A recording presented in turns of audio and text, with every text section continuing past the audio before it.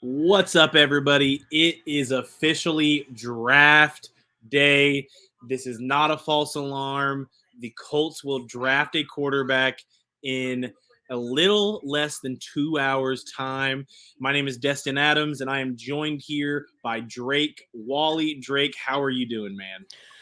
Man, I'll tell you now what I told you right before the show. I'm nervous, actually. I'm a little bit, little on edge, a little bit of anxiety. I think that's a good thing, though. It means that the Colts are getting a new quarterback, big decision. It's arguably the biggest draft in 10, maybe even 25 years because there's no like generational quarterback that is getting selected here. It's just a bunch of guys that each excel in their own unique way and each have their own case that they could be successful. Yeah, I mean, I think it's fair to say this is the most. I think this draft has the largest impact on the Colts than probably any draft in their franchise's history. Because, I mean, you kind of mentioned it, but the last two real quarterback selections they took, I mean, I'm going to throw out Jacob Eason, any non first round pick in the first quarterback realm. But the last two of those were Peyton Manning and Andrew Luck. And you're going to hear the phrase, there's no such thing as a perfect prospect. But if there was, Peyton Manning and Andrew Luck are as close to that cap as you're going to see. So the fact of the matter is, this is the first time the Colts are having to do real risk when it comes to the most important position in all of sports. So I don't know if you can underplay how big this draft means for the Indianapolis Colts. Well, and going back to what you just said, you go back to Peyton Manning. Yeah, there was a little bit of discussions at the time. Oh, they could take Ryan Leaf. Well, Ryan Leaf was also seen kind of as also a generational talent at the time. So you had Peyton Manning, who was the clear generational talent. Luck was kind of with RG3 a little bit in the distance, but Luck was clearly the generational talent. You knew who they were pretty much taking in those respective drafts. At this point, I I'm just going to go ahead and say it since we're what we're like an hour less than an hour away from this thing starting. Hendon Hooker, to the people watching, Hendon Hooker probably not on the Colts radar. So I will go ahead and say four quarterbacks are available for the Colts to take. Potentially, really three are in their wheelhouse, and that is still a lot. If you have any more than one guy at quarterback that you're viewing and trying to see as your future, that is so stressful because now you're dealing with people that might be jumping you to get to that position. Now we're hearing things like, if they did have their eyes on a quarterback, well, maybe Seattle wants a guy to groom behind Geno Smith. Maybe the Raiders want to groom somebody behind Jimmy Garoppolo. Maybe with Ryan Tannehill kind of quote unquote on the outs there in Tennessee, do the Titans decide to make a big move and get, jump the Colts, which would be insane. Can you imagine if two was the Texans, three was the Titans, four was the Colts? That'd be insane. So there's just so much on the line in this draft. And I think that's why everyone is so on edge, very excited for this, and just ready for the damn thing to start. So, Yeah, I mean, you hear the phrase often that the draft is about a month too long, the draft process. And I think that's pretty accurate. I think this last month has really been where it's gotten a little crazy, where you've gotten the deep dives from people here recently into some of these prospects' lives. The S2 testing obviously coming into effect, CJ Stroud. The different aspects that you want to run into it. I mean, Anthony Richardson's getting a little bit of flack right now for some of his media tours and maybe people thinking he's a little bit full of himself. Things that I think people look into just a little bit too much.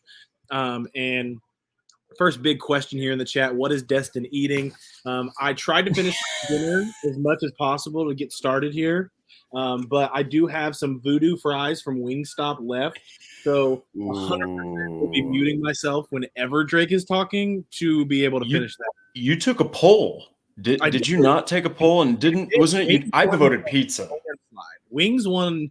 I think Wings ended up with over 70% of the votes. So I'm not gonna lie to you. I was really hoping that the local nacho spot was gonna win the vote, just because I felt that vibe.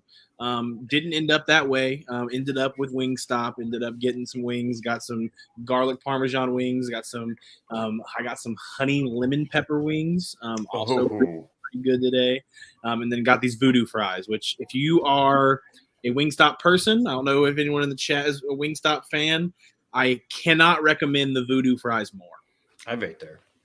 So I'm glad, Drake. I would think less of you if you haven't eaten Wingstop. Yeah. it was just such a funny question because I the first thing I thought was I told Destin and I voted pizza. I was hoping that I was going to see Destin eating pizza, but I mean, you can't go wrong with wings, man. Across the screen.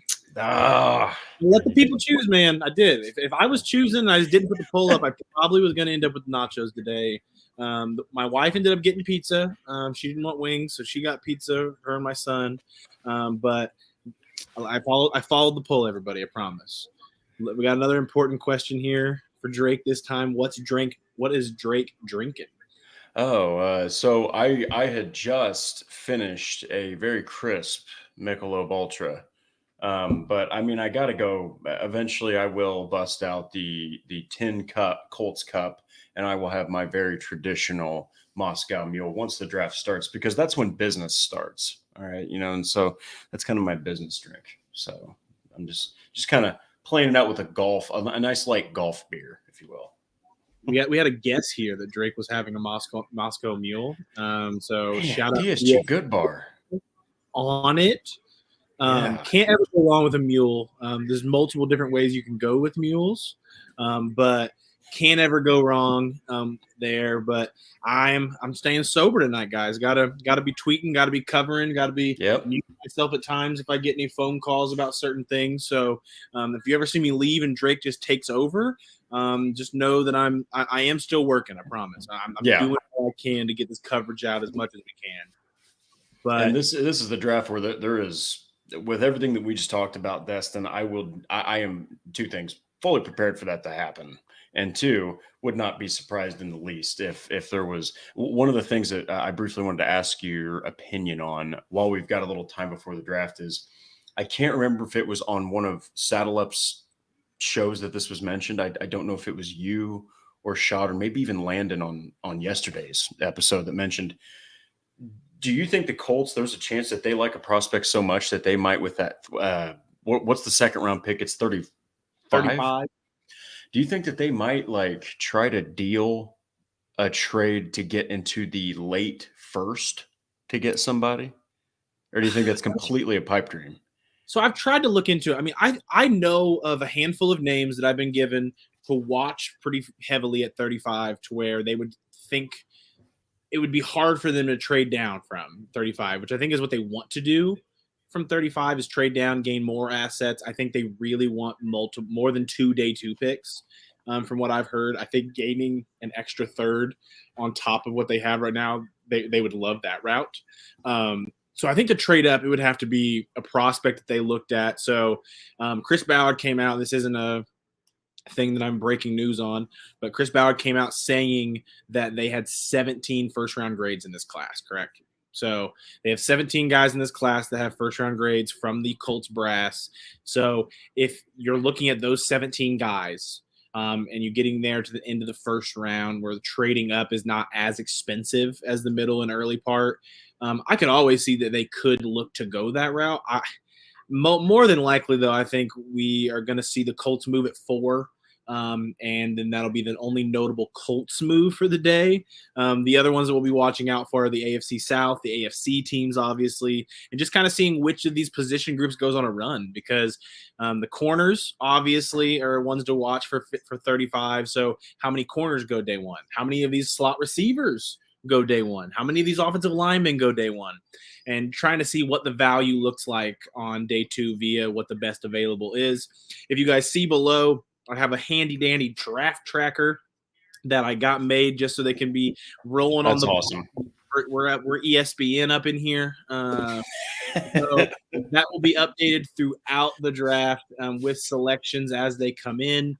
So you guys can keep it up to date if you're not watching. Another thing that I want to say in the comment section, we are not going to be spoiling picks in here, okay, everybody? So if you guys see tweets, if you guys see all those things, I need you guys to hold that in the chat, or we'll have to mute you a little bit. This is a fun place. This is a place where we're trying to chill and see all these things live as well. So I don't want to ruin that for anyone at home that doesn't want to see it. So if you see it on Twitter, keep it to yourself until it is announced on the live broadcast. But we're gonna have fun, guys. I promise. Yeah. And one of the things that I like your take there, because I think it would be awesome if they would try to go after some of the, I mean, there's so many different types of prospects that they could get in that late first round, but I really do think that the Colts, if they make any move, it's got to be moving up to 3, and it's got to be like it'll probably be like at the last second, typical Ballard style, if I had to call it. So yeah, it'll be interesting. I still think, me and Zach Hicks, our colleague here at Horseshoe Huddle, we had a Twitter Spaces earlier today. If you guys have the free time beforehand, you want to hear kind of some of our thoughts that we had, that is recorded, so find that on Twitter. But make sure you're back here at 8, okay? Don't leave us for too long. But we talked about it a little bit. I still think Arizona would rather the Colts trade out. So if a deal does come to fruition, that they find a deal partner, whether it's Tennessee, whether it's Philadelphia, I could see Arizona bringing that offer to the Colts, saying, hey, we're going to deal 3 unless you have a deal that you would like to make as your last-ditch effort to make us use you instead. Because they would love to stay at 4, especially if what I believe is going to happen in Houston goes quarterback at 2.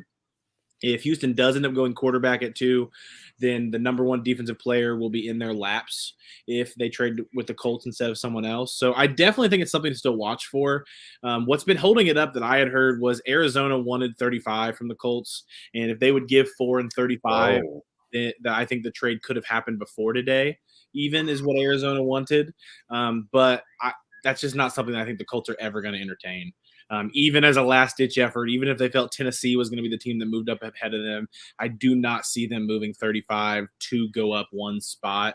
I think they like the 4 quarterbacks in this class. People in this chat are not going to like me saying that, the 4 quarterbacks, but I really do think I think they have guys that they'd rather have. And I put it out earlier today. I think Stroud and Richardson are the top 2 leading guys in that building. I go back and forth on who I think it is. I've stayed true today that I think they would take Richardson if they were both there, but it would not shock me at all if Stroud was the pick, if there was the 3 of them there at 4. But I do think they like Will Levis, and that's the thing this chat's not going to like me saying, but I do think the Colts like Will Levis. So if DEFCON 5 in Colts fans' mind happens and we have a CJ Stroud go to Houston, that would be unexpected from what I've heard early in the process, but people are trying to bring it up more and more today. So if CJ Stroud goes 2 and then a team trades up to 3 and takes Anthony Richardson, I think them taking Will Levis is what would happen at 4. Yeah, and I do like how you said, especially with Arizona, if they do want that 35th pick. Here's the thing, the Colts, yes, they need quarterback, but that defensive back room, there's a hardcore chance that they're going to double dip in this draft at defensive back. They still need more receivers. They could double dip at that position too. You do need O-line depth. You do need to still help, because I do believe that even though Buckner and Stewart were fantastic, they played a lot of snaps last year because they didn't have really reliable depth at the defensive tackle position. So you might even try to get some defensive linemen and take a flyer on a linebacker. So there's a lot of spots that still need to be solidified. I think the only ones we can safely say, Destin, that don't need any depth, don't need any additional talent, is maybe tight end. Maybe safety, and that's maybe, because who knows? There still might be a tight end taken. Colts love their tight end. So I don't think they're going to give up that 32nd pick. I think, if anything, like you said, they're going to trade back, collect some capital, still grab a defensive back in the late 2nd round. Yeah, we're going to see how it all plays out. We're 45 minutes out from the Carolina Panthers officially being on the clock. One of the things that me and Drake are going to walk through, I did drop my first round mock, my last one. I released 2 this year.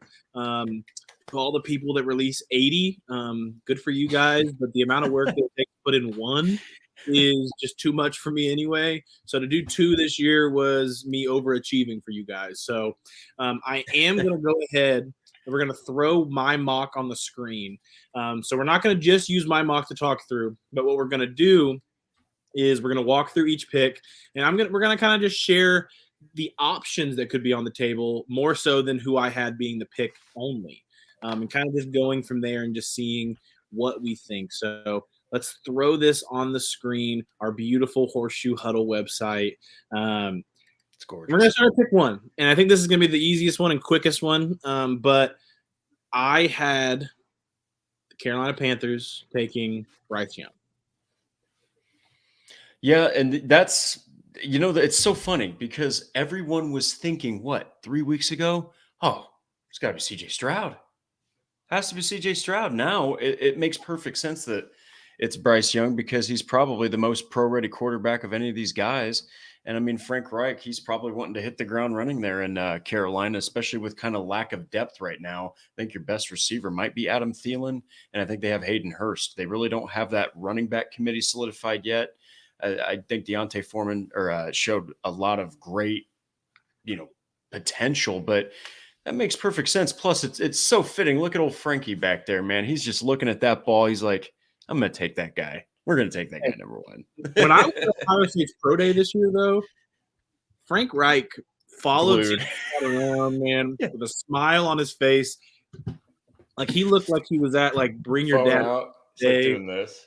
Like, he was having a good old time out there. So I'm not gonna lie to you. At leaving Ohio State's pro day, I didn't think there was a chance in hell. Yeah, it was someone else but CJ Stroud, just because of those reactions. They sent the whole corral everywhere this offseason. They went to Ohio State, Alabama, Kentucky, and Florida. I saw the whole group of Kentucky as well when I was at the pro day. So I mean, they did a good job trading up to one, and then they did a good job going through the entire process and making sure who it was going to be. The part that I don't believe is all these notions now coming out that when they traded up, it was for Bryce Young as well.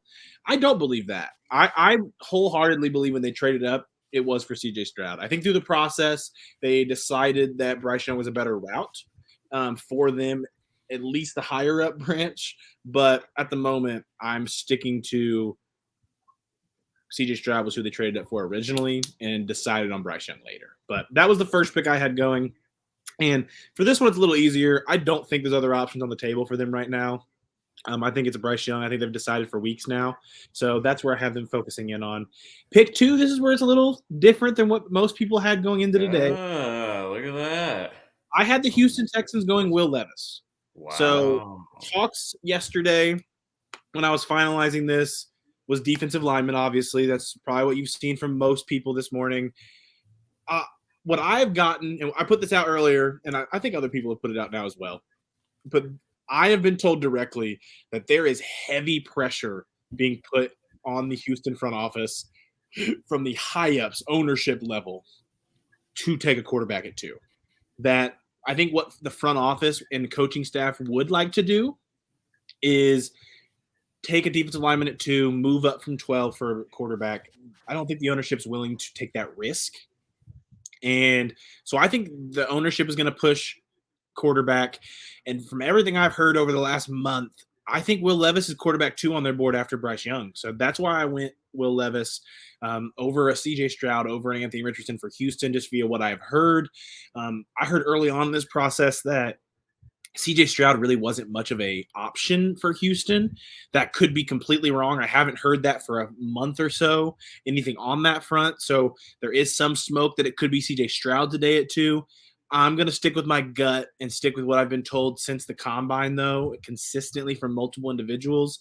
And if they go quarterback at 2, I think it's Will Levis. Yeah, and real quick, to go back to the number 1 pick, I really think that it's when you're a guy like Frank Reich, who he took his head coaching job in Indianapolis as the silver medal. First off, okay, the gold medal was Josh McDaniel, who decided to hightail it out back to Uncle Bill in New England. So Frank Reich came into the Colts organization with Andrew Luck thinking, all right, got this guy who's only 4 or 5 years in the NFL. We're going to be great. He retires. So Frank Reich then gets put on this big QB carousel. Now, obviously, he had some say in quarterbacks, certain ones that were brought to the team, but this is his first opportunity to really get the guy. Now, is is he in control of this? Probably not. I think that is it Tepper that is the Owner. owner. Yeah, so he's really, really influential in his organization. You got Jim Irsay on the left here and Tepper on the right. You've got a guy that wants to be far more, directly involved as opposed to a guy who wants to be more in the back end of things like Irsay. So I can definitely see why the number one, trade up to get that position was nothing more originally than, hey, we can pick any one of these guys. It doesn't matter, we can pick whoever we see fit. If we think CJ Stroud's good up until 2 days before the draft and then we switch our mind, well, no one else can take that from us. It doesn't matter. We can do whatever we want at this position. So I think that they were just doing that to lock the power of having the first choice of the entire NFL draft. I mean, literally, the Panthers can pick anybody they want, whoever Frank Reich and company, Jim Caldwell included. If they can convince Tepper to pick their guy, great. If Tepper wants to pick someone, great. But at the end of the day, they can pick anybody they want in this draft. So I think that's really why they did it. Yeah, I mean, I could see it. For Houston, I think the other people on the options board, essentially, other than Will Levis, if they decided to go edge rusher, I've heard all the Tyree Wilson stuff from Texas Tech. I think it'd be Will Anderson Jr. out of Alabama. Yeah. I think the Tyree Wilson stuff is a little bit overplayed. I think I like Tyree Wilson as a prospect. I think going him over Will Anderson would be similar to the Jaguars taking Trayvon Walker over Aiden Hutchinson last year, where you kind of look at the guy because you think he has a high floor that he doesn't have a high ceiling, and you kind of you outsmart yourself in a sense, trying to just take the guy that has the high ceiling just because of it. And Tyree Wilson has special traits. I think his injury concerns are concerning to me, obviously, but I think more importantly, I just think Will Anderson is just way closer to being a blue chip guy than Tyree Wilson is. So if they go edge it too, I think it would be Will Anderson Jr. If they go quarterback, all of the Vegas books are going CJ Stroud right now. Everyone on Twitter is going CJ Stroud, and it definitely could happen. It could, yeah. Don't get me wrong; things could happen. Things do change. But what I heard near the combine was that I didn't think that was an option for them. So I'm going to stick with Will Levis. Going to stick with my gut there, and that's why I went Will Levis yesterday. At pick 3, this one was hard. If Will Anderson's on the board, this is one of the situations I think Arizona could stay put. I've heard that they really like Will Anderson. I think more than likely they're going to get an offer come through today that they probably want to move back with, whether that's Indianapolis or whether that's someone down deeper, a Philadelphia, a Tennessee, a Vegas. But I do think if they stayed, it'd be Will Anderson. There's been smoke about Paris Johnson. There's been some smoke about Jalen Carter, Tyree Wilson as well, again here. I think all of those could be in options. So if it's a trade back, it could be a quarterback. It could be a defensive player. If Arizona stays put, though, my money would be on Will Anderson Jr. out of Alabama.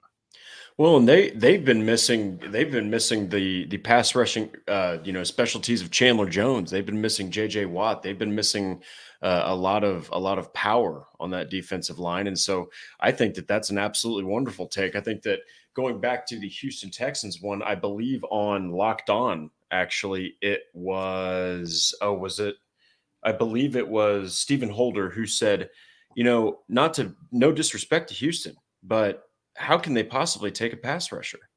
How can they do that? He wasn't joking when he said, sometimes you go in there and you're like, where are all the people?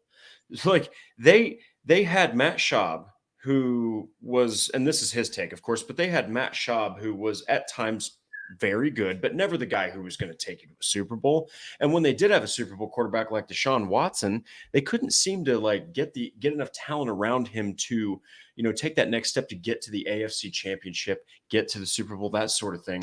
So I see Houston taking a quarterback. I think Levis is a much better match for the number 2 pick than people probably are thinking. I think that makes perfect sense for Will Levis to go to Houston.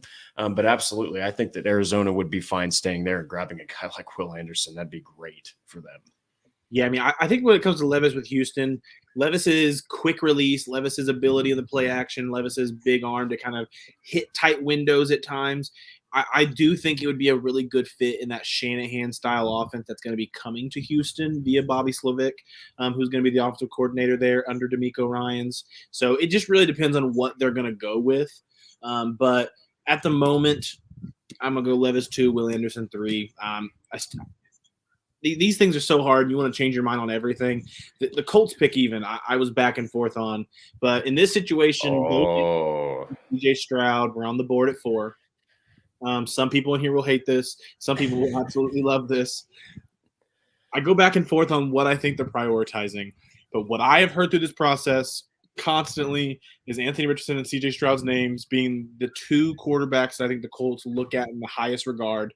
They like all 4, like I said earlier, but I think if all 3 were there, it's going to be one of those 2. The hard part is picking between the 2 and trying to figure out what I thought they prioritize more. I've been told constantly that 2023 is not something that they are using heavily in the process of evaluating these quarterbacks. 2024, 2025 matter much, much more to them in this evaluation process. And Shane Steichen's fit matters much more to them than day one playing ability that people talk about a lot. So with that in mind, with the ceiling that Anthony Richardson has, with his ability to extend plays with his legs, and just having things that I think Steichen has, in a sense, coached up at a better rate than what I think a Will Levis would be, and just having a higher ceiling than what a CJ Stroud is. That's who I went here. I think the options that would be on the table for the Colts, though, obviously, are the top 3 quarterbacks that are not Bryce Young. I think the Colts pick here at 4 or 3 if they do end up making a move up today, and we'll see in a little over 30 minutes when the draft starts. People, we're getting there. But I think it'll be either Will Levis, Anthony Richardson, or CJ Stroud. yeah. And if you don't mind, I'd like to actually read from the Indie Draft Guide what it says for how he fits and why this is actually a good pick for the Colts. So, and I quote, Richardson could be the alien the Colts have been searching for at quarterback since Andrew Luck retired. Arguably the most athletic quarterback prospect in the NFL, or that the NFL has ever seen, with his combination of size, speed, and explosiveness. Richardson also has the strongest arm in the class, which that goes back to that vertical attacking Shane Steichen always talks about.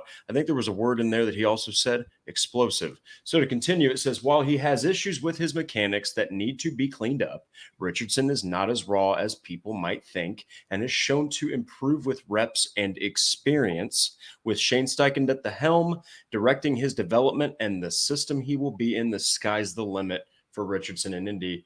And his team fit is high with a Josh Allen player comp, which is very interesting. Love that. Yeah, I definitely agree with all that. I think Will Levis was getting a lot of Josh Allen comps early on in this process. Heard that too. Definitely. And I never understood it as much because Anthony Richardson as a prospect looks way more like what we saw of Josh Allen coming out than Will Levis to me. So getting past the Colts here for pick 5, I went Jalen Carter. Seattle's a tough one to spot as well. I do think they could be in on quarterback more than people think here. I do think Jalen Carter, if he is here, is who I've heard that they have a lot of interest in. Will Anderson, if he were to fall here, I think is a guy to watch. And then obviously Tyree Wilson, who we've mentioned multiple times already, another defensive player to watch. But I think Seattle could look to trade back as well. I think Seattle likes a lot of these guys more than a lot of people across the league have, when I've heard. I said the Colts had 17 first-round draft grades earlier. When I talked to somebody close to the Seattle brass, they told me that Seattle had more than that. They wouldn't say how many. I tried to push for you guys, but all they said is it was more than 17. So we'll see how that looks too. But I would watch quarterbacks. I would watch a trade back. But at the end, I went Jalen Carter. Well, I was actually going to ask, first off, that is also a perfect fit for Seattle because they need to shore up that defense. But one of the things I was curious about is a situation that I've been thinking about is, could Pete Carroll really like himself some Anthony Richardson? And it's a perfect scenario because Geno Smith just signed a new contract. He's coming off of arguably his best. I mean, it is his best season as a quarterback in the NFL. Do you think that they could trade up and grab Anthony Richardson, have him sit behind Geno Smith? That seems like a perfect scenario because you have Tyler Lockett, you have a downfield threat like DK Metcalf. You've got Kenneth Walker in the backfield who is fresh and ready to punch someone in the face with that running attack. That seems like it could be a possibility, in my opinion. What do you think about that? Yeah, I mean, I definitely think it's possible. Like I said, that's why I think quarterback is not something to rule out here. It just, there's been a lot of reports on Anthony Richardson, obviously with Seattle, and the thought that that could be who it goes. I do want to shout out here Stats Matt, and I also saw some tweets about it. CJ Stroud has now moved to minus 2,000. Whoa. So something is going on in Vegas. Enough money is going that way to where the line is moving. Vegas's lines do not mean everything. Everybody, there's a lot of things that can dictate. I mean, Will Levis Yeah. was the second favorite to go one just yesterday, and his line was moving crazy because of a Reddit thread. So we got to let it all play out. But I am getting messages from a guy in Houston saying that Stroud to them is a bigger possibility than what he thought a week ago. So we'll kind of see how that plays out. But yeah, we'll see. But what I had heard last night, I thought they were going to go quarterback. So I'll feel good about getting that right anyway. Yeah, real quick, I did want to mention something that Vegas odds when it comes to like the draft and like the NFL and inside stuff, it's hard to trust them because they had Wink Martindale, okay, probably 2 weeks before Shane Steichen got hired as the favorite to be the Indianapolis Colts head coach, and Jeff Saturday was the favorite unanimously a week prior to that. So just think about that next time you look at odds. Betting lines definitely move to anything. I mean, anything Yeah. cause a splurge of money to go through can cause the betting lines to alter. So it's definitely not something I would look at heavily, but something to consider. At 6, I had CJ Stroud going here.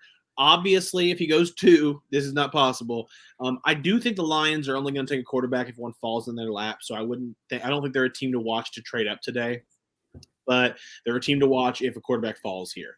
And when it comes to CJ Stroud, I think he'd be a great fit in Detroit. I do think it'd be a situation to where Detroit would have to move Jared Goff if this happened, because I don't think CJ Stroud needs to sit day one, personally.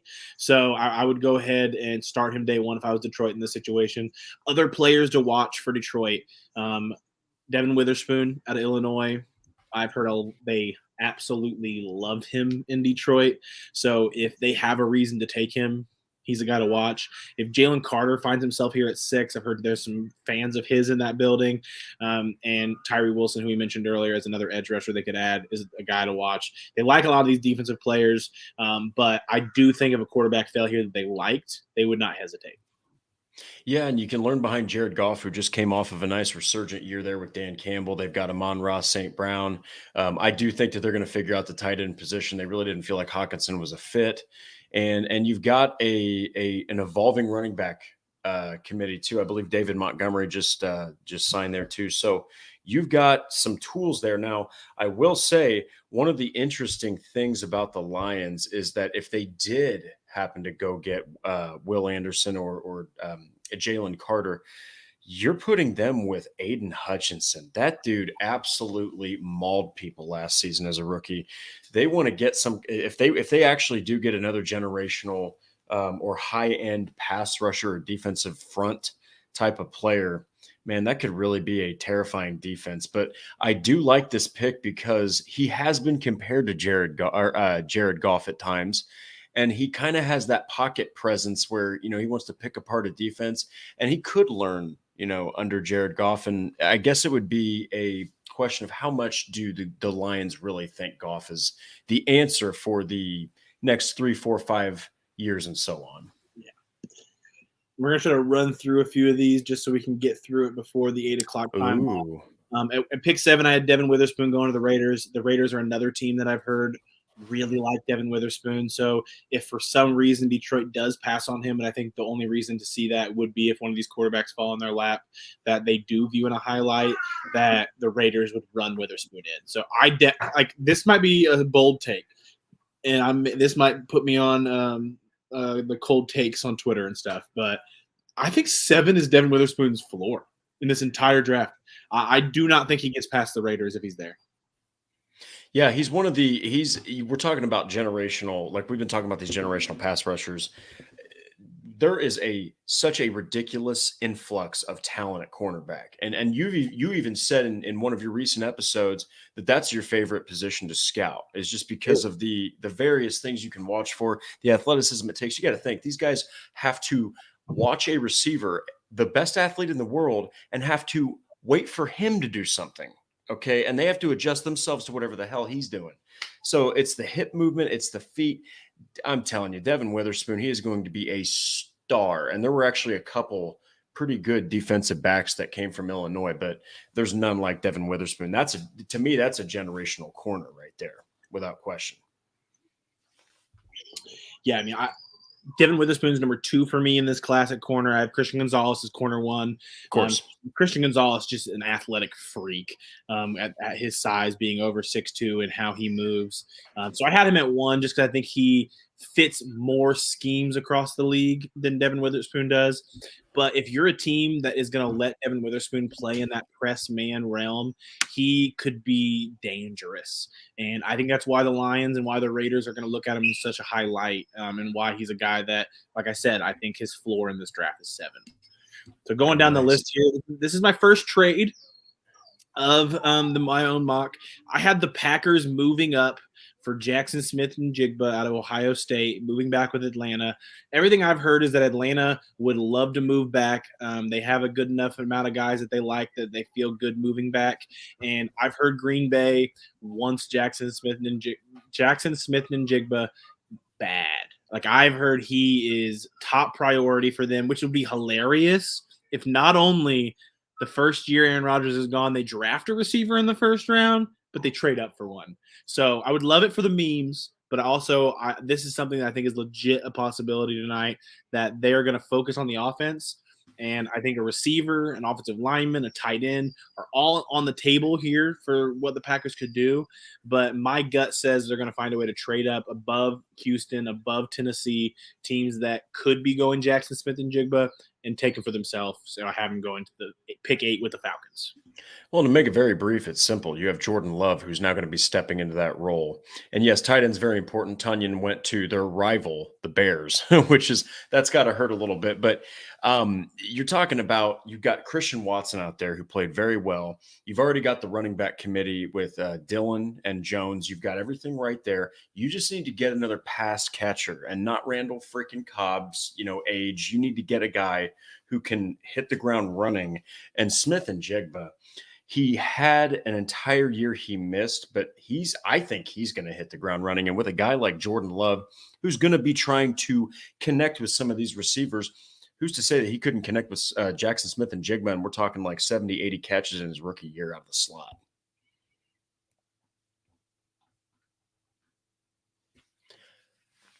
Mute. Happens a lot. Anyone I leave myself muted at least once. Hopefully I got it out early. That's all right. But I'd love him as a compliment to Christian Watson. If you're going to try to give Jordan Love the best chance of success. Pick 9 here. The Chicago Bears were the number 1 pick, traded back with Carolina, caused this whole dilemma for the Colts to possibly get the 4th quarterback of the night at the end of the day. But Chicago Bears, I have him going Paris Johnson, my favorite offensive lineman in this class, moves like a freak, has some things he's going to need to fix up a little bit to get to the level that I think he can get in mechanic issues wise, but big, moves really well, is going to be someone that you can slot in the left tackle spot right away if they want to in Chicago, but has the ability to play on the right side if that's what they want as well. But I have Paris Johnson going here. I think Jalen Carter, if he falls to 9, is another option. But I think offensive line is going to be a big element that they're going to look at. So Peter Skoronski, who's a Chicago kid, on Northwestern, but hometown being in that Illinois area, wouldn't be shocked if he's the pick either. Well, and that's a perfect pick for the Bears, because you've got all this money that they're going to start to that they've been spending. They got Tunyon, they got guys like Tremaine Edmonds. They've been shoring up a lot of spots. The offensive line needs to help Justin Fields take off. Okay. Once you get a little bit of protection around the guy, maybe he doesn't have to go out there and rush for 170 yards a game and still lose the contest. So the Bears offensive line has been criticized for the last 3 or 4 seasons, maybe even longer. So this is a huge step in the right direction. Arguably, I think it's the most mobile offensive lineman in the entire class. So I love that pick for the Bears. Very well done for Chicago if they can get him. If you guys are watching on ESPN or NFL Network right now, the prospects are being announced on the stage.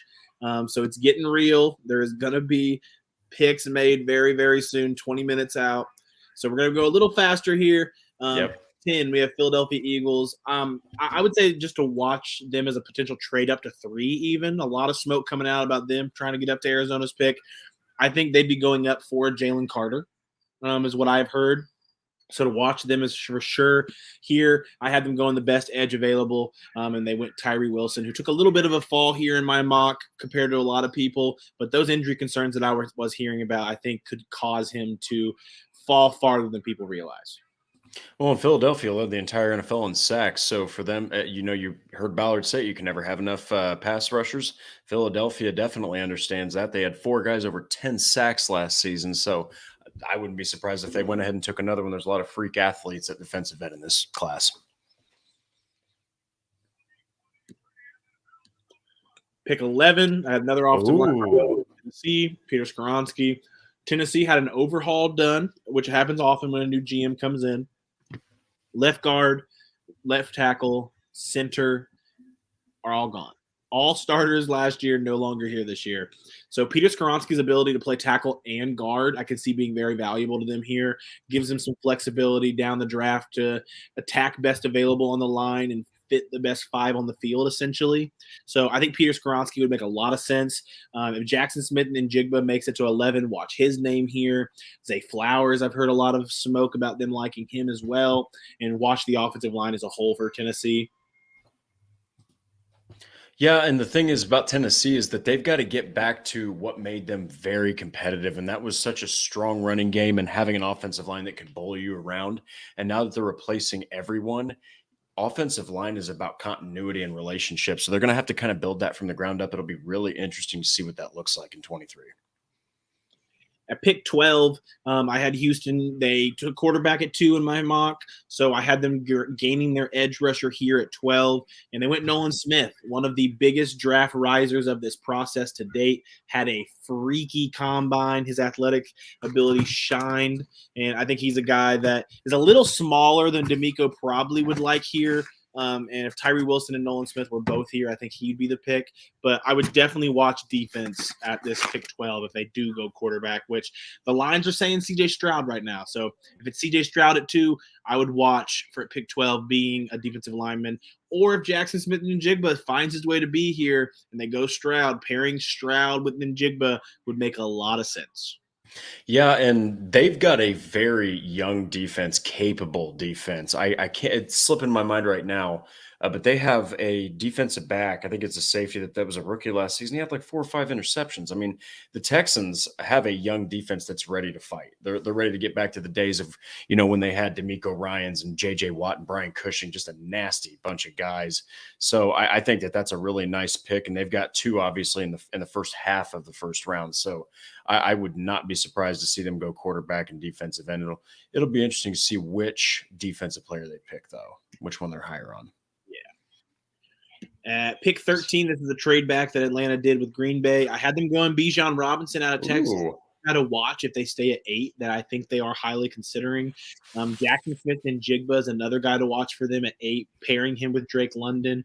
And this is another team that I was told if a quarterback they like falls in their lap at 8, watch them to take a guy here if he does fall. I don't think they will force a quarterback pick, and they think they are comfortable letting Ritter play. But if one of their guys falls to 8, don't sleep on it. But a lot of people say defense for Atlanta, and I think they could consider some defensive linemen, some corners, depending on how they fall. But I've heard Bijan is very high on their board, so I went Bijan Robinson.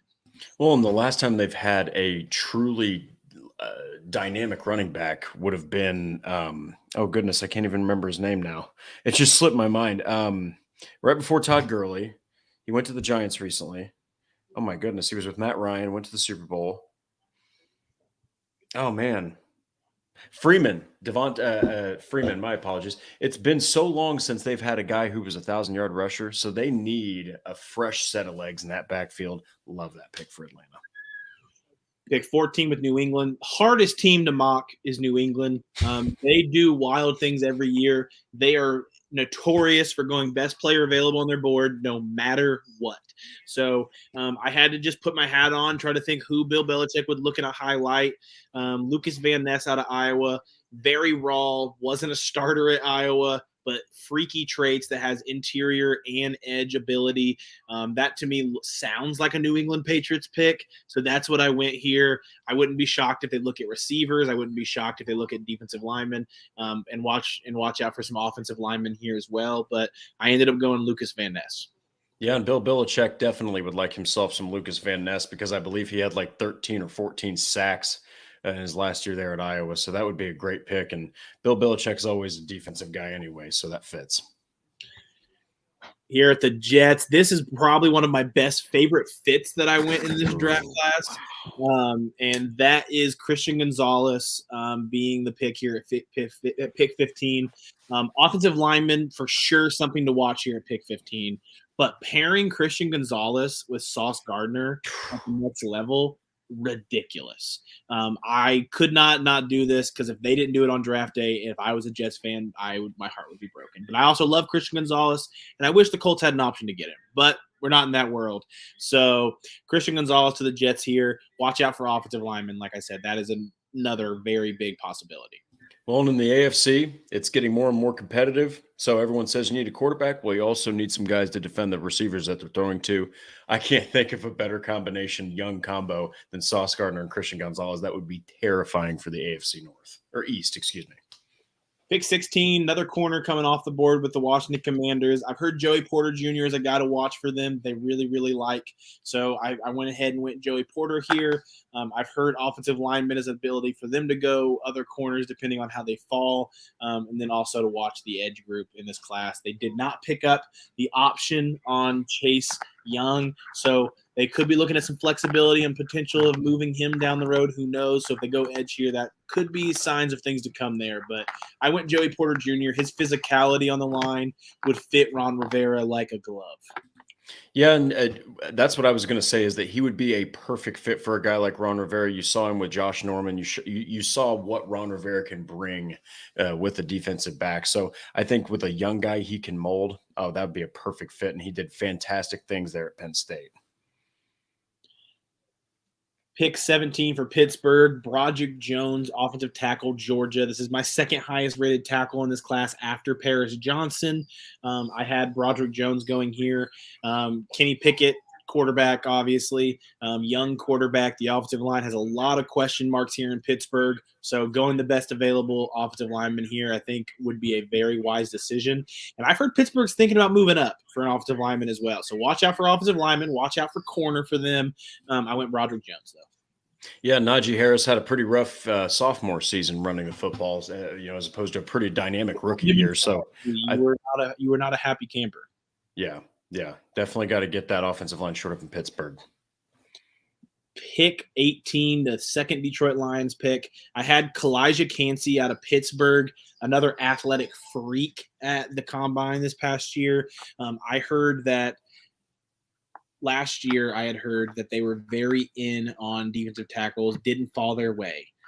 This year, looking at this class, I think Jalen Carter's a fit at 6. If Carter does not make it to them at 6, though, which I do not think he does, I think Kalijah Cansey at 18 is a good complimentary prize to where I think he would fit there well, put him in as a pass rushing threat, having Aiden Hutchinson on the outside, Malcolm Rodriguez out there. That'll be a fun defensive line in Detroit. Yeah, and it'll be very athletic too. And Dan Campbell, he's really building something there. And I think that in the NFC North with Aaron Rodgers out of town and Kirk Cousins maybe, on the latter half of his career, the Lions are looking like they might be ready to take over that division. Okay, so I did mention this earlier on that I may have to take a call while we're on this. I am getting one of those right now. So, Drake, I'm going to let you keep going. I'm going to scroll to my next pick, and you can talk about Notre Dame's Michael Mayer. Go for it. So obviously this is a good pick because Cade Otton, obviously he's a rookie. He was a rookie tight end with Tom Brady, but that's a team that's been completely broken apart.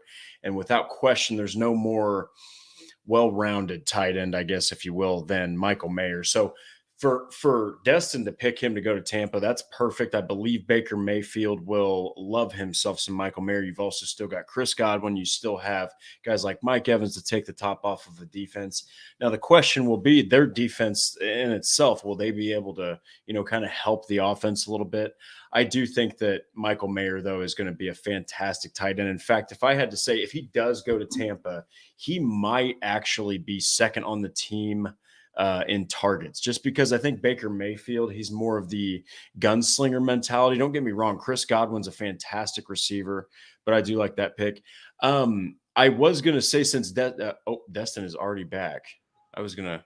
You can keep talking. I'm good. Oh, I just got done. I literally just finished talking about how Michael Mayer could be like second on the team in targets with a guy like Baker Mayfield, but the fact that Cade Otton kind of had his rookie year with, Tom Brady in his last season in Tampa might give this an opportunity to be a dual tight end type of offense where they have a lot of 2 tight end sets, let those guys kind of unleash on a defense. But no, man, you got to take your calls. I get it.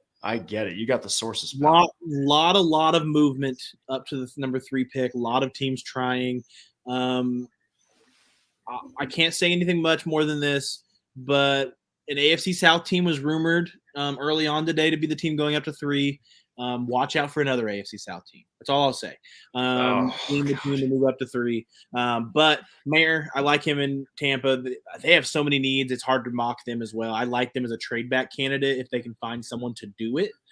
So watch for that as well. Offensive line, corner, lots of other possibilities. But Michael Mayer, I just think he was a good fit. So I went Michael Mayer here.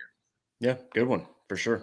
At Seattle, I had Anthony Richardson's favorite offensive lineman this past year, and Osiris Torrance, dominant guard. I think he's the best guard in this class, depending on what you call Peter Skoronski, who's kind of a hybrid. But the best pure guard in this class is Osiris Torrance, powerful in the run game, a guy who is only going to get better in the pass protection element of things, in my opinion. So let this guy learn. Let this guy keep growing. I think he'd be great in Seattle. And if they don't go offensive line early, I think offensive line here is a very high chance of happening. So I went Osiris Torrance. Well, and Russell Wilson for years was sacked more than any quarterback in the NFL at times. So I think that now that you're in the post-Wilson era and you've got Geno Smith on a new contract, especially if they decide to trade up and take a quarterback, you got to shore up that offensive line, help Kenneth Walker there in the backfield. Pick 21 here with the Los Angeles Chargers. This is one of my favorite players to mock here. Jordan Addison, if you're trying to think of a ceiling comp for him, it's Keenan Allen. Super nice route runner. Gives them a guy that can learn under Keenan Allen for the time being with Mike Williams on the outside. And then just to take over for Keenan Allen in the foreseeable future. I love this fit at 21. I think they're looking at a couple of receivers here. The tight end group's another one to watch as well. And offensive line, I mean, they have a solid offensive line, but the injuries last year hurt their season. So that's something to watch for sure. We're going to have to run through this with 6 minutes, guys, until the Carolina Panthers run the clock. And all these things will start to get answered. Pick 22. I had Emmanuel Forbes going here to Baltimore. I think Joey Porter Jr. is a guy to watch here. That's who I had to go in there in my first mock. He went to Washington earlier in this one, though, so it didn't work out. But Baltimore here, physical corner. That's what they look for at the corner position. Emmanuel Forbes is, for as small as he is ball dominant and he's going to get his hands on you. And even though he's a small guy, make every pound of him count and you're going to feel it. So I think he's a guy to watch here for Baltimore. I think the other options here for them would be looking on the offensive line. I think some of the edge rushing group, I know they love Nolan Smith. He went a little too early in this for that to happen, though, in this one. But I do think that's someone to watch here if they find a way to get him. Well, and Baltimore wants to get back to smash mouth defense. They want to be able to play better, like their secondary with Marcus Peters. I mean, obviously he's a fantastic player, but they've allowed a lot of big plays and been kind of exploited in the passing game. So I think that's a really good fit. I think Forbes would thrive in Baltimore's defense. Going over to pick 13, another really good fit that I like in this class. No. The outside in Minnesota. I would love him in Indianapolis at pick 35, but I think with Adam Thielen moving on this past year, Zay Flowers as the complement to Justin Jefferson for the foreseeable future would be a ton of fun. Yeah, and you got to think, I mean, can you imagine Trevor Lawrence with now Calvin Ridley? He's got Christian Kirk. He's got Zay Flowers. He's got Evan Ingram. He's got Travis Etienne. Good Lord, I hope to God they don't get him. He's a fan. I think he's going to be a fantastic receiver in the NFL. And man, that'd be pretty scary if he was with Jacksonville. You got another call? Oh, no. Oh. I had a message, so I was just looking down. So that was Minnesota getting Zay Flowers, by the way. Oh, my bad. Well, that would even be worse. Jacksonville, I had Miles Murphy going here, a guy who is going to be a very, very good run defender off the edge at the next level at the very least. Has some ability to grow as a pass rusher. Trayvon Walker being the number 1 pick last year, mostly looked at as a high upside pass rusher with Josh Allen. I think Miles Murphy is a guy who could come in and work a little bit on the interior and the exterior, but offers a little bit more in the run protection element that they desperately need to add. So that's why I went Miles Murphy here. I would say watch out for tight end. I'd say watch out for corners. I'd say watch out for Brian Branch, the safety. He's another guy to watch. I almost went here instead of Miles Murphy even. Watch for those positions. Yeah, because Jacksonville's strength was definitely their offense. They had some areas to shore up on their pass rush, especially with Calais Campbell kind of leaving town. And so I think that's going to be edge is going to be a position you're going to see plenty of teams picking because of the ridiculously athletic class that's coming in this year.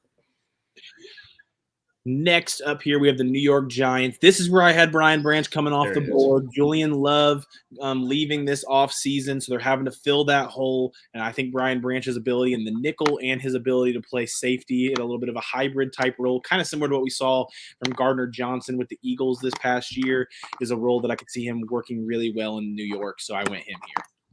Yeah, New York, they had a fantastic season under Brian Dable last year, and their defense blitz heavy, going to be able to shore up the secondary so that if you're blitzing in the front, you can at least cover down the field. So that's a nice pick. I like that one. And going over here to the next one, I had the Dallas Cowboys. I went Drew Sanders. This is not going to be one that Dallas Cowboys fans see a lot, maybe, but I love his fit in Dan Quinn's defense as a middle linebacker in the middle of the field. Fills a need for the team. I know they want to go tight end as well, so that's something to watch. I think offensive line, something to watch. If a running back falls to them they like, that's another one to watch for sure with Ezekiel Elliott moving on. But I think Drew Sanders would fit a hole very well and be a solid coverage linebacker that they desperately needed. Well, they've had Sean Lee. They've got Leighton Vander Esch. I think that's just what Dallas likes. They like those linebackers that are athletic. They can cover. They can threaten the passing game, cut away quarterback passing lanes, and really make you have to analyze the defense through the secondary. So that'd be a really good pick too for Dallas. Up next, I had the Buffalo Bills going Brian Breesy. I think there's a lot of routes the Bills could go: receiver, running back, defensive tackle, offensive line, lots of different things that they could go for. Watch them for the DeAndre Hopkins sweepstakes for sure. I went Brian Breesy, though. That run defense in the interior needs some help, and Brian Breesy offers some upside as a pass rusher as well with his athleticism. So I went Brian Breesy, best player available for Buffalo here. Love it. Love it. Absolutely love it. Pick 28 here. The Cincinnati Bengals. I have them going Dalton Kincaid out of Utah. Tight end. I think tight end's an important one to watch for them. Corner and offensive line as well. I would love the fit of Michael Mayer with Cincinnati. He went a little earlier than their pick here, but I think Dalton Kincaid has the highest upside as a pass catcher in this class. And Joe Burrow likes to sling that thing. So wouldn't be shocked at all if they went Dalton Kincaid. Well, they just lost Uzama to the Jets, and then before that, last year they had Hayden Hurst, and he's more of a possessive, kind of blocking tight end. So I think with more of a receiving threat like that, more of a Dallas Clarkey type of guy, slot dude that you could potentially even put in a tight end you could put in the slot for mismatches, boy, he could have some really good games with Joe Burrow, man. Going up next here to the New Orleans Saints, we have Deonte Banks out of Maryland. I think corner's a really good option for them here. Tight end's another good option. I really like Darnell Washington's fit with them, for example. But Deonte Banks is a physical corner that can go on the outside of Marshawn Lattimore and be a really solid fit in Dennis Allen's defense. So I went Deonte Banks. Well, and the Saints are trying to get back into the conversation for winning the division, especially after last season. It was so weak. They need to shore up that defense bad, especially the secondary. So this is a huge step in the right direction. I have Loved Deontay Banks as a prospect. Wish he could go to the Colts, but he won't fall that. Or he'll go. Yeah, they're not in the market for him. I think you're right. I don't think. I think he ends up going in the first round. Yeah. Pick 30 here. I have the Philadelphia Eagles passing on a running back with their first pick, but taking the second running back of the first round here, and Jahmyr Gibbs. I think it all depends on how the round goes for them.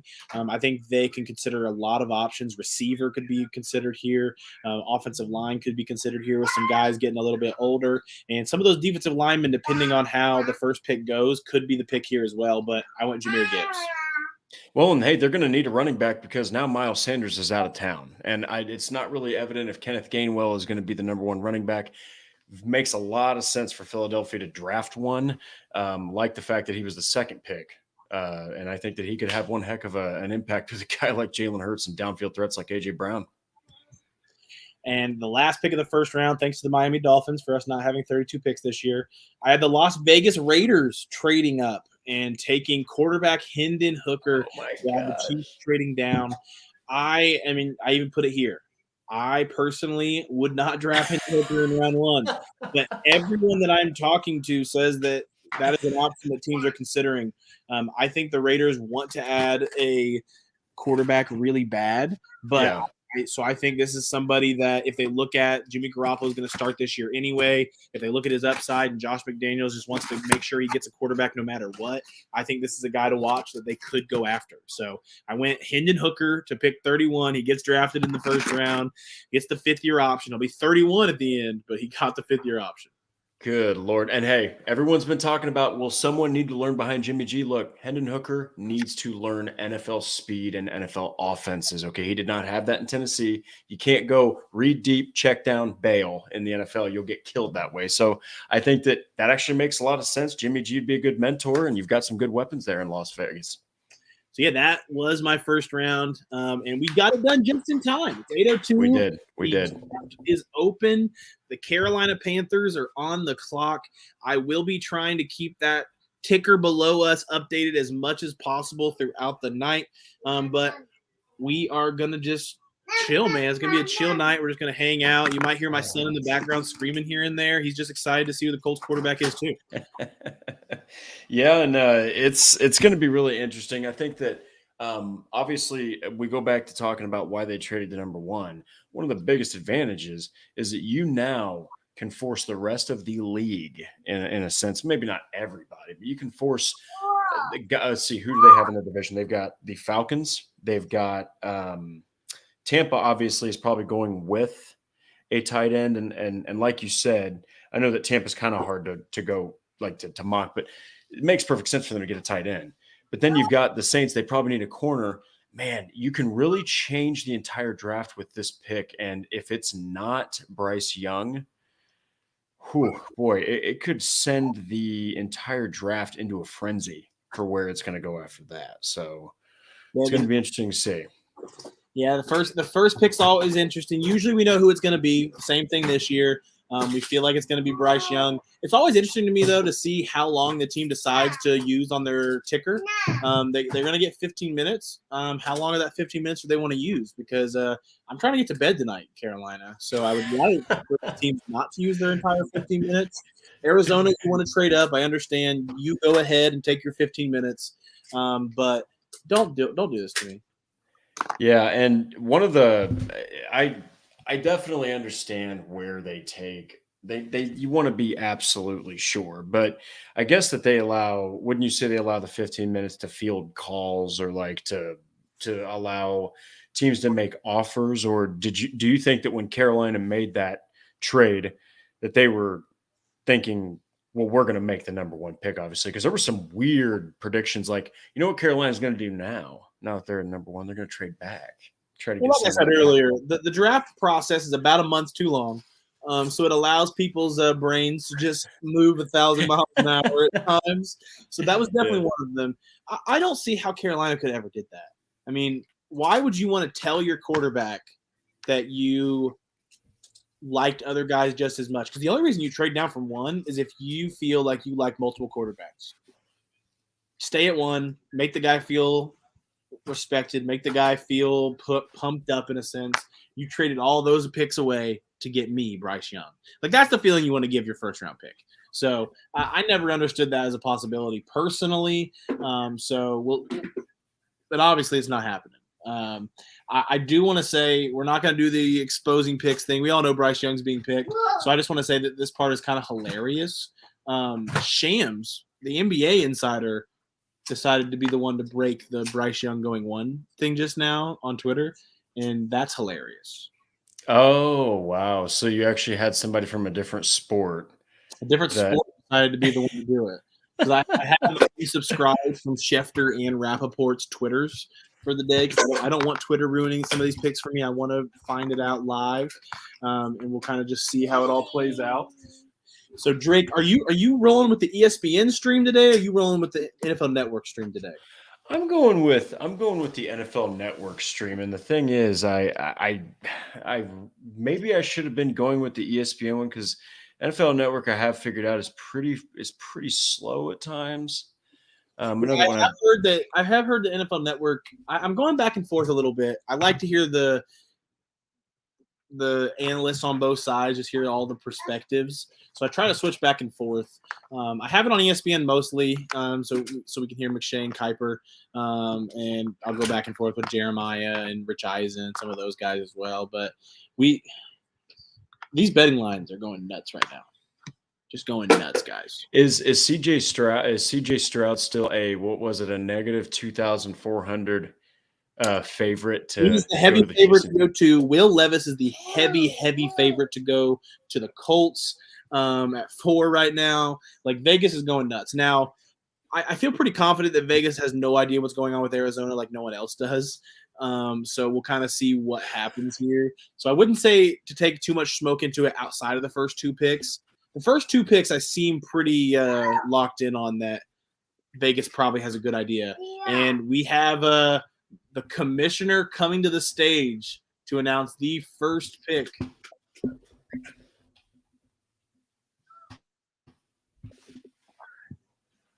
You got to break it. You got to break it, Destin. You got to tell everyone who it is.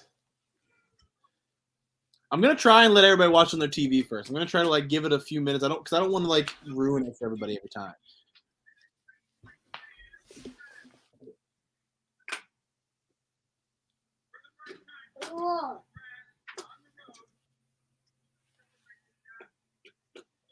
Oh, here we go. I found it. Perfect. I also don't think he's announcing the pick right now. I think he's about to announce that the Carolina Panthers are on the clock because I think everything else kind of ran a little bit. He's just out there going like this. To anyone that doesn't know it, Goodell's out there going, "Let's go, people." Most of the time, doesn't he get booed? We got the Modern Family guy and an SNL actress on stage in Kansas City right now. I was live at the Dallas draft and the Philadelphia draft, and I will say the hosts on stage were always the worst part. They trying to be funny in between picks. They were just trying to make time go by, get it, but it was just so unnecessary. Like, I would have rather just sit there and watch the clock because they just watch it tick away. Yeah, they just trying to force things the entire time when I was there. But yeah, we'll see. I do want to remind everybody, our colleague Andrew Moore is live in Kansas City in the media room. We'll get to talk with the Colts pick today after the selection is made. So make sure you guys are subscribed to his posts on Twitter and get his live notifications throughout the day. But we are getting the yearly pump up the crowd from a super fan, and that being the guy from Modern Family right now. Oh, I'm trying to figure out what's going on here. We're getting the Chiefs on stage with the Lombardi.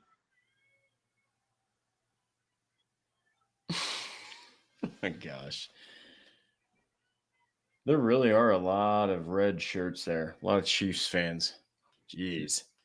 Home field advantage.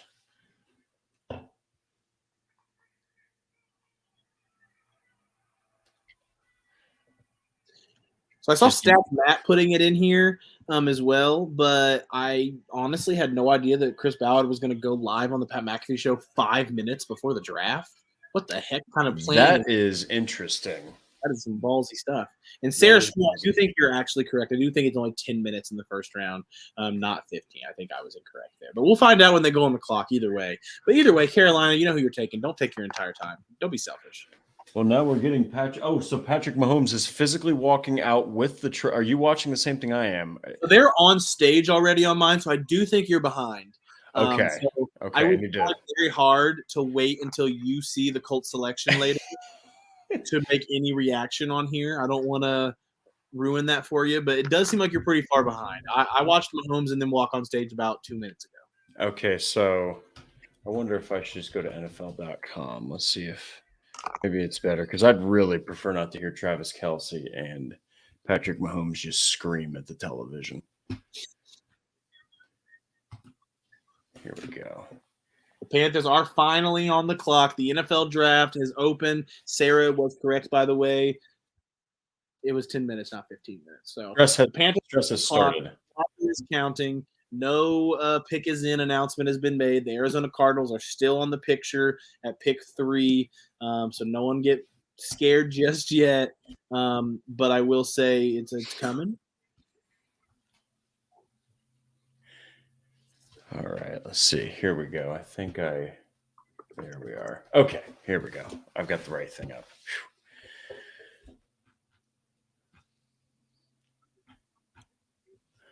Whew. Okay. Yeah, I think man, I'm trying to envision, regardless of who it is, like the thing about Carolina is when they did trade away DJ Moore, to me, they got Adam Thielen. Okay, they probably will get a receiver at some point in the draft. I just think that really, really took a lot away from the rookie that will be taken. Now they're probably thinking with Bryce Young, he can overcome a lot like he did at Alabama. He didn't exactly have, five-star receivers at Alabama and still won a Heisman Trophy and played through injury and played very, very, very efficiently. So it's interesting. I'm thinking, what is he going to do right off the bat at Carolina? How well is he going to adjust to that Frank Reich offense? Because I've been thinking C.J. Stroud to Carolina this whole damn time, Destin. I'm not going to lie. So it changed my entire perspective on this. I still think if Frank Reich was making the decision himself, that would be the pick. Yeah. That is not what I think the case is, sadly for him. And I think that is why the Bryce Young pick is more likely the pick here, as we are waiting to see who it will be officially. But that does seem where we're heading. Yeah, and they're going to take a guy who's accurate. They want, either obviously Bryce Young is the unanimous favorite to be picked, but man, with Frank Reich, he hasn't had an opportunity to get his own quarterback right out of the gate. He wants an accurate guy. I mean, yeah, I'm sure Richardson has, piqued his interest, and I'm sure that Levis has at times, but there's also been like leaked rumors of, well, Tepper loved Levis, so Levis is going to be the number 1 pick. Look, I'm going to be honest. If Will Levis goes off the board at number 1, the entire draft from that point on will go completely bananas. Okay. I mean, it will be crazy. Not saying it can't happen. Anything can happen in the NFL draft. It's always crazy. But what are your thoughts about that? I've heard that like Tepper loved Will Levis. Do you think there's a chance that Will Levis could legitimately be that number 1 pick? I never heard anything about Levis to Carolina. That helps me out then. In the offensive staff was high on C.J. Stroud, and I heard Tepper and a lot of the front office people were high on Bryce Young. So I was always going to be who would win out, in my opinion. And it makes sense that the new head coach would not get the main say when the GM is still in place and the owner this is his first time getting to draft a quarterback, Tepper being one of the newer owners in the NFL, for those that didn't know. So that aspect of it was always kind of playing in my head as well. But at the moment, I think that it was going to come down to who was getting the final say. And with it being Bryce Young, it seems like ownership and the front office are getting to make this selection more than Frank Reich. Yeah, and I was actually going to ask you real quick. So I've got 6:45 left on the clock. What are you showing? 6:16. So about 30 seconds, 40 seconds difference. Not too bad. That's not too bad. Either way, I'm going to try really hard to not spoil the Colts pick for you. You know what? I am giving you the liberty to just say it when you see it. Okay. Because this is just down here in the corner. Oh wait. Oh, never mind. Okay, it's just a cutaway. But yeah, go ahead and fire away, dude. When you see it, if it's before me, don't worry about me. Go ahead and fire away. Okay, we'll see how it rolls. Again, for those joining us, we're going to be here throughout the first round. As long as you guys are here, long as you guys are here hang with out. us, we will be here for the first round. We're going to be watching it anyway. So if you guys ever decide to leave us for the night, that's when we may head out. But we'll be here throughout the night, past pick 4, giving our thoughts on every selection as they come in. We'll have some surprises, so I'm sure after the Carolina pick, we're not going to have much to say that we haven't said already. But after that, that's when things are a little bit more questionable. Vegas seems to have their ideas of what's going to happen at the top, but we're going to see how it all plays out. Yeah, and there's if you need to take a snack break, you need to take a bathroom break. I mean, good Lord, don't hesitate. There's a reason the first round of the NFL draft takes an entire day. It is where the publicity and the televised, it's where everything is located. So I think that all the resources for all the media is on the first round. So if you need to take a break for a second, do not hesitate. We will be here as long as everyone is here watching. It looks like you would have just over 4 minutes left for anybody, right? I have 4 minutes and 22 seconds. Wow, they really are taking their sweet time with this pick.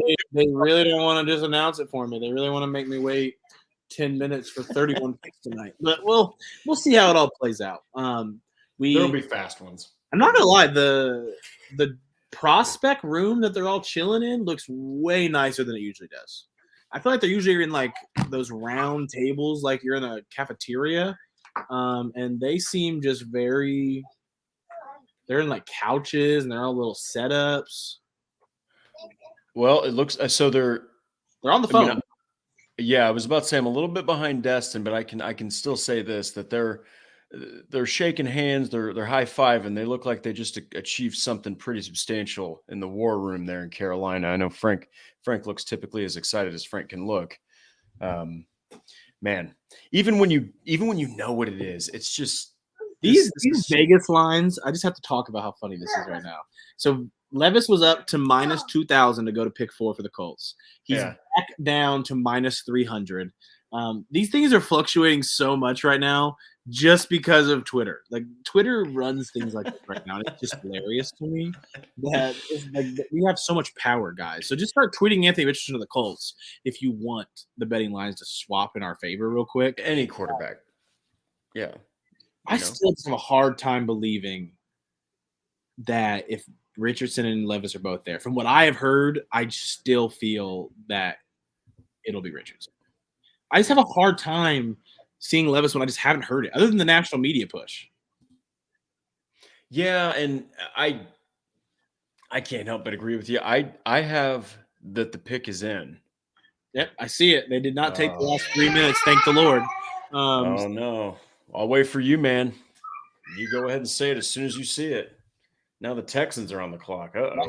Bryce Young is chilling with his face right now. He's not acting like a guy that got picked. He's not acting like a guy that knows for sure he has to go walk across the stage in 10 seconds. Good Lord. I will say that I just need to run to the restroom real quick. Go crazy. I got to see, though. I have to see who this is because anything can happen. And if you're going to trade up to number 1, you want your pick of the lot. Okay. There's not one guy that's apart from everybody else in your opinion. So, or maybe there is, and they just have been concealing it, but we've heard like 3 different names linked to Carolina. So I got to sit here. I can't just assume it's Young.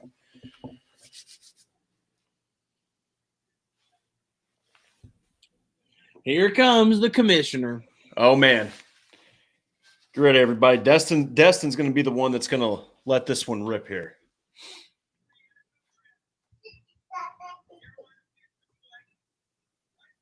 Bryce Young. No. Alabama. The first pick goes as chalk. The expected name gets called. We're going to see Bryce Young's 5'10", 180-pound self walk across the stage and become a Carolina Panther.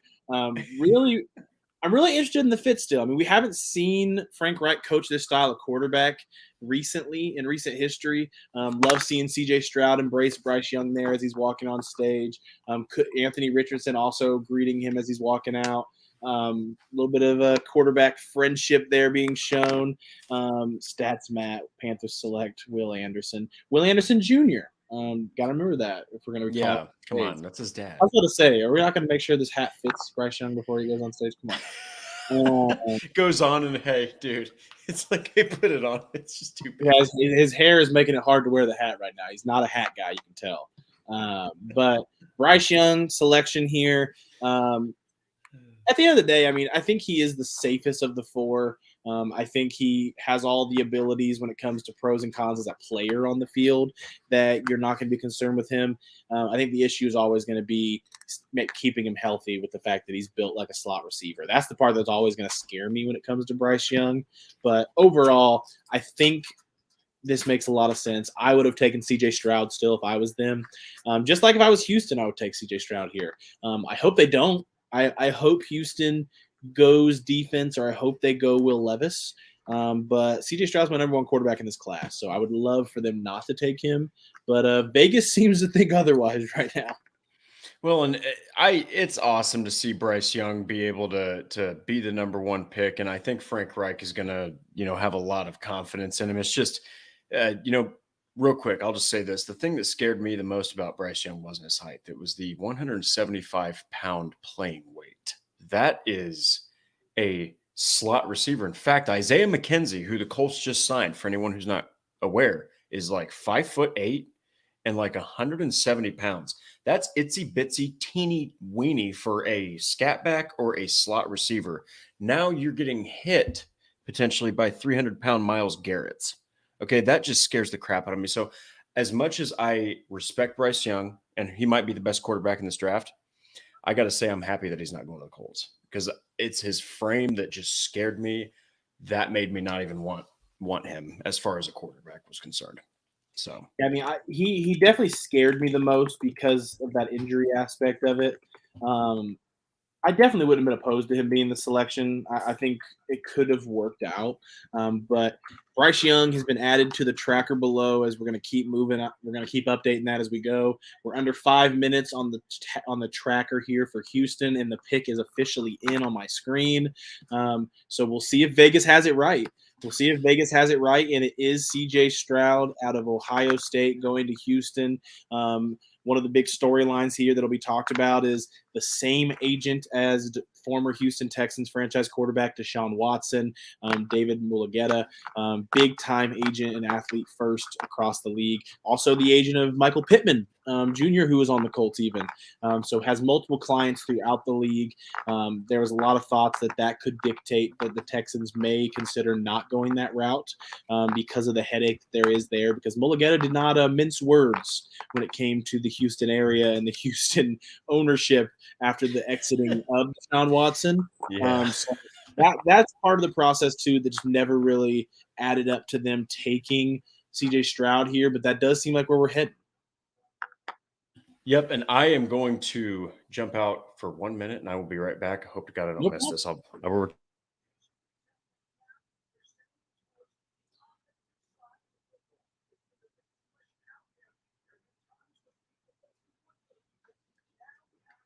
But the pick is in. Make sure you guys are watching here on the right side as this is all going to be going through. We see D'Amico Ryans. We see Nick Casterio on the screen right now as they've submitted their pick right now. So they're going through the process now of probably making that phone call and making those selections right now. Stats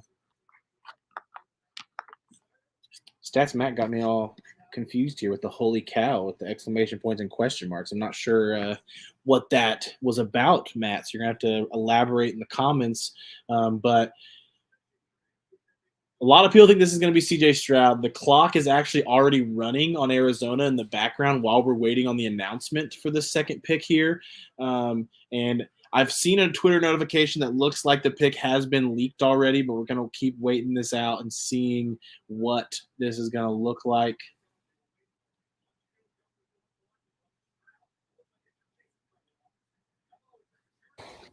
All right. Looks like Houston did not pick anything, so we are good. Yeah, the pick is still in, but the clock is counting down on the back for the Arizona Cardinals already. They're already at 7 minutes and counting. So they're Ooh. on the clock, which means they had to have been going through. So we're just kind of waiting for that aspect of it right now. We're waiting on who the pick is. And Stats Matt said that his holy cow message was him reacting to the pick. And he said no tipping. Matt, did you see the pick on your screen already? Or did you see it on Twitter? Because I think I saw it on Twitter as well. I'm just being good right now. I'm keeping it in. It's Matt, you can let us know. Yeah, I for think sure. all right either way. Yeah. I'm curious if I'm also behind on my streams. I didn't think I was. He is up. Goodell is on the stage right now reading the pick. Uh-oh. CJ Stroud, quarterback, Ohio State. So the Texans do end up pairing Stroud with D'Amico Ryans as the number 2 pick. Two of the best friends that we have seen in recent years of Bryce Young and CJ Stroud in the same draft class going 1-2. I am shocked from early on reporting. I had heard that CJ Stroud to Houston was not a fit that was going to come to fruition. But I had also heard that the ownership did put a lot of pressure on this pick throughout the day today to where I think they may have even taken the keys out of the hands of the decision makers in that room to where this pick does end up happening here today. So CJ Stroud will be a Houston Texan. CJ Stroud will be a guy the Colts will be seeing twice a year for the foreseeable future. Just so happened to be my quarterback 1 in this class. So not a huge fan of having to see this guy twice a year. Twice a year, man. I think this was the right pick for Houston as long as CJ Stroud was on board to being a Houston Texan. He's pretty pumped on the stage right now, so I think they are on board with what is going on for sure.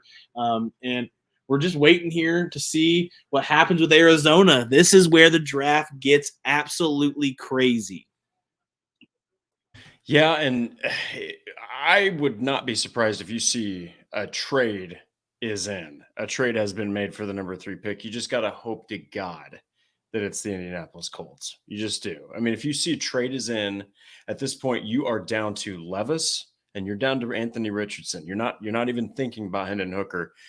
The Colts have got to be the ones to make this trade. They just do. I mean, maybe they feel comfortable enough with either, and if they do, they're just going to sit there. But you're going to see a trade. I just, unless it's Will. I mean, you did have in your mock though them taking Will Anderson, correct? The Arizona Cardinals. Yeah, I had them go Will Anderson here. I heard that was who they were the highest on if they do stay put. And they're on the clock, so we'll kind of see what goes on here.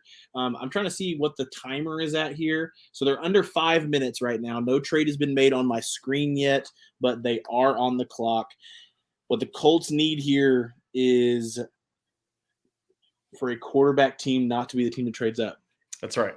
That's absolutely. I mean, like I've said, I'm high on all 4 of these quarterbacks. I like all 4. I think all 4 in the right system in the right place can work out in the NFL. I think when it comes down to it, though, the part that would suck would be getting the 4th guy in a top 4 class and just that thought that he could have been your 4th. And you never know. Everyone's board's different. But we'll kind of see how it all plays out. Stats Matt, I saw the message there from Rappaport, but I'm going to be honest with you. Every team is going to say that for their pick today. Even whoever is picked 31 is going to say this is who they wanted to take at 31. Yep, we've had them the whole time. Our organization had it planned the whole time. It's like, no, you didn't. You really did. You didn't know. 4 minutes for the Arizona Cardinals at this moment. And no trade has been announced. No pick is in announcement has come out.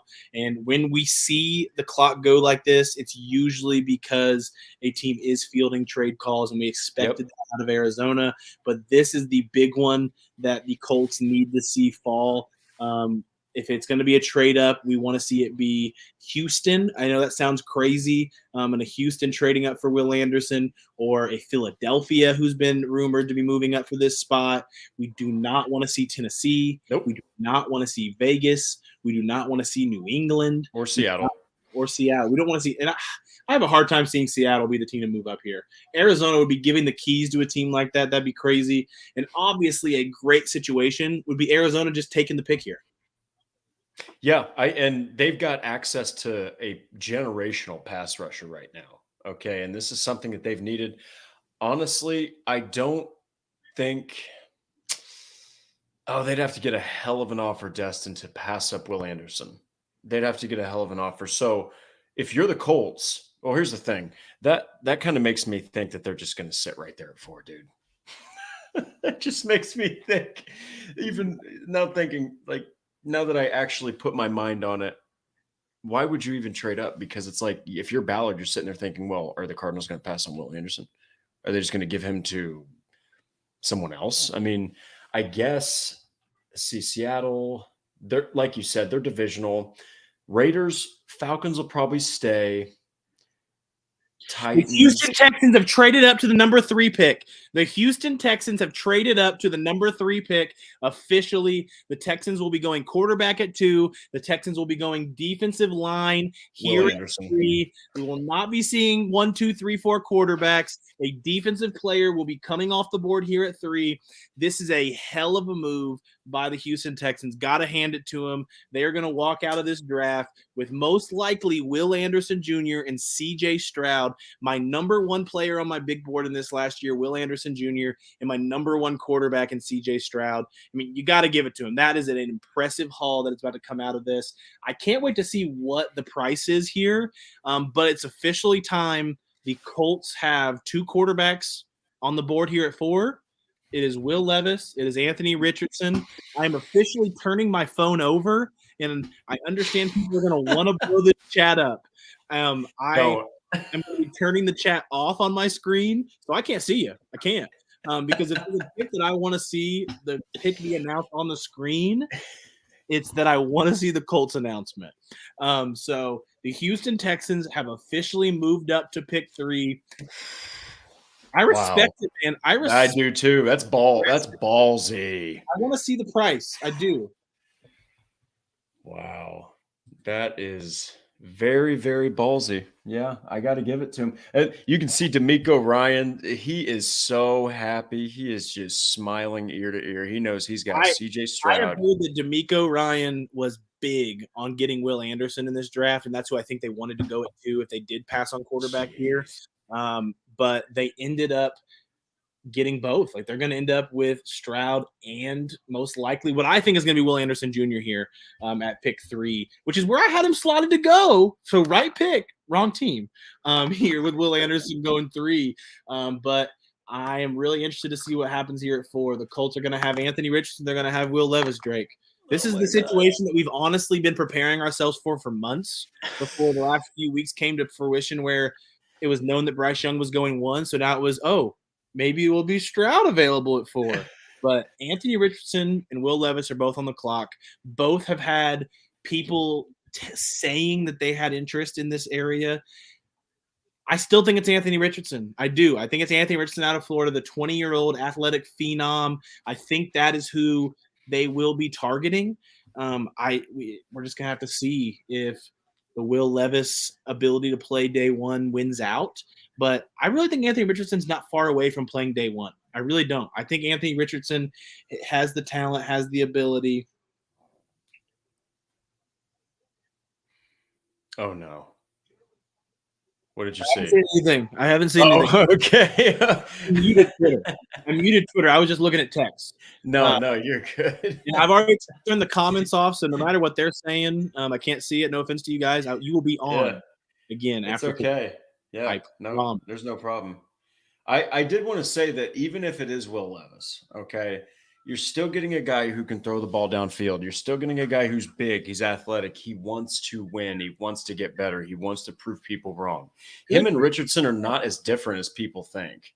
I mean, they're yeah. I mean, I understand they're in the AFC South. I understand that we don't want them to win. We don't want them to do well.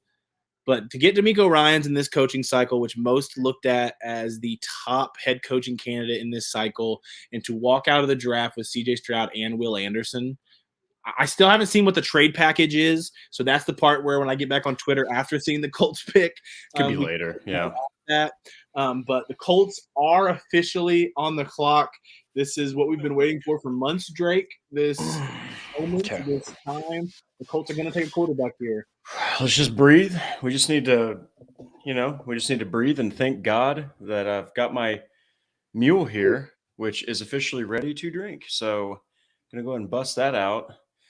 Oh, man. You know what? I'll go ahead and say it. I've been an AR guy, since, I mean, goodness, probably since late last year. But the thing is, Will Levis would still be, in my opinion, good for Shane Steichen because he has an incredibly quick release. He can get that ball out. He's got pop with his throws.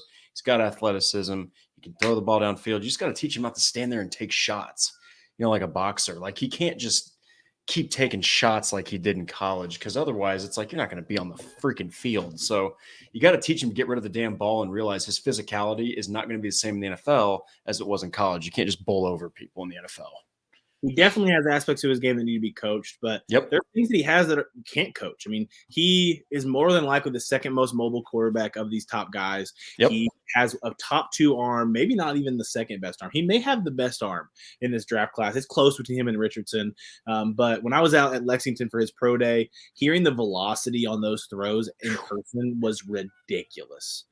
Dude throws the ball a fastball just about every time. That's one of the things he's going to have to fix, though. He's going to have to learn when to take it off and have a little touch when he's throwing the ball. But he's a guy that loves the game of football. He's the guy that has shown the ability to improve when necessary. So I have full confidence that if he's the pick today, that Shane Steichen is going to be able to get the most out of him and be able to create him into a successful quarterback. The part that's going to hurt, though, is the Anthony Richardson, the ability that I think Steichen's going to be able to get out of him and the level of play that I think he's going to be able to get out of him is just very high.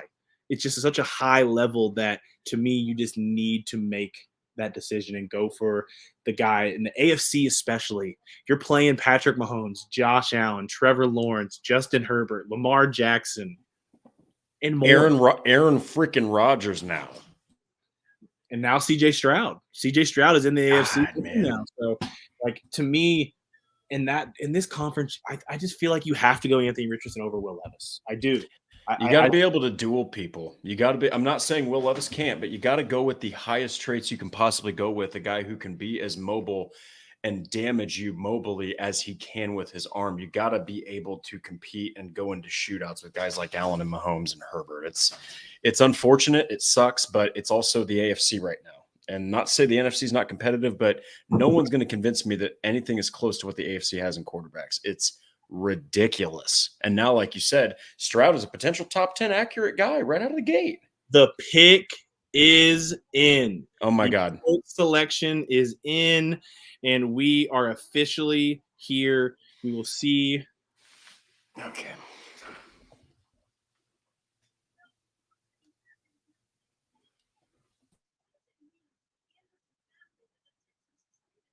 So we will see what the pick will be here at 4. This has been it, man, Drake. This has been the conversation for months.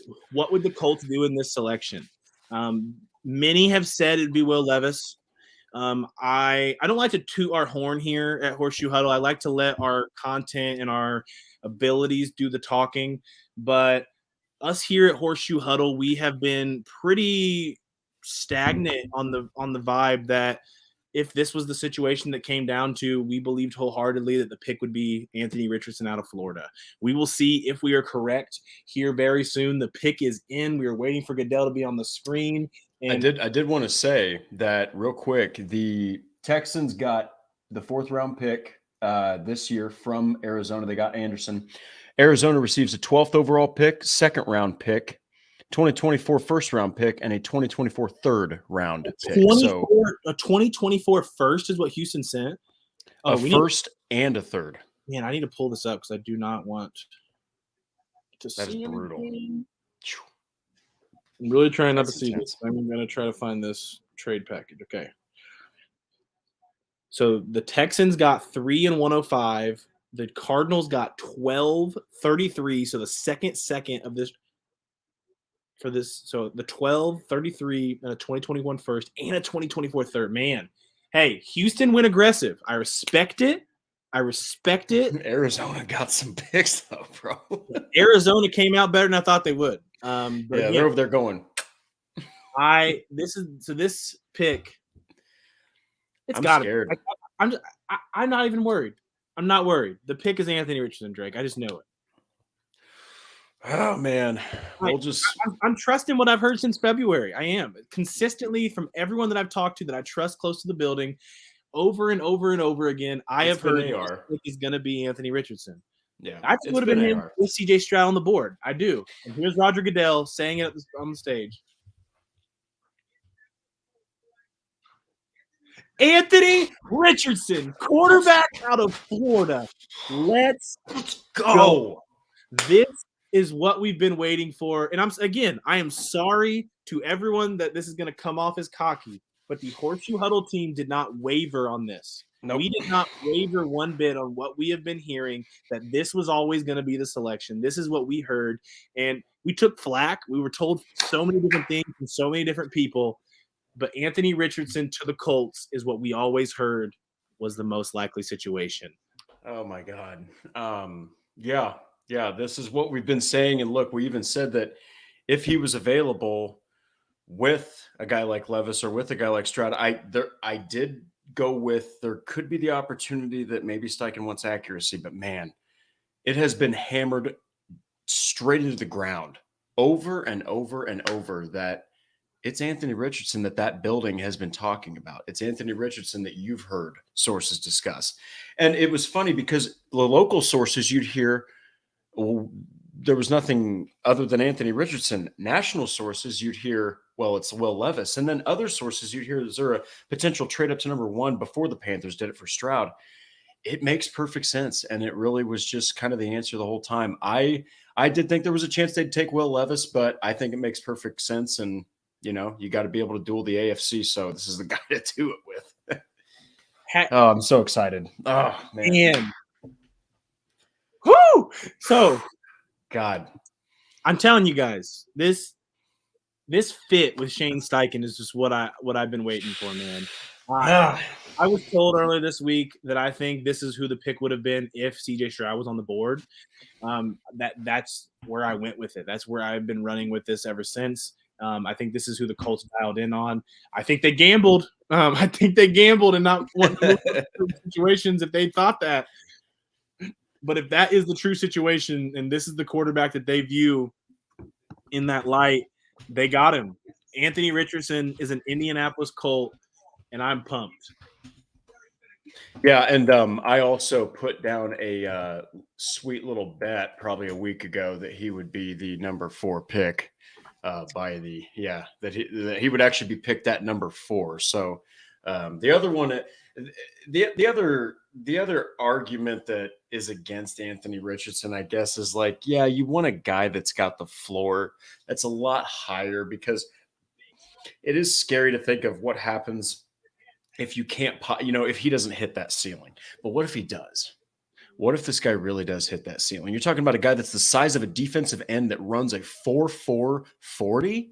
Are you kidding me? If you can get him to throw accurately, my God, even 62, 63, 64% accuracy, that dude's going to be a menace upon defenses. You're not going to know what to do against him.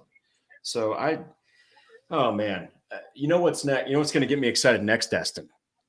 Who are they going to pick at wide receiver? Who is the wide receiver that is going to be selected next by the Colts? It's probably going to be third, four, round 3, round 4, something like that, because I think they go DB in round 2. But I think it really depends. I think it depends on how the board falls. The rest of this draft is where this gets fun, guys. There's one quarterback left. Raiders. So we can chill out here for a second. We got Anthony Richardson. That part of this, the stress is over. But to talk about Will Levis for a second, I am still excited to see where he goes. I still think he can be a successful pro, and I hope he goes to a place where he can be successful. Look at Anthony Richardson in that Colts hat. Just beautiful. Dude, he's beautiful. Just full of emotions. The guy was so happy when he got called. I am so freaking proud that we got to be the organization that called his name and brought him to an NFL team. Let's freaking go. Sorry, I'm done. Yeah, that's a lot of stress. And Destin, I'm going to go ahead and take a second to shout out Destin Adams. He worked his ass off covering the draft. Andrew Moore did too. So did Zach Hicks on the Indie Draft Guide. And they have been clamoring that this was going to be the pick, and they nailed it. So congratulations to Destin Adams on some very maestro-style scouting work for sure. Whew. Phones are going. It's blowing up, dude. So I was told that I could say this, but Okay. my buddy who works in the team messaged me just now during this pick, and all he said was "never a doubt" with a little winky emoji is what he sent me. And he has told me multiple times it was Richardson, and I still let myself get nervous. I gotta trust my people, man. Like, you gotta trust your people, and what they say is what it's gonna be. And the Colts got Anthony Richardson. Seattle's on the clock. The clock is going down on them. They're under 2 minutes officially. This is the lowest any clock has got down today, even with the Arizona trade that occurred. But we talked about Houston going up and getting Will Anderson and getting C.J. Stroud.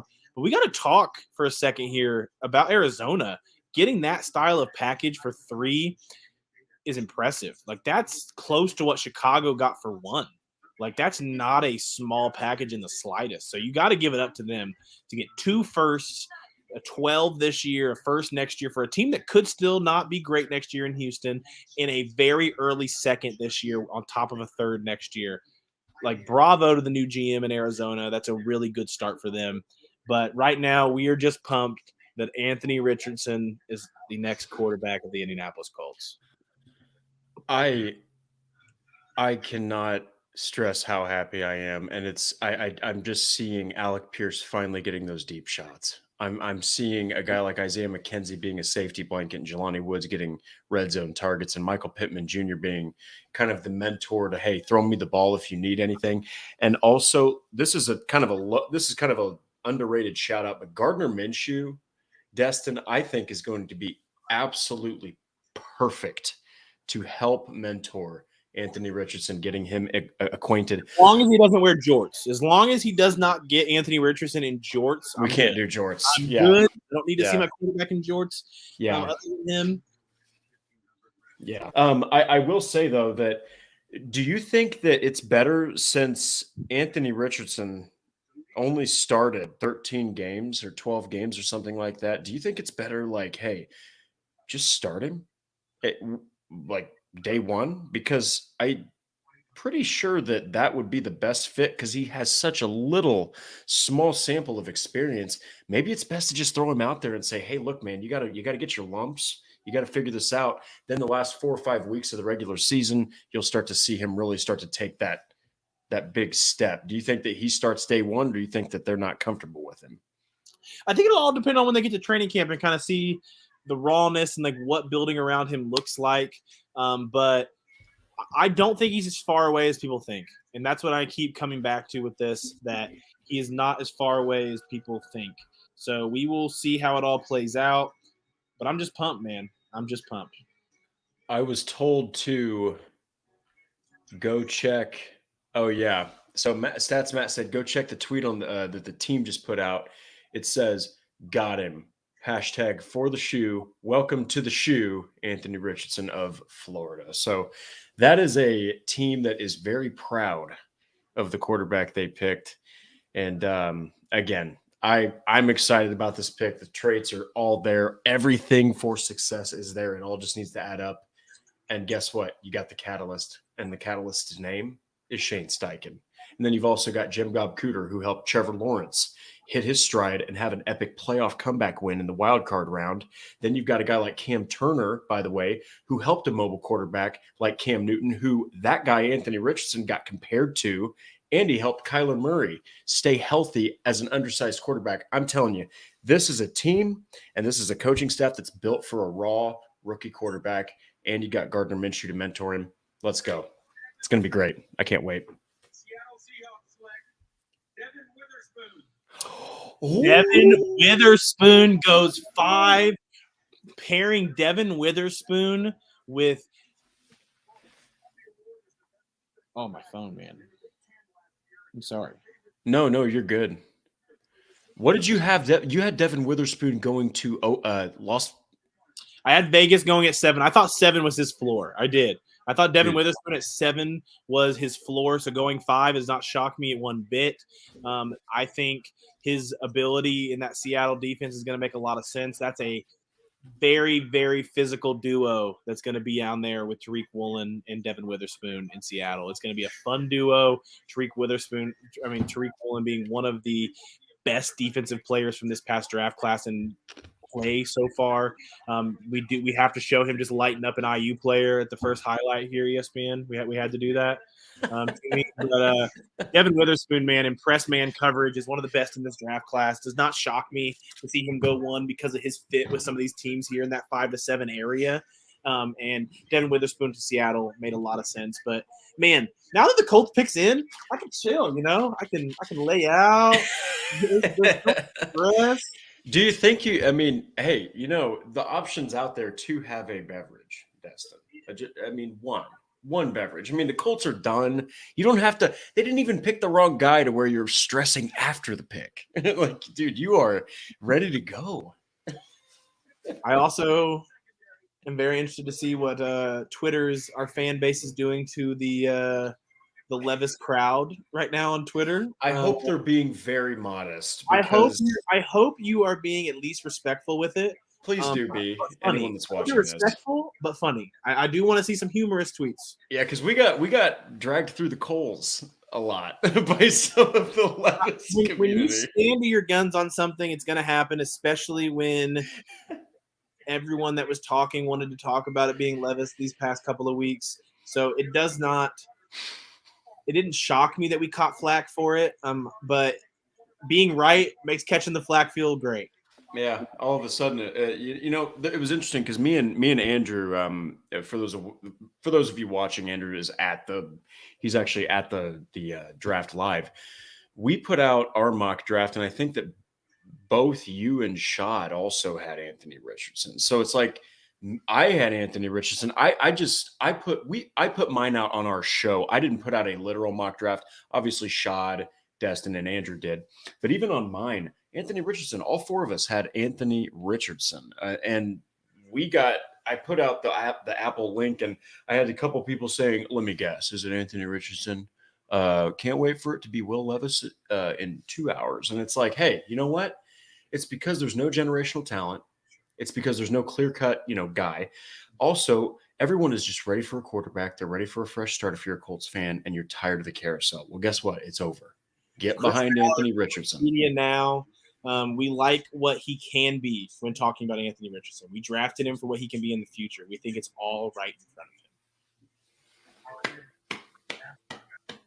of him. The Arizona Cardinals have traded up to 6 with the Detroit Lions. What? The Arizona Cardinals have traded up for 6. It's got to be defense. I think this is Paris Johnson Jr. I think that's who they wanted to go at 3. They got the trade back. They're going to get the move up here. I think they're going to go Paris Johnson Jr. out of Ohio State. That's my guess. Look at all these trades, man. That's Matt. That was speaking to the media. Is that being broadcasted anywhere right now, Stats Matt, or are you just seeing tweets like I am? Make sure you let us know in the comments. Yeah. Stay off Twitter as much as possible to just focus on the stream, focus on what's going on the screen. But the Cardinals are officially on the clock via a trade. We will let you know what that looks like. Detroit Lions have so much. Dude, they're going to be dangerous. The Detroit Lions have so many picks.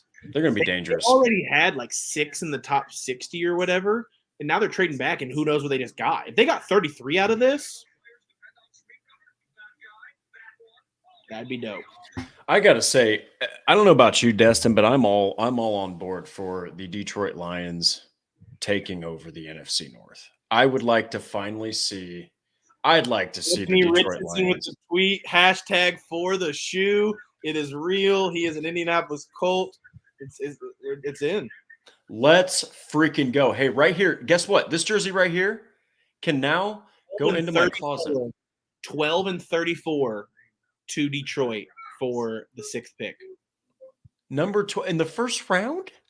12 in the first round goes to Detroit, and 34 in the second goes to Detroit. Gosh, man. I was going to tell you though, Destin, so I wanted to modernize. Once I moved, I wanted to modernize these jerseys. So I got obviously Alec Pierce and Jelani Woods, and I had the last relevant quarterback as Phillip Rivers. So I just said, well, now I can take it down and I can get Anthony Richardson and put him right there. What number he's going to wear. So yeah, number 2. he wore 2 and 15. He spoke out against that AR-15 nickname for obviously reasons going on in the country and everything. Yeah. So I'm curious to see if that's the right way to go. Matt Gay just took number 2 recently. I wouldn't be shocked if he gives it up. So we'll see what it runs out. I will say he also wore 12 in college. Some Colts fans would that. Some Colts fans that. Personally, I'm not a fan of retiring jerseys other than special occurrences. Very. So I'd be all for it. That's what he wants to wear. But we'll see kind of what it rolls out with. But a lot of great quarterbacks wore 12, so.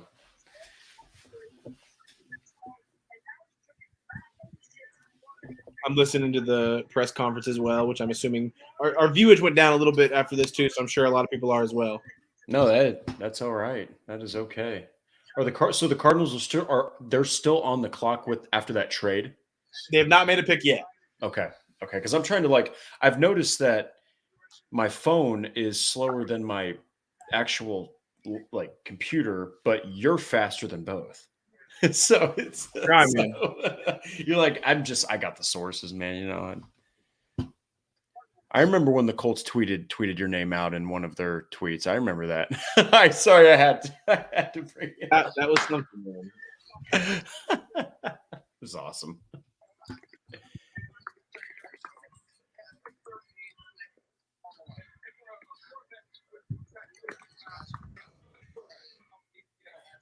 Okay, so right now the Raiders are on the clock. Dude, I'm telling you, what if – okay, so I don't think the Raiders are as interested in Levis as some people might think. I don't know. It'll be interesting to see what they do here. Levis's fall was something that could happen. I mean – people said he'd fall out of the top 10 if anybody. Witherspoon being off the board helps. I heard that the Raiders like Paris Johnson Jr. a lot. If the Cardinals do, in fact, go Paris Johnson Jr. here, that could help Levis's stock to going 7. But we'll see. Oh, my goodness. Let's see. We got – I think that the Tennessee Titans – I know that everybody's been talking about them. I don't think they're entirely – do you think that they're entirely – Jr. officially the pick for the Arizona Cardinals. That is where it felt like it was going recently. So I understood that being the pick here. So Paris Johnson Jr. goes here. I think that opens the door a little bit that Levis could be the pick here at 7. Could be the 7th pick, man. 2 of the guys that I had heard that Vegas had high on their board. So they are not a fan on how this board has fallen so far. But we will see where they go here. Christian Gonzalez is still there at corner as well. But we will see if they pull the trigger on the last quarterback that I have worthy of going in the first round here. Do you think that so everyone's been talking about the Titans. They're going to jump up for a quarterback, right? Do you think that they're not entirely sold out completely on Malik Willis yet?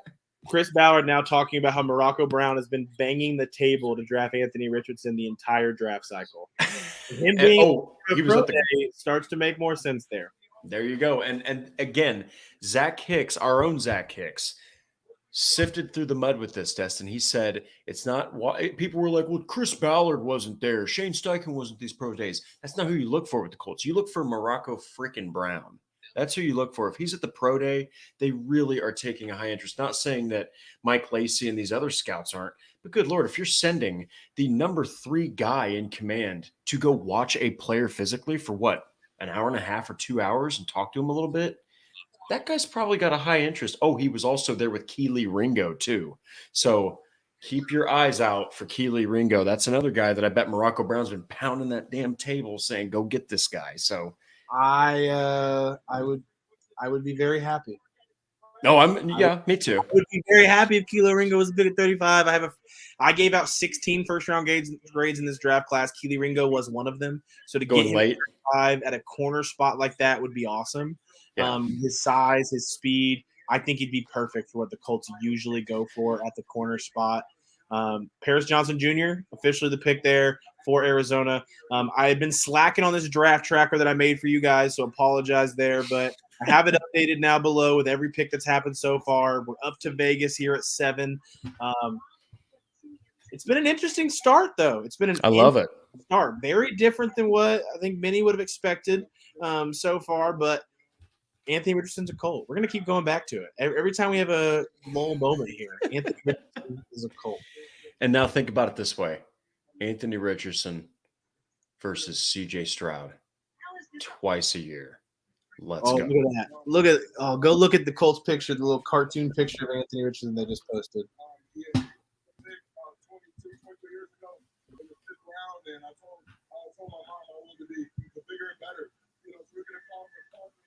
Oh, dude, that's so badass. That's so cool.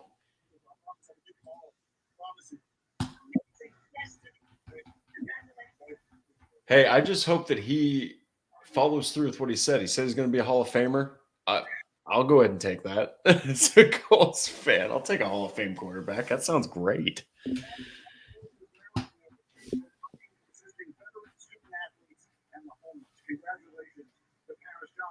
Oh, they've also got are you listening to Shane Steichen and Chris Ballard talk about him? Okay, because they've got them both up right now. So yeah, they have the live stream going back. They're getting questions back and forth. I'm probably gonna go watch it all back later after we get off the stream, just so I can focus more on it and listen to what those thoughts are. I'll be up late writing some articles. We all have some assignments this week here at Horseshoe Huddle. Yeah, we got some homework.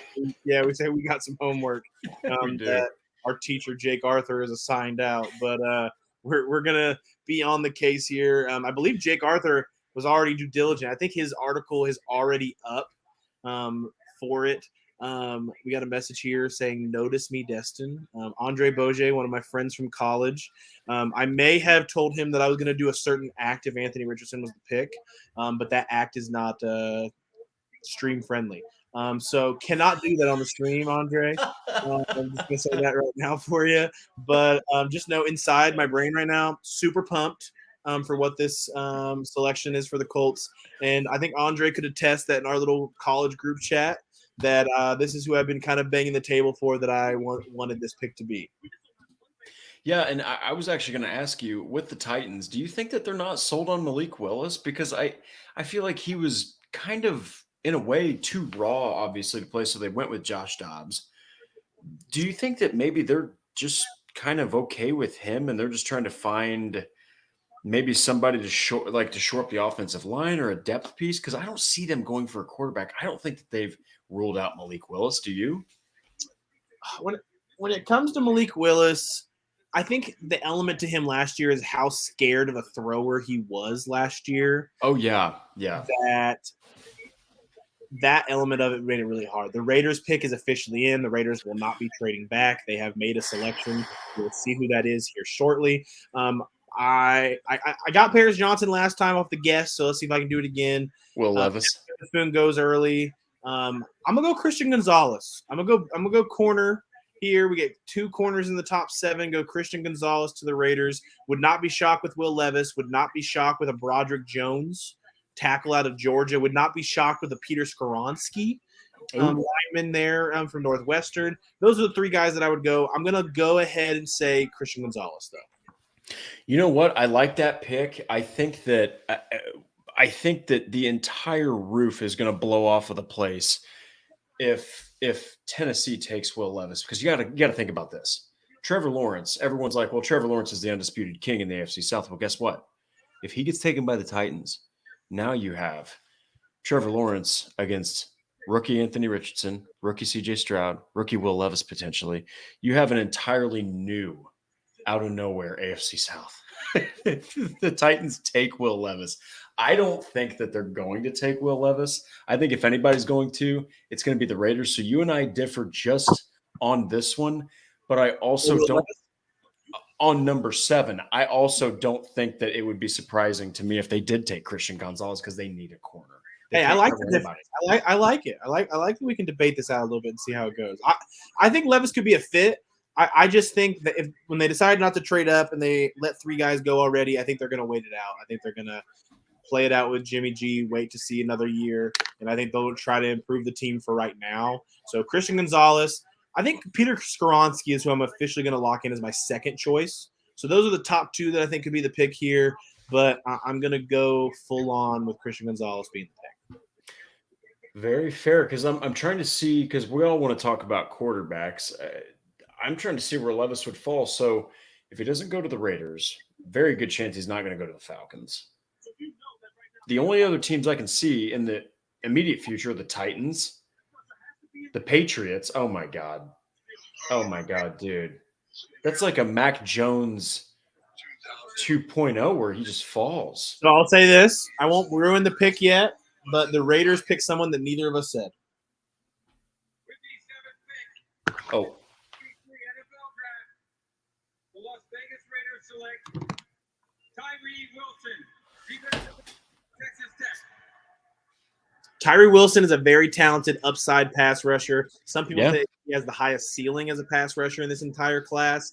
A lot of injury concerns, a lot of flags that came out at the combine and further that people are concerned about. He still ends up being a top 10 pick, and he ends up going to the Raiders. So love the fit. They needed pass rush there. Probably should have been thinking him as well when I was going through those guys in my head for them. But Tyree Wilson is a Raider. Well, and they needed pass rush. I mean, we were talking about the fact that they needed pass rush. So, I mean, you've got Max Crosby still there, and that's a defense that struggled badly. I mean, they were one of the worst in the NFL. They have been kind of a punching bag in the secondary. So, I will say, you can't pass up on a guy like that. But I would have gone, if you're going to go defense, why don't you go Christian Gonzalez? I don't understand that. They have a terrible secondary, and they just got back Brandon too. So I mean, I get it in a sense. Christian Gonzalez was the number 2 player on my big board overall. So I was high on Christian Gonzalez, really high on him, I will say. So I can see why pass rush would get the priority. I mean, pass rush when it comes to positional weight, quarterback, left tackle, edge rusher, those are always going to be your top 3 weighted positions. So if they had them close, then they go the position that they value more. I completely understand. Yeah, and I get it. It's just I've noticed that the Raiders for the past, it's honestly been so many seasons, it's hard to remember when they did have a decent secondary. You know what I mean? It just always seems like they get beat up, and you are in the AFC West where you're dealing with Herbert, you're dealing with Wilson, who I do think will have a rebound year with Sean Payton, and you're dealing with Patrick freaking Mahomes, who just won the Super Bowl. So it's like you got to be able to shore up the defense. Nothing wrong with picking a defensive end. I know, like you said, they needed the pass rush too, but man, it's like Gonzalez is kind of a generational talent. So is Wilson, but we'll just see. Maybe, I could be completely wrong, and maybe Gonzalez sucks. It's just I think that if you're not going to take a quarterback to sit behind Garoppolo or an offensive lineman like Skoronski, I just thought that Gonzalez was a good pick, but I guess that's why neither one of us picked Tyree Wilson for that one. Okay, Destin, who do you honest to God think Atlanta picks? I think that pick is officially in. They do not trade it, by the way. Their pick is officially in. Okay. Will Levis is chilling out in the war room. The last likely quarterback to go here today. Patriots, dude. I'm calling it right now. I think what I'm going to guess right now for the Falcons is Jalen Carter. Oh boy. That would be Carter in the interior, adding there.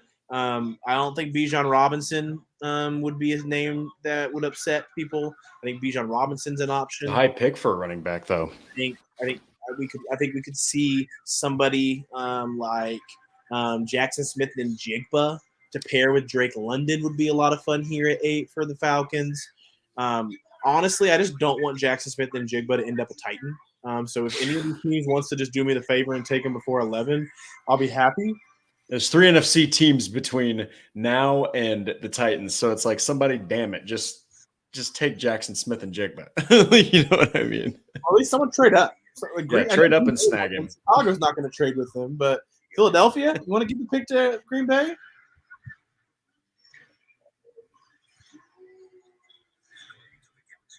There's certain quotes. So there's a fantastic comment here. Brandon Moses put there's a certain Colts fan that owes the Horseshoe Huddle a big a big apology. And Destin actually Destin took the time to have, I thought, a very stimulating, very good, and hearty discussion. Hey, In I will Twitter give it space. out to Mr. Cush, whatever his real name is. I'll give it out to him. He was respectful. He allowed Yep. me to argue my points. We Yep. talked back and forth. We weren't going to see eye to eye on the Levis Richardson debate, but he was very respectful about it. There were other people that were on that talk that were not as respectful. So we will see kind of where it falls in the end. But Anthony Richardson's a Colt, man. There's nothing you can bring me down with. And you know what? The thing is, tonight is going to be for the Colts writers and people who worked on mock drafts like that, and they really believed in that pick. They are going to sleep soundly tonight. Finally knowing, hey, not only were we right, but it's a pick you can get behind. So it looks like, I mean, obviously Destin is ahead, but so Chicago, what does Chicago have left on the clock here? Because the pick is in for Atlanta. So it's on commercial right now, so we haven't. I'm not able to see the clock in the background. But I see Tony Romo talking about sandwiches now. Okay, never mind. Yeah, so we are waiting right now to see what Chicago's time clock looks like. But yeah, once the pick is submitted, they will let Chicago know who the pick is before the pick is even announced, and then the clock will start for them. That's just how the system works there, especially on the first round where things take a little bit longer. You'll see things speed up on day 2, and then you'll see things fast as hell on day 3. Things it's over in like an hour and a half on day 3 of the process. But 3 times the rounds too. It's 3 times the rounds, 3 times the speed of one round, like on opening night. So, I do got to say, I'm very intrigued. I desperately want to see what Tennessee picks. So, Colts fans here in the chat, I want you to hear your thoughts. I want to hear Drake's thoughts as well. What do we want Tennessee to do? So, I like Will Levis. I know some people don't. So, some people in the chat are going to say they want them to take Will Levis because they don't like him. I think Will Levis has the potential to be a good quarterback in this league. So, I don't want them to go quarterback. I don't want them to go Jackson Smith and Jigba. I don't want them to go receiver. I think offensive line would be the boring pick here. The Eagles have traded up to pick 8 to pick 9 with the Bears. They've traded up 1 pick, and that's got to be Jalen Carter. I'm gonna guess the Eagles were nervous that the Bears were gonna take Jalen Carter, and the Eagles made the decision to make the one. Man, the Bears are gonna have a lot of picks too, guys. The Bears and Lions in that NFC North picks. Falcons are testament to the power of mentorship. The NFL and its teams work closely with Big Brothers Big Sisters of America as part of our work on social justice through our initiative to inspire change. The Falcons are big-time supporters of the organization, and they're thrilled to have Chris and Shane making their pick. Okay, guys, take it away.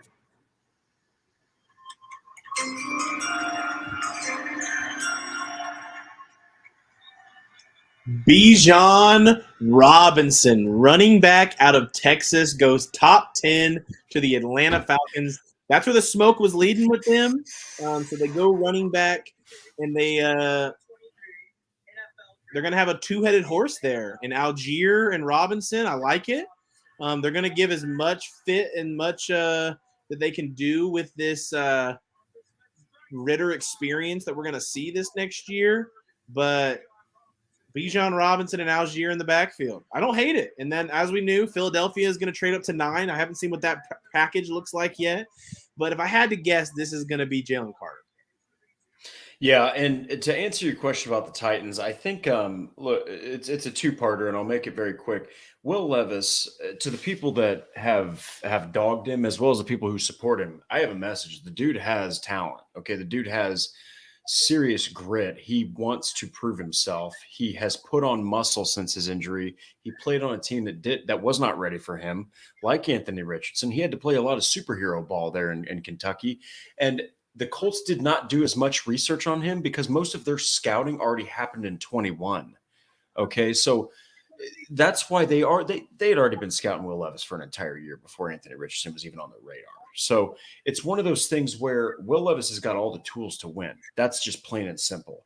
Now, I don't want him to go to Tennessee, okay, because I think that Mike Vrabel has an ability to coach. Obviously, he's going to be able to help Will Levis with a run first attack like that. Yeah, you're going to be able to do that. Obviously, the receiver core is a little bit bare, but they will help him out with that. I think if you're thinking Tennessee Titans, not quarterback, I'm right there with you, Destin. I think they go with the boring pick, which tends to be the important pick, and you can't have a quarterback without a line. So you got to get an offensive line back in Tennessee. You let most of those guys go in what seemed like a light rebuild. So I do think that they're going to go offensive line. I'm getting I want Anthony Richardson to wear one. I want to see Anthony Richardson wear that one, man. I think that's a really good possibility because I don't think that Really the Colts will buy stay on into 12. that Cam Newton hype, like that Cam Newton comp. I think he'll be better. I think he'll be better. I Oh, really do. Too. I'm just saying. Yeah, Newton was Newton was incredible, but he was just such a wild card. Once he got over 30 pass attempts, that dude could have any kind of game. Bad, good, terrible. Just was so bad when he got over 30 pass attempts. So hopefully Richardson's mechanics can get short up to where he's not like that when he's 28, 29 years old, unfortunately. I do got to say though, I think the Patriots. I'm going to go with a crazy answer. I think the Patriots are taking Will Levis because I don't think Belichick is sold on Mac Jones anymore. I think he's already out on the Mac Jones train. So we'll see though. Levis could fall bad if he doesn't get taken by the Titans or the Patriots. I mean, who the hell else could take Will Levis? Only gave up a fourth. They gave up 10 and a fourth next year to go up to 9. That's nothing. Wow. And who? So the Bears had that before? Yeah, so the Bears were at 9 after the Carolina trade. Jalen, if he's there, he's my guess. Stats Matt with a good one. Minnesota is an option to watch out for if they want to trade up for a quarterback. They do need one. I think they need to jump New England because I think New England is a team to watch in this sweepstakes, like Drake is mentioning here. So you watch them. It's like I'm half tempted to put down that Will Levis will be the 14th selection in the NFL draft, like on FanDuel real quick. So it's Bill Belichick style. Oh, sit here. Okay, I'm not sold on a quarterback. I need one. Oh, look, a quarterback's in my lap. Boom, pull the trigger. That's such a Belichick move. And if he's not sold on Mac Jones, Destin, he needs to get a quarterback because now in your division, okay, imagine you're Bill Belichick or the chat, everyone watching, imagine you're Belichick. Now you have Aaron Rodgers, Josh Allen, and Tua Tagovailoa with Jalen frickin' Waddle and Tyreek Hill. You need to get a quarterback, okay, a dynamic guy. No offense to Mac Jones.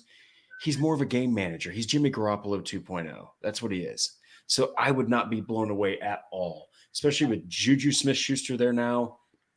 It just makes perfect sense. It makes perfect sense to take a quarterback if you're Bill Belichick because Mac Jones won Rookie of the Year, but I think that was just kind of a trophy case thing. So we'll see. It's going to be interesting, though.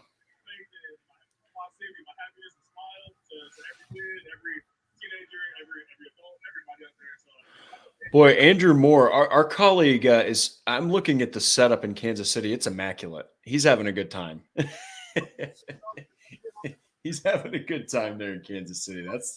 Looks beautiful. And the Eagles select Jalen Carter, defensive tackle out of Georgia. That made the most sense when they're making the move up here. Get him at 9. I'm still shocked that the Chicago made that move for just a 4th next year. Unless they had no interest going Jalen Carter there. Like, just a 4th next year? That's nothing. No. That's and they've got like $100 million in cap space, man. They could be really dangerous, like for years to come, if they just hit on all of these picks they're accumulating and all this capital. Wow. So I'm looking at Twitter. A lot of people are very, very pumped for Anthony Richardson, and I am not seeing any more arguments. Really, it's just a whole lot of Anthony Richardson. So it looks like a lot of Colts fans are very excited for the future. But get excited, but be looking for Tennessee because they're about to pick, and I am just staring at what they're about to do because. Jalen Carter, defensive tackle, Georgia. So Jalen Carter at one point looked at as a lock to go in the top 5 of this draft class, had some off the field things get in the way, had to leave the combine for a short while for some investigation into him via the police department there in Georgia. He did end up getting cleared down the road, and it all worked out for him in the end. He ends up going pick 9 to the NFC champion Philadelphia Eagles. To quote a very wise draft mind that I have talked to much over the process this year, it's not always the how early you go, but where you go. And to be able to go top 10 and go to the NFC champion Philadelphia Eagles, I think it's going to work out for Jalen Carter. I do. The Chicago Bears pick is in very quick after that trade, so I think they knew all along who they would have went. And I'm going to guess they wouldn't have went Jalen Carter at 9, and they make that trade because of that. I'm going to go offensive line here. I think it's going to be Broderick Jones or Peter Skoronski. Yep. Look, again, the Bears have been criticized over the past few years for having a crappy offensive line. You can't block for the run, and you want to run the ball. You can't even block. And so you'd see Justin Fields out there bust out 160-yard rushing, 160 yards on the ground and still lose by 2 scores. That's because outside of running the ball and breaking loose, he couldn't get any blocks. So you got to shore up that offensive line. I think Chicago was perfectly fine with saying, hey, take Carter. We'll take an offensive lineman. We knew he was available at 10. So they probably did. I can't remember the name of the GM for the Bears, but right now he is orchestrating a symphony of picks. This dude is like putting together a great draft for the Bears so far. At least that's my opinion. I don't know about yours. I really hope the Titans don't go Christian Gonzalez at 11. Oh, man. Really I didn't even think about that. I really hope they don't go Christian Gonzalez at 11. And then that's a lock that Will Levis is a Patriot. If this happens and Tennessee goes Christian Gonzalez, then my number 1, 2, and 3 player on my big board are in the AFC South, but not. Oh man, shoot! So that'd be Gonzalez. That'd be Will Anderson Jr. to the Texans. It'd be Christian Gonzalez to Tennessee, and it'd be C.J. Stroud to Houston. Boy, Houston, like you said, dude, got it. Like, seriously, I got to do one of these. I got to give a tip of the cap to the Houston Texans. That is a great haul already in the draft. Like you said, you get arguably the best pure passer in the draft, and you get the best pass rusher in the first 10 picks. Get out of here. D'Amico Ryans has got to be glowing right now in Houston. He's got to be so excited. Without a doubt. I mean, I don't think you could have asked for a better class other than maybe Bryce Young falling to 2. Yeah. Stats Matt saying Chicago got one of my favorite offensive linemen. Skoronski. My guess, Skoronski is an Illinois kid. Skoronski comes from that just outside of the Chicago area, went to Northwestern. It would make a lot of sense. It really would. I think Broderick Jones I have him higher on my board for the guys, but I like both of those offensive linemen, and that is what I would do if I was them here. Build around Justin Fields the right way. You went out and got DJ Moore, get the lineman up front to give him as best as he can. But that's what I would do. I would go Broderick Jones or Peter Skoronski. I love that. Because Stats Matt saying nope, neither of those two. Interesting. All right, Matt, I'm going to have to ask you, stop right now. We got to figure this out until the draft pick comes in. Don't say anything else because you know something that me and Destin don't, man. I'm trying to stay off Twitter for the most part. Me too. I've got it completely shut off, dude. It's not easy to keep Twitter off when you're covering a team. It's kind of the news outlet for breaking updates. So my guess on who it would be then the only other offensive line, I mean, I can't imagine you take Osiris Torrance there that high. Not that high. That's reaching for Osiris. I guess it'd be Darnell Wright out of Tennessee, but even that seems like a stretch over Broderick Jones and Skoronski, but that'd have to be who it is. It'd have to be Osiris or Darnell Wright. It has to be one of the two. I guess I'm going to go Darnell Wright is my guess. I mean, that'd be early for Osiris to go top 15. That'd be early. I'm not opposed to it. You know, this is a side note. I absolutely love watching the players get interviewed because you see just absolute, pure, unadulterated, raw emotion. They literally are getting their dream realized, and they're getting a microphone shoved in their face, and they're crying, and they get told, "How do you feel?" Those responses are some of the coolest things you'll ever hear. I mean, these guys have been working their entire lives for this kind of stuff, and that's why I'm doubly excited for a guy like Anthony Richardson. I'm telling you, read his letter to NFL GMs and owners, and you as a Colts fan, anyone out there, you can easily get behind Anthony Richardson. Read his letter. What was it that he released that to? What's the website that takes players' letters? Player Tribune. Yes. Read that. I'm telling you, if you're a Colts fan and you were unsure about Anthony Richardson, that'll kind of clear things up.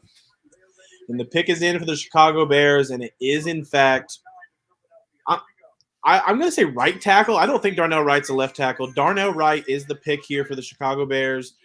Man, over Peter Skoronski here is crazy to me. Over Darnell. They must see something. Darnell Wright is a strictly right tackle, a dang good one. Like, is going to be really solid in the run game day one when he walks in. I had him falling out of the first round in my mock draft just because I think his inability to play the left tackle spot is something that a lot of these other guys can do. So that's why I had them going other routes there. But Darnell Wright over Broderick Jones over Peter Skoronski is a decision, not one I would have made. But the next pick that means a lot to the Colts, the Tennessee, is now on the clock. Oh, God. And the names I don't want to see are Christian Gonzalez, and I do not want to see Jackson Smith and Jigba here. My guess on who the pick is Jackson Smith and Jigba. The pick is officially in for Tennessee. They will not be trading. That was an immediate pick for them. I'm going to say it's Jackson Smith and Jigba. That receiver room is so bad in Tennessee. They got to add to it, especially with them not going quarterback here. But if they go Will Levis, and we ride with that as well. Yeah, and I hope it's not in Jigba or Smith and Jigba, Levis. I hope it's no like offensive side. Because, I mean, they might actually take Skoronski if he's just sitting there. Peter Skoronski for the Titans would make a lot of sense. That does make a lot of sense. It's who I had going there in my mock draft to them. His flexibility on the line would fit the need, the fact that they have 3 starting positions open. So it would give them some versatility to make some decisions down the line. So I think Skoronski would be a solid pick for them. It wouldn't be the sexy pick the Titans fans would want, but I think it'd be a good pick for them. But again, I'm hoping for anyone not named Jackson Smith and Jigba or Christian Gonzalez right now. That's where my hope is with this, because I think those 2 guys are going to be really good pros. All right, the Tennessee has a pick in apparently. The pick is officially in. Oh God! All right, so as long as it's not Smith and Jigba, Christian Gonzalez, or Will Levis, I'll be okay. Because offensive line's understandable. If your offensive line sucks, as we can attest to, Destin, it's understandable when you pick an offensive lineman. So it's not the sexy pick, but Chris Ballard on Pat McAfee's show said Shane Steichen called him after 2 weeks on the job and said there's not many guys that can do the things Anthony Richardson can do. Yes. So Steichen, we also called that, didn't we? We continue to say the Titans pick is officially in. I know who it is. I think this is a good pick. It's not one of the 2 guys that I didn't want them to take, so I feel good there. But I think this is a really good player, and I think it's the right pick for them. It is the person. It is not a person. It's not one of the 2 people that we didn't want it to be. But I'm not going to say it wasn't one of our predictions. Okay. I'm just gonna sit here because I mean, I can tell you if you want. no. Well, we'll wait until I'll wait until you're ready. All right, I will wait until he's on the podium so that the people on the here who are not wanting tweets will let it go there. I'm putting down a bet that Will Levis is going to the Patriots. I'm doing it right freaking now. I have to. Well, let me wait. Actually, I'm interested in like Washington could possibly do it. I'm interested. Washington really is an interesting one because they had a guy they just drafted. He's pretty young. He was sitting behind Heineke and Wentz. Sam Howell. Yes. So I would. So if the Patriots hypothetically don't take him and the Commanders are sold on Howe, the only other spot for Levis would be No, because they just got Lamar. Minnesota. That's it. Going to be though. One of these guys could fall because the run on quarterbacks eventually was going to have to stop because of need. Like it was eventually going to have to go somewhere else.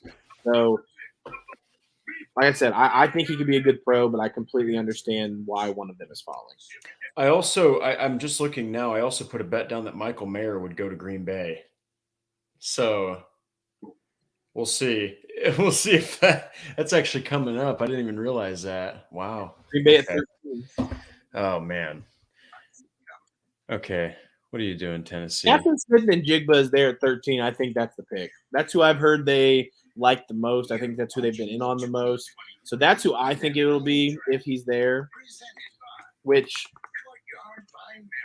to Detroit is at 12 now. I don't think Detroit's going to go receiver. So, man, Detroit might get Christian Gonzalez here at 12. That'd be scary. I think they would have went Witherspoon at 6. He goes at 5. They trade back to 12, and they end up with Christian Gonzalez. That'd be a heck of a pick. I think that Detroit is trying to.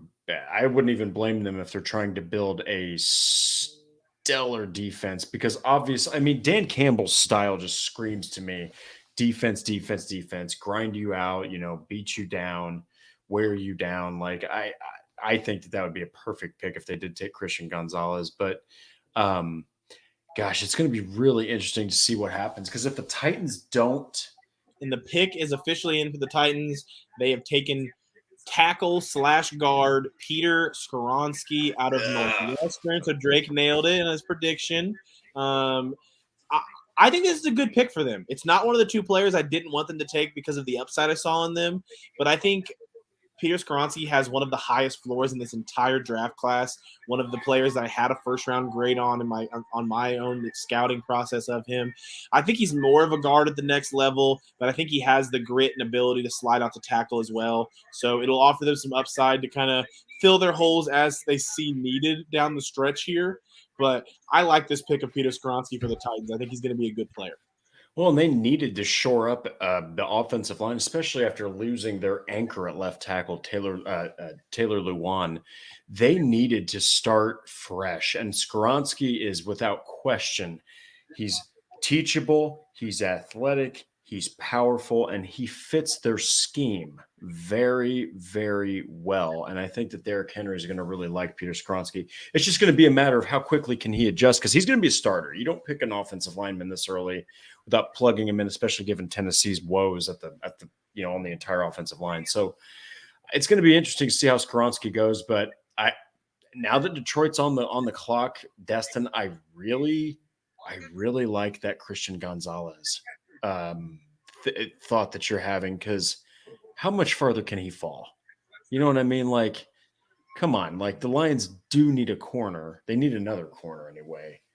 So that'd be pretty crazy. I also could envision Gonzalez with Jair Alexander, but Green Bay's not going to take a corner, but that'd be interesting. We'll see what Detroit does here.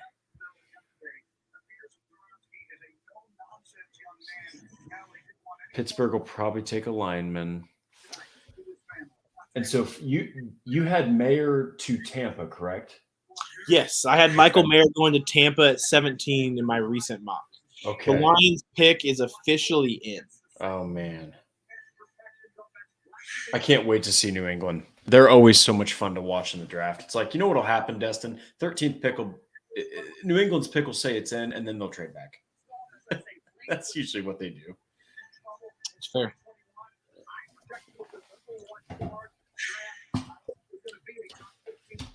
The Detroit Lions.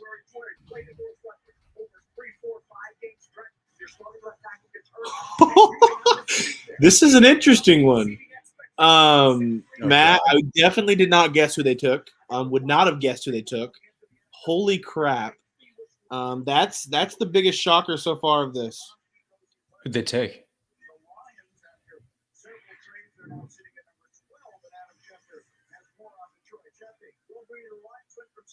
Hey, is Skoronski in the interior offensive line area of the draft guide, or is he in the Skoronski? I'm pretty positive our draft guide had him as a tackle. Okay. He's either a tackle or guard in there, though. That'll be the two spots you look for him. Okay.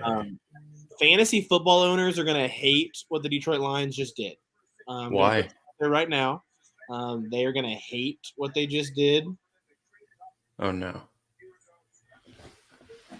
Now I'm excited. I'm excited to hear this.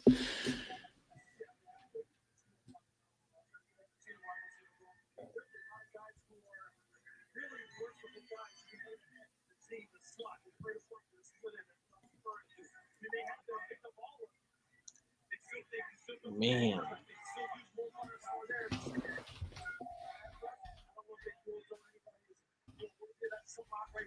So the second running back officially has gone before a receiver today. The Detroit Lions have taken running back Alabama Jahmyr Gibbs. Running back, Alabama. Huh. The running back rotation in Detroit is Jahmyr Gibbs, DeAndre Swift, and they signed someone this offseason. David Montgomery. That's a three-head workhorse. What about Jamal Williams? Did he get? He went to.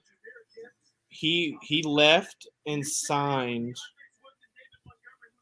Give me a second. He led the NFL in touchdowns, rushing touchdowns. That's so crazy. Why? That's nuts. A running back this early. Everything they need. I can understand why they didn't take a tight end because they've taken like a first-round tight end in the last five drafts or something. I'm shook that just happened. I can't believe they just took. Paul Williams went to the New Orleans Saints this offseason. He is going to be a big piece opposite Alvin Kamara. That's going to be a big relief piece. Nice. Okay. I can see. I guess I understand it. You could have I guess you could have gotten running backs. I'm thinking you could have gotten running backs later in the draft. Maybe you could have filled some bigger position needs. But I'm also not in the front office. They didn't go Christian Gonzalez. I can't believe they went running back. Christian Gonzalez there would have just made so much sense after the trade back. Jahmyr Gibbs with that running back rotation there is strange to me. Unless you're going to plan on moving either Swift. Jahmyr Gibbs has that Swift-like ability, so I feel like you should move him if you're going to move one of them now. But we'll see how it plays out. The Lions are pretty pumped in their war room about getting Jahmyr Gibbs here at pick 12, so we'll see how it all plays out. But they did get a nice haul to move back to 12, so we'll see how they do the rest of their picks. But Green Bay is officially on the clock. I think this is Jackson Smith and Jigba. I think that's who they have been prioritizing this entire draft process that I have been told. I wouldn't be shocked to see a tight end here either. For your betting purposes, I hope it's Michael Mayer for you. But I think it's Jackson Smith and Jigba.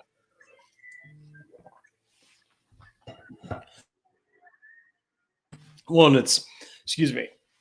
Sorry. It's just like we said earlier, he would be a great fit with a guy like Christian Watson, and you also have Jordan Love, who's going to be stepping into a role where he's going to need reliable receivers, and they did not have that with Aaron Rodgers, which I do think Aaron Rodgers is getting older, okay?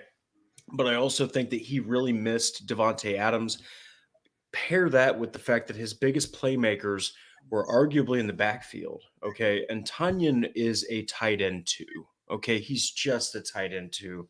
So I think that would be Michael Mayer would make a lot of sense because Green Bay loves their tight ends, but also, like you said, I think more pressing would be you got to get a receiver.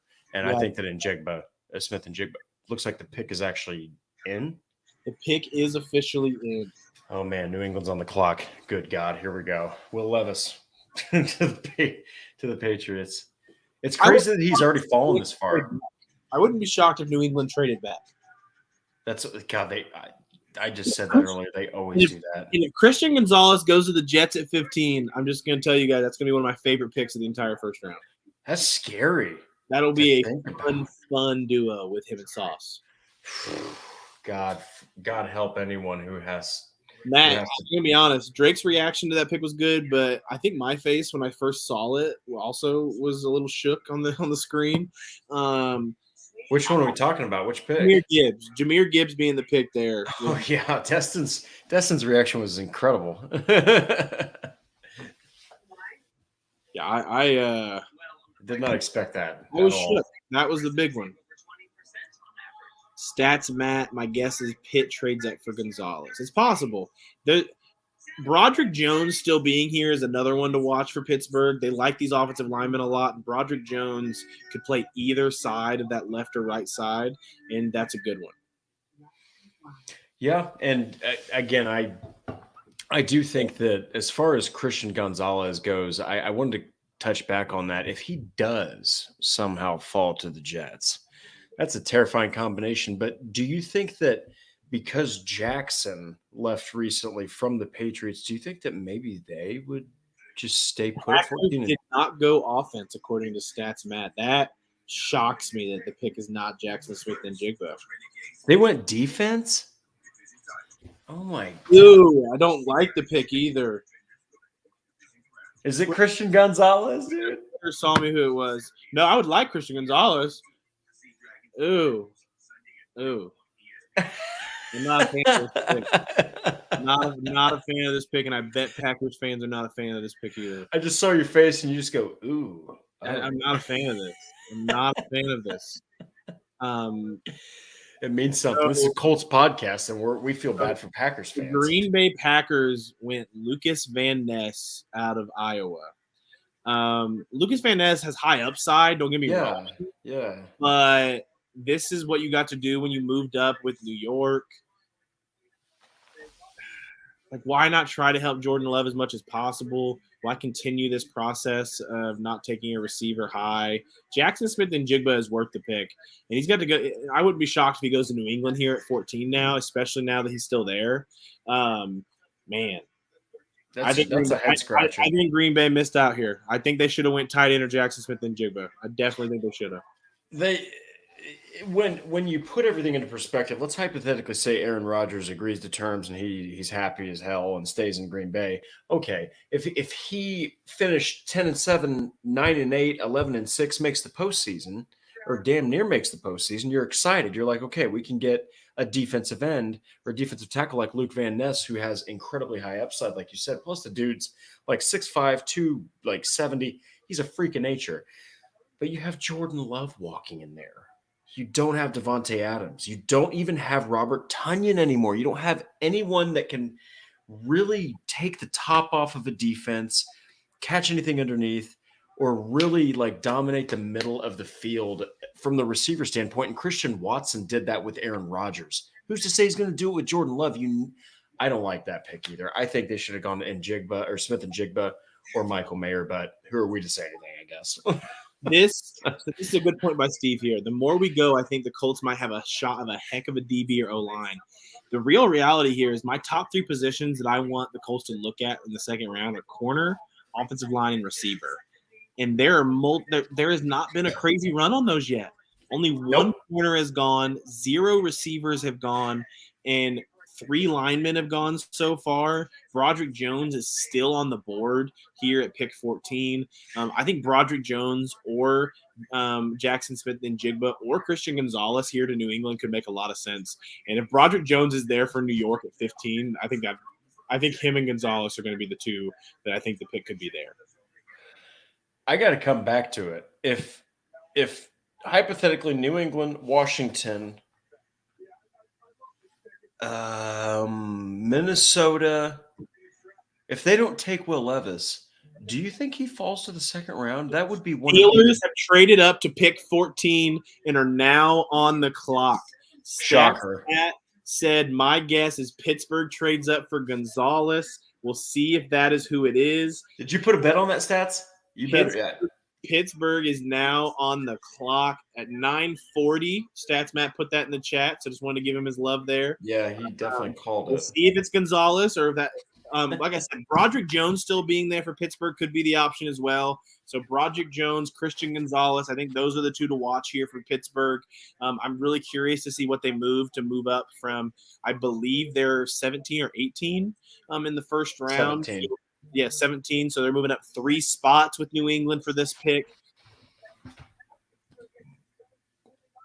The Patriots get 17 and 120. So I believe that's a 4th rounder. So a 4th rounder this year to move up 3 spots.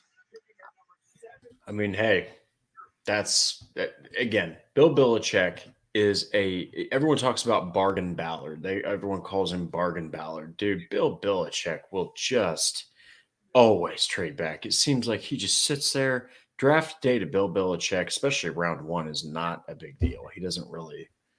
Oh, okay. So I got my first Levis update. Okay, I got to read this.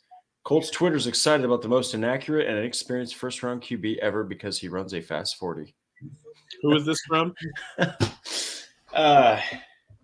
Yeah, I mean, you probably know who it's from. You know who it's from. Maybe though, because he has been saying this entire process that Richardson was his number 2 quarterback. It's going to be. It's going to be what's going to happen. I mean, I'm excited because regardless of what people say, I mean, it's a high upside type of thing. Whoever gets Will Levis again is going to be getting a high upside quarterback. Seems like he's preparing to put a hat on. Who is? Broderick Jones seems like he's preparing for a hat right now. Is he asleep? Stats Matt, you know who, Destin. I don't know. I haven't seen any posts yet. I think Broderick Jones is my guess over Christian Gonzalez here, just from what I've heard Pittsburgh's been looking to move up for. I would go Gonzalez if I was them, but my guess is it's Broderick Jones. Pittsburgh needs bad offensive line help. They want to run the ball with Kenny Pickett. All right, obviously they have guys like Deontay Johnson, and they've got guys like Pat Freiermuth and Pickens who are great receiving options. But man, Mike Tomlin likes to run the ball. Okay, he likes to run the ball. You can't do that without an offensive line. You got to start there. Kenny Pickett is only in his sophomore year, coming out of a quarterback class that was very on the low end of things. So I'm thinking that, man, offensive line is a huge need for the Pittsburgh Steelers. So that doesn't surprise me. I mean, Najee Harris is a big dude. With the right offensive line, he could put up 1,200, 1,400 yards in a season easily. Yeah. So I think it makes sense. I like it. If they do pick an offensive line. Destin is right. So it's either Gonzalez or Jones. I said both. I think Jones is who I said on here that I think the pick is, though. So I think that's what he's saying I'm right about. Man, hey, Gonzalez is going to be sitting there for New York. That's all I'm saying. If they want it, if they want a Sauce Gonzalez pairing, they have that option right in front of them right now. Man, that'd be terrifying because it's like Sauce Gardner did all that damage in his rookie season. So if Christian Gonzalez can even hit a little bit of that with Robert Saleh as his head coach, the way Sauce Gardner did, you've got left and right side, like outside options taken away, Destin. At that point, you're relying on your run game, your tight ends, and your inline or like your slot receivers to do all the work. It's like, that'd be scary. That'd be terrifying, and you need that in the AFC East. You need it. So I wouldn't be surprised if they take him at all. The pick is Broderick Jones out of Georgia for the Pittsburgh Steelers. There's been a lot of talk this week of them interested in trading up for one of these tackles. Broderick Jones is the number 2 ranked tackle on my board and offers versatility to play on the left or right side, which will be solid for the Steelers, who have some options there on the line to kind of make it better when they need to. So I'm excited to see Broderick Jones there. I like the pick. I would have went Gonzalez, but for everything I was hearing, Broderick Jones was the guy to watch for them. So good pick, though. I like the fit. Got to help Kenny Pickett however you can. Yeah, and now I think it's going to play even farther into your Jets prediction. I think they're taking Christian Gonzalez. I don't think you can even question anything. You've got all the pass catchers you need there. Okay. Broderick Jones being off the board opens it up a little bit for Gonzalez to be the pick here. He does. Absolutely. Why wouldn't you want to put Sauce Gardner and Christian freaking Gonzalez, a guy who could potentially be the same dude Sauce Gardner is? You have two. I know it's an offensive game now, but my God, if you have 2 lockdown corners on each side, it's like I wouldn't be opposed to one of the tight ends here for the Jets either. Michael Mayer. I mean, whatever tight end they would look at, like I think Michael Mayer is the most balanced of the guys, so that's why I would go as well. But Mayer, Dalton Kincaid, if you just want the passing upside, Washington, Darnell Washington's another solid of both. So him and Aaron Rodgers could make a lot of sense too. I hope they go Gonzalez though. I would love it. I would love to watch the fact, like me who loves corners. I will watch every Jets game next year if Christian Gonzalez and Sauce Gardner are the top 2 corners in New York next year. You're going to take them in fantasy, too. You're going to take the Jets' defense in fantasy. Have to. Take them for the lack of points that they'll let up, for if anything, because I'm telling you, it's the defenses that don't let up points that score 8 points in fantasy. Trying to think. So the Patriots moved down to 17.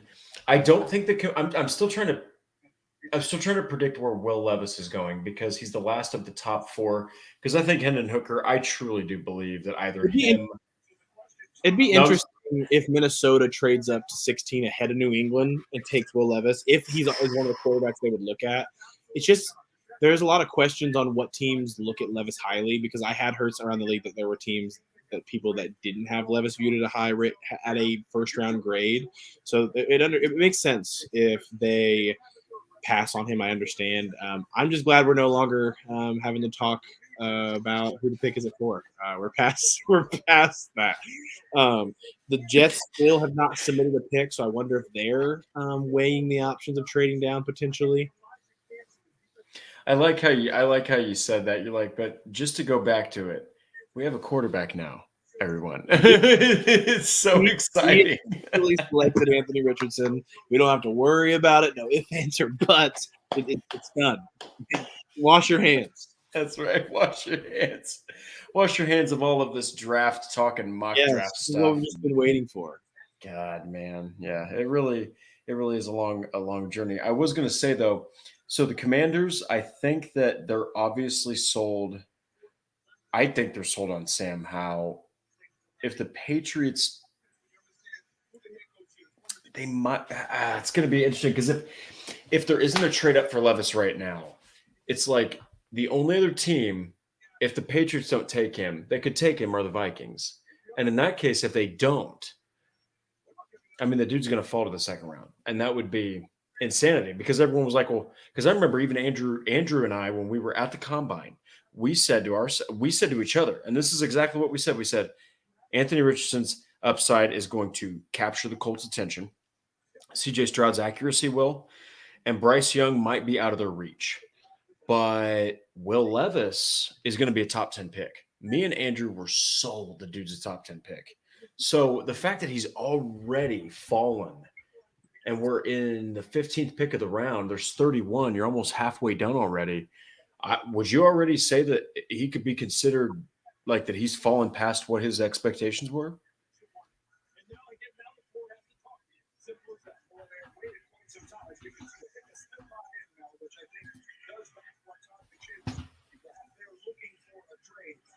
So it's interesting. Actually, for Washington, it says the need for a cornerback on NFL com, it says the need for a cornerback who can play outside stands out, but adding pieces around a second-year quarterback like Sam Howell is a must for a team looking to get out of the cellar. They need a tight end, dude. What if they take Michael Mayer? Washington might actually take him. Tight end for Washington or New York could make a lot of sense. I think corner could go off in the next 3 picks as well, with Christian Gonzalez still on the board a little bit farther than people expected. I know Mel Kiper is very high on Will Levis, so I know this is probably hurting him that Will Levis is still on the board right now. Mel Kiper gets hurt every draft somehow. It does happen. Yeah. When you're on that level and you have to guess draft picks, it's like even if you're as good as Mel Kiper, it's like, my God, that's why the work that you and Zach and Andrew did on that draft guide, it's like, man, that's got to be so difficult to put a player in a comp and then put them in a fit to your team, even if they're not. So it's just that kind of work is just so high end. So I do feel bad if Mel is feeling terrible that Will Levis is falling, but it's also like, well, that's just the NFL draft, man. Every year it happens. One guy falls.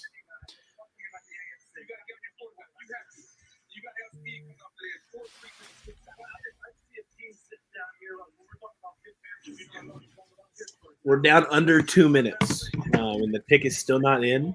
So we will see here if the Jets are trying to make a trade back potentially with what is going on right now. And the Jets are all high-fiving and shaking hands, so I think they've submitted whatever their pick is going to be unless they got a trade down that's not been announced. I still hope it's Christian Gonzalez. Do you think – well, I guess that wouldn't make sense. Never mind. I was going to say something that's completely insane, but I don't think it could possibly happen now that I thought about it. I think Christian Gonzalez is going to be the pick too. I agree with you. I think that you can't pass it up if you're Robert Saleh to think, man, we could have Gonzalez and Sauce Gardner on each side of the field.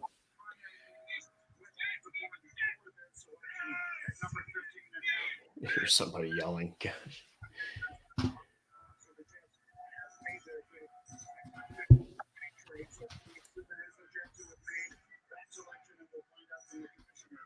Anthony Richardson has already changed his bio to fit the Colts, his picture, his border. Oh, so you're saying he's happy. Well, the Colts community, the Colts nation, I'm sure, regardless of how you felt about the quarterback class, I'm telling you, Anthony Richardson is a guy you can get behind. He has so much to love. So I'm going to sleep so well tonight, Destin. God, I do have to write a draft grade piece. Look at that pretty profile. All of it right there. He looks like he's been in the position for a couple years already. Jets took a weird one too. So no Gonzalez here. Wow, really? That doesn't make any sense. Gosh. So I love this player. Okay. I have a second round grade on him. I had him as my edge rusher 4. Wow. 15. Foskey? McDonald the 4th out of Iowa State to the New York Jets here. Man, this draft is not going. There's some picks that we're both kind of befuddled. We're looking at each other like, what in the hell? I'm sorry. I just woke my son up yelling, guys. We gotta calm down here. Oh, okay. My bad.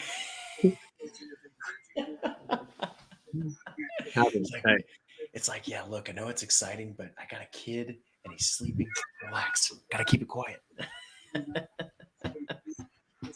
I am curious, man. Of Will McDonald the 4th. I had heard that there was chances he could slide into the first round, but he slid into the top half of the first round. This is a impressive climb for a guy who dominated the Senior Bowl when I was there, a guy who has a very high upside as a pass rusher. I would have taken Will McDonald the 4th before I would have taken Lucas Van Ness. Wow. I mean, I think that the Packers reached a little with Lucas with Van Ness, but that's also just my opinion. Again, this is the second time I've said this, Destin. I would have taken Christian Gonzalez if I was the Jets, but what do I know? I definitely would have as well. Kyle Smith to announce the first round. Stat cement. Why do teams always go defensive line in the first if they have Aaron Rodgers? Because they don't want to give him any weapons. That's why. New England's could get Jackson Smith and Jigba at 17 right now. They could just hold on, or the Commanders could. They need. I mean, well, they might be okay. Yeah, they probably need O-line or tight end more, but. And the Make-A-Wish Foundation of Northeastern New York for giving me this opportunity tonight. I always love when kids get announced the picks. It's got to be like a dream come true. Shoot, I'd be crying up there if I did it now. In the 2023 NFL Draft, the New York Jets select Will McDonald, linebacker, Iowa State. Let's go! That's an excited Jets fan. I love it.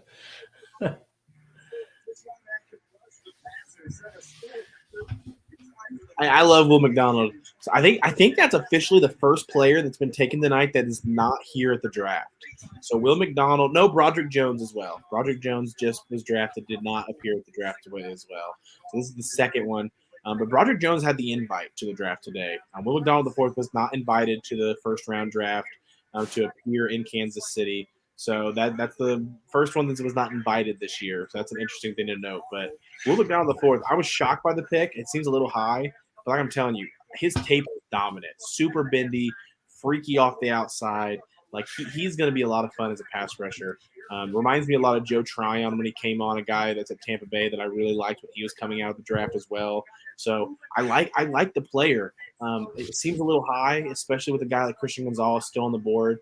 Washington could walk away with Gonzalez here. New England, Detroit at 18. If Detroit can get Gonzalez at 18, I will attempt to forgive that Jahmyr Gibbs selection from earlier. But if Gonzalez is there at 18 for Detroit, run the pick in. Run it in. Yeah, and the thing is, Detroit they've needed to continue to shore up the defensive backs because one of the biggest knocks on Aaron Glenn when he was trying to campaign for a coaching job is, well, you've got one of the worst pass defenses in the NFL. That was one of the biggest knocks on him, and he had a lot of young players in the secondary. Well, Christian Gonzalez makes perfect sense for this because it's a bunch of young guys, kind of like Houston has. They've got a bunch of young guys in the secondary that could potentially be real big game breakers. So I think because I'm looking at the draft order now, and after that, Destin, I don't know about you, but I've seen some picks just in the first 15 that have made me go, holy crap, I did not anticipate that happening. There's been multiple times where I'm like, Jahmyr Gibbs was definitely the biggest one for me. Yeah. Lucas Van Ness, Will McDonald, those are the top three picks to me so far that have been crazy. What about Darnell Wright? Todd McShay keeps just making crazy jokes at Mel Kiper about Will Levis falling right now. Just giving it to him. Feel bad for Will Levis, who's in there just waiting on his name. But, gosh, Todd McShay. The Commanders got to give Mel Kiper crap, though. He's one of the most seasoned guys in the business. So, I mean, he's got to take it on the chin if he's wrong. He always thinks he's right. So, hey, it happens. That happens anytime. Anybody that's watching, anyone that has ever made a legitimate mock draft, as Destin can tell you, you do believe. I mean, I don't know about everybody, but I know Destin works hard enough that he does believe in those picks that they're actually going to happen. So it's like when they don't, you're like, dang it, you're like, I was wrong. Okay, Washington's got their pick in, and now New England is already on the clock. This will be an interesting 1-2 punch. Electric Dream Days are here. Come in now. So you had Andre. Do you think the Jets go Broderick Jones if the Steelers didn't? I had heard the offensive line was a very high expectation for them with Broderick Jones going there and Darnell Wright going earlier to the Bears, who I didn't mention is one of the picks I was shocked about. That's a pick I was shocked about as well. The offensive line went a little faster than the Jets would have liked. I think they probably would have went Broderick Jones if the Steelers didn't jump them, which is why the Steelers did it, obviously. So good move by them if that was their guy, obviously. I still think all these teams are passing on a guy like Christian Gonzalez that see, Drake, this is when the draft gets you in a mood, man. It's like I watched the draft day today. Now I want the Colts to trade up for Christian Gonzalez. I brought this up. I said, man, I don't know. There's some serious prospects in Washington, so this is not going to be Christian Gonzalez either. I'm telling you, man, if he falls, it's like if you're the Colts, it's so hard to not just want to trade into the end of the first round and snag a defensive back to shore up that room. Well, especially because the prices that people are trading up right now. I mean, New England, Pittsburgh, and Philadelphia have sent force to move up. If you can send 35, if Gonzalez is there in like the mid-20s, if you can send 35, a fourth, and like sixth or something, keep your third. Yeah, might as well just. If we went out of here with Christian Gonzalez and Anthony Richardson, Drake, let's go. You had a couple happy guys. A couple of happy guys. A couple of happy guys. I would be on another planet. I'd probably have to. You just see Destin float away. He'd just be so happy. Just go outside to react because I've already been yelled at about waking up our son. If I wake him up again, I'll be sleeping on the couch. It better be for Christian Gonzalez. If you're getting woken up on the couch for someone, it'd be for Christian Gonzalez and Anthony. Okay, that's what I like to hear. See right there is the sacrifice that the Colts content creators like us. We gotta sleep on the couch sometimes because we get too excited during the draft. We got people who are sleeping. Okay,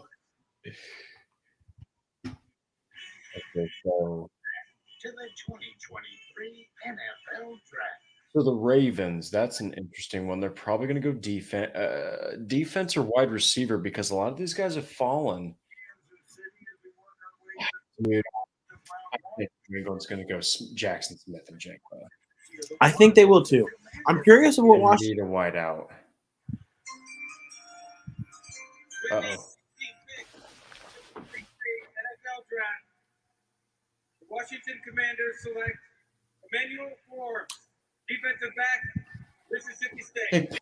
Before Christian goes to what? Emmanuel Forbes goes before not only Christian Gonzalez, but Joey Porter Jr., Deontay Banks, Keely Ringo. Emmanuel Forbes is a fun prospect, really good ball skills, really has a good sound of getting the ball in his hands, really small, 166 pounds. 166 pounds. Small guy. I'm curious the next level. He plays really aggressive coming out of the SEC. I'm interested to see if he is able to hold that up in the NFL at that size. To me, you're going to need to add weight there, and I'm going to see if that takes away from his ability to take the ball away, if it makes him a little slower in that aspect. But he's a fun prospect. He really is. I think this is high. Man. I mean, Jahmyr Gibbs is going to be the lowest graded player that I have right now that's been taken in the first round. I think he's 56 on my big board, and he went 12. So Jahmyr Gibbs so far is still the lowest rated pick that has gone in the first round. Emmanuel Forbes, I believe, is in the 30s. Will McDonald's in that 30 range, and Lucas Van Ness is in the 20s. So those guys so far definitely went higher than I expected them to via my draft rankings. Stats Matt, guess who the Pats took? So, and Drake has been on the Will Levis train here for multiple picks here, thinking that New England could be going that route. I think. Or Christian Gonzalez. What do they go Christian Gonzalez, dude? You think they need a DB? Because Bill Belichick loves his DBs. I hate New England. Gonzalez is a stud, though. Like, someone needs to get him. If New England takes him right before Detroit, that's sad for them. But I think Gonzalez would be the right pick for New England. Yeah. There's a couple teams coming up that could fit. Tampa Bay at 19 could be a good fit for Levis. In the 2023 Oh. NFL Draft, the New England Patriots select Christian Gonzalez. Christian Gonzalez, Dude, oh my Patriots. This is a far drop for a very, very explosive defensive player. Christian Gonzalez was the number 2 ranked player on my big board in this entire class. Has size, has speed, has ball skills at the corner spot. His discipline with his hips at the corner spot is impressive. He doesn't have the aspect to his game that most rookies do, where he's going to come in very handsy. He's going to be a guy that comes in very mechanically sound. Is going to make plays for his team. I don't know how this guy lasts until 17. I don't. Like, this is by far the biggest faller so far from my expectations of where they should go. But Christian Gonzalez is going to make New England very happy. That's what I'll say. And I hate that I have to root against him because I can't see him winning there. I mean, you're talking about 6'1", 200 pounds. The dude runs a 4.38 40. The guy has an 11-foot broad jump. I mean, this is an athlete playing cornerback, and you are going to be needing this in the AFC East against Miami, against the New York Jets, against the freaking Buffalo Bills, who might, God forbid, they get DeAndre Hopkins. You're going to need a guy like Christian Gonzalez. So I thought he was going to be going more, maybe just outside the top 10, maybe even inside the lip of the top 10. I thought he'd be the first defensive back taken, Destin. I really did. But Devin all that deep was getting a lot of love. Like, I understood him going high, especially because of those press coverage needs that a lot of those teams up high had.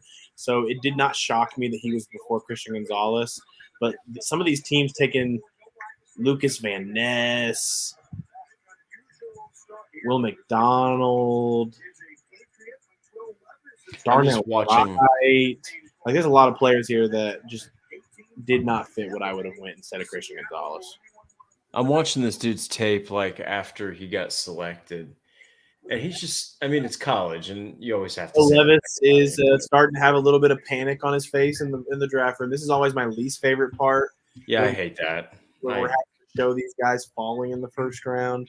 They did it to Aaron Rodgers too, and he looked increasingly more and more shot after shot his year.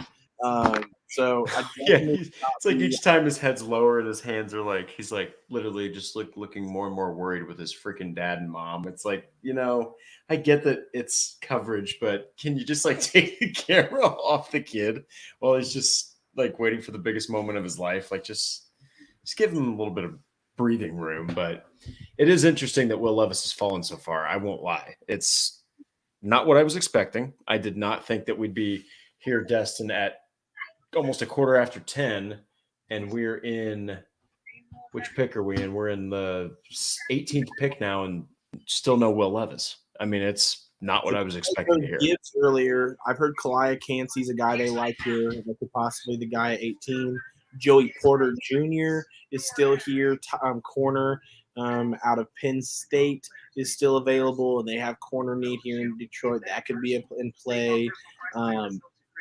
They had their entire receiving room, almost all of them get suspended here recently. So I guess you could go Jackson Smith and Jigba as long as everybody there wants to stop betting on players. But nobody watched Calvin Ridley in the past year during his suspension. Nobody learned a damn thing in Detroit. Damn it. I mean, I think that it's really interesting because Detroit could go multiple ways. They already got a running back, okay? I think they should have taken Christian Gonzalez at that point. I still think they take a defensive back. I think that kind of what you were talking about, I think they go more defensive back. But, I mean, so I will be right back. I'm just going to take another bathroom break really briefly. Oh, you're good. Sorry, I feel like I got to announce it like a pro. I don't just want to leave. Yeah, you're good. Lions pick is in here at pick 18. We will see what this pick is here soon. But it's been pretty eventful, guys. I mean, the night has been a lot better since the Colts decided to take Anthony Richardson instead of Will Levis at 4. So I think the spirits have been a little higher than expected.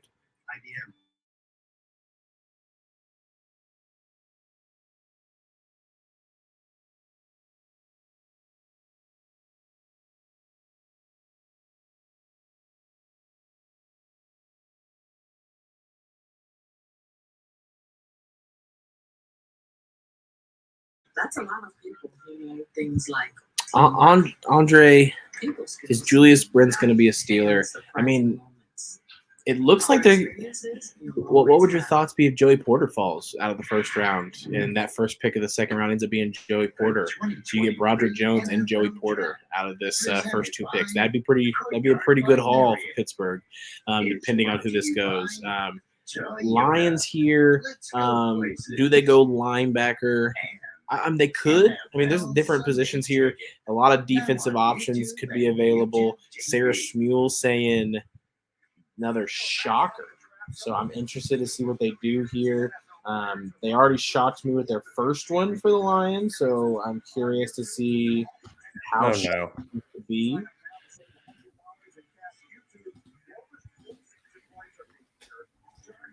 I saw Ghost of Nug say, "Dear Lord Lions." So we'll see just what they did. Pick another running back. If they picked another running back, I don't know what you're supposed to tell your fan base.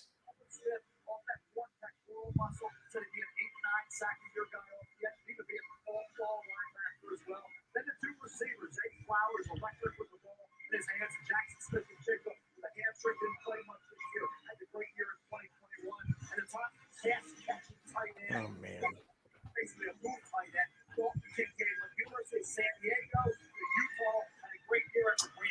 So the Lions are definitely a team that did not have a first round that I enjoyed. They went a linebacker that had a lot of hype through the draft process. I am not a big fan of his personally. The Lions went Jack Campbell out of Iowa.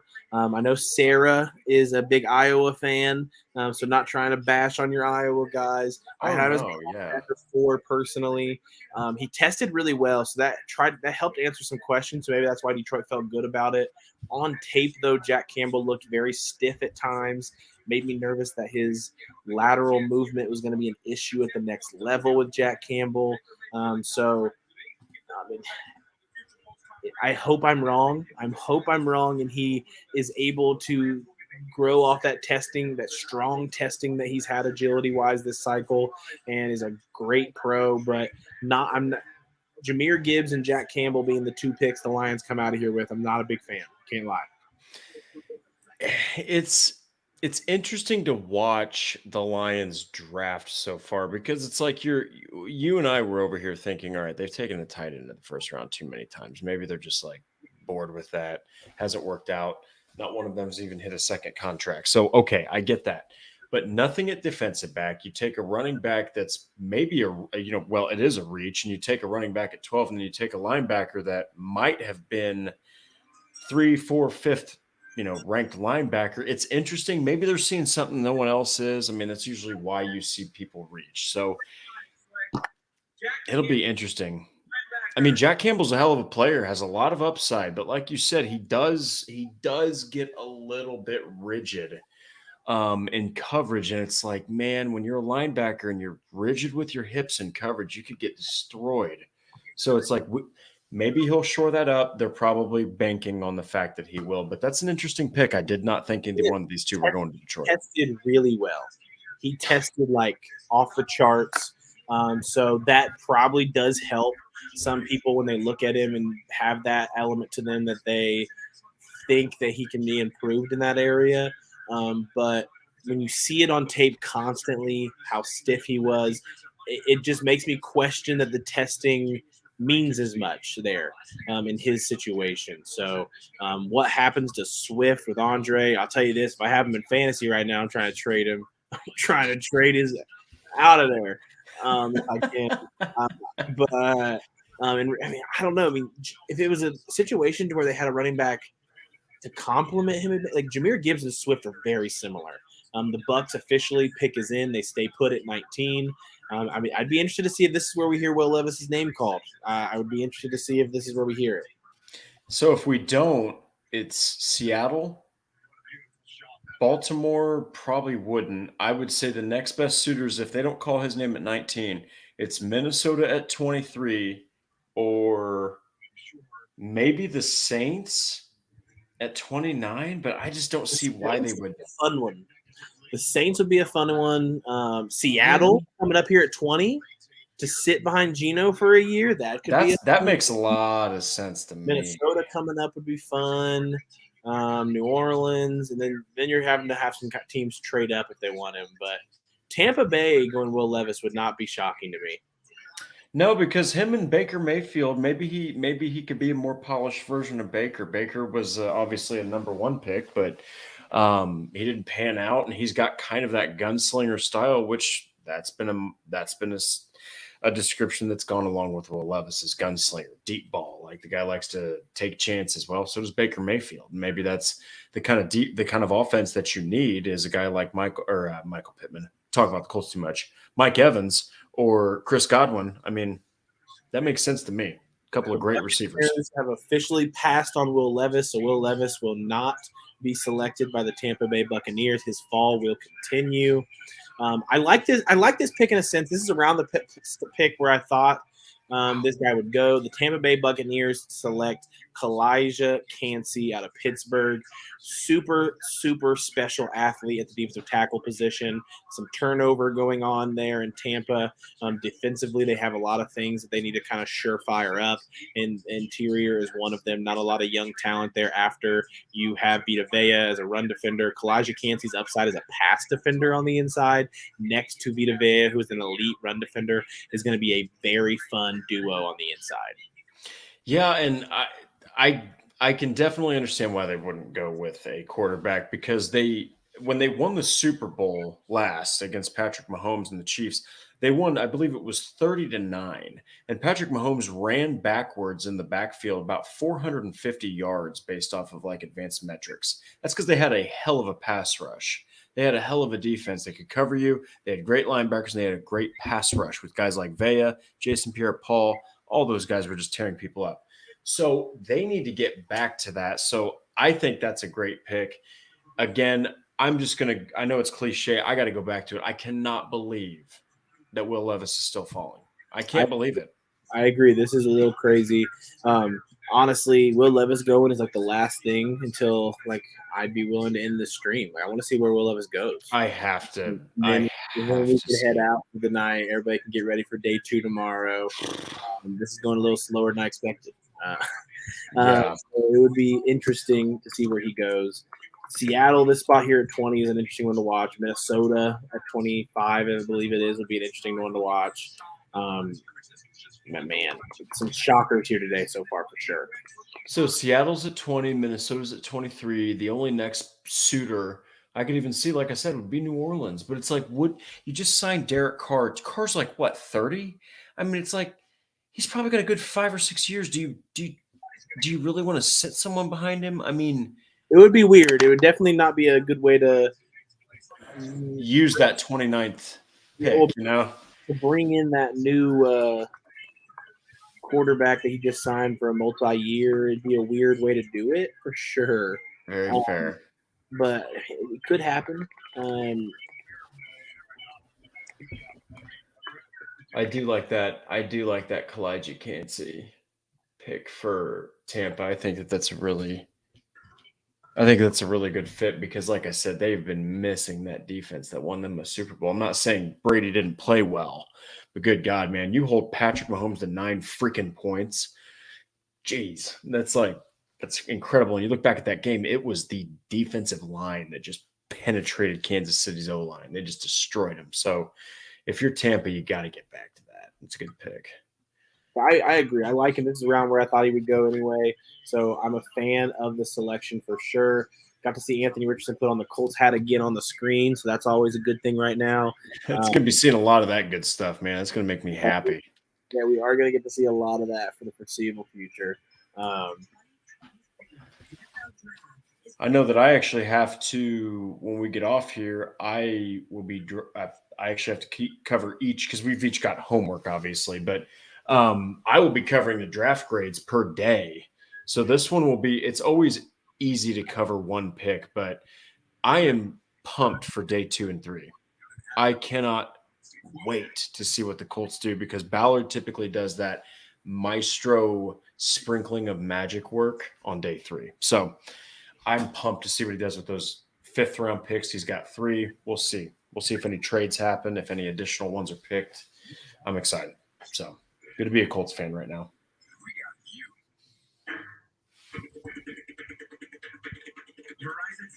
Let's see. Then they've got the Chargers.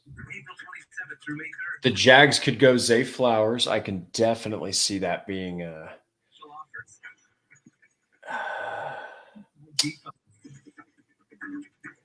maybe. Get started today with Verizon Business.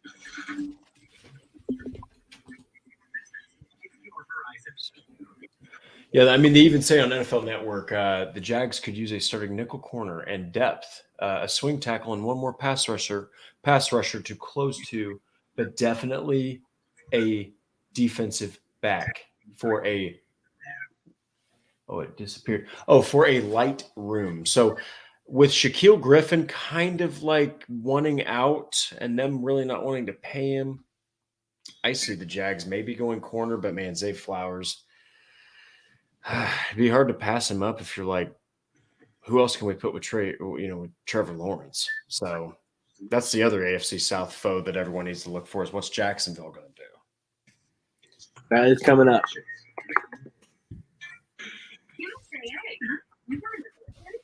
My grandpa was. He passed membership to my mom, then me. Oh, yeah. If your spouse, parent, or grandparent served, they can pass it to you. I'll check it out. The military community and their families. NFL Plus brings you the draft like never before with exclusive content. I dreamed about Charlie Time Plus expert analysis. They can do it all. And behind the scenes access all off season. Just trying to build that consistency. NFL Plus. Get it all. $4.99 this off season. Okay. First round of the NFL draft. After the price of six, that's a stocking trade, and every single player who gets it. The Seahawks also, I've been looking at this. They need a wideout too. It definitely could go there. They have some older ones that are getting up there in age. They earlier in this draft, they went corner. So they still have some needs on the defensive line. You could look at an edge rusher, and Nolan Smith is a guy that I've looked at for them a couple of times. Osiris Torrance on the offensive line from Florida. Now that the Colts officially have Anthony Richardson, it'd be nice for him to fall at 35 and just go a couple Gators here to start this draft. That'd be cool for them. Oh God, I can already see. I can already see like. I can see them taking a wide receiver, or an offensive lineman. I think that it's interesting because I think the Ravens are going to take a wide receiver.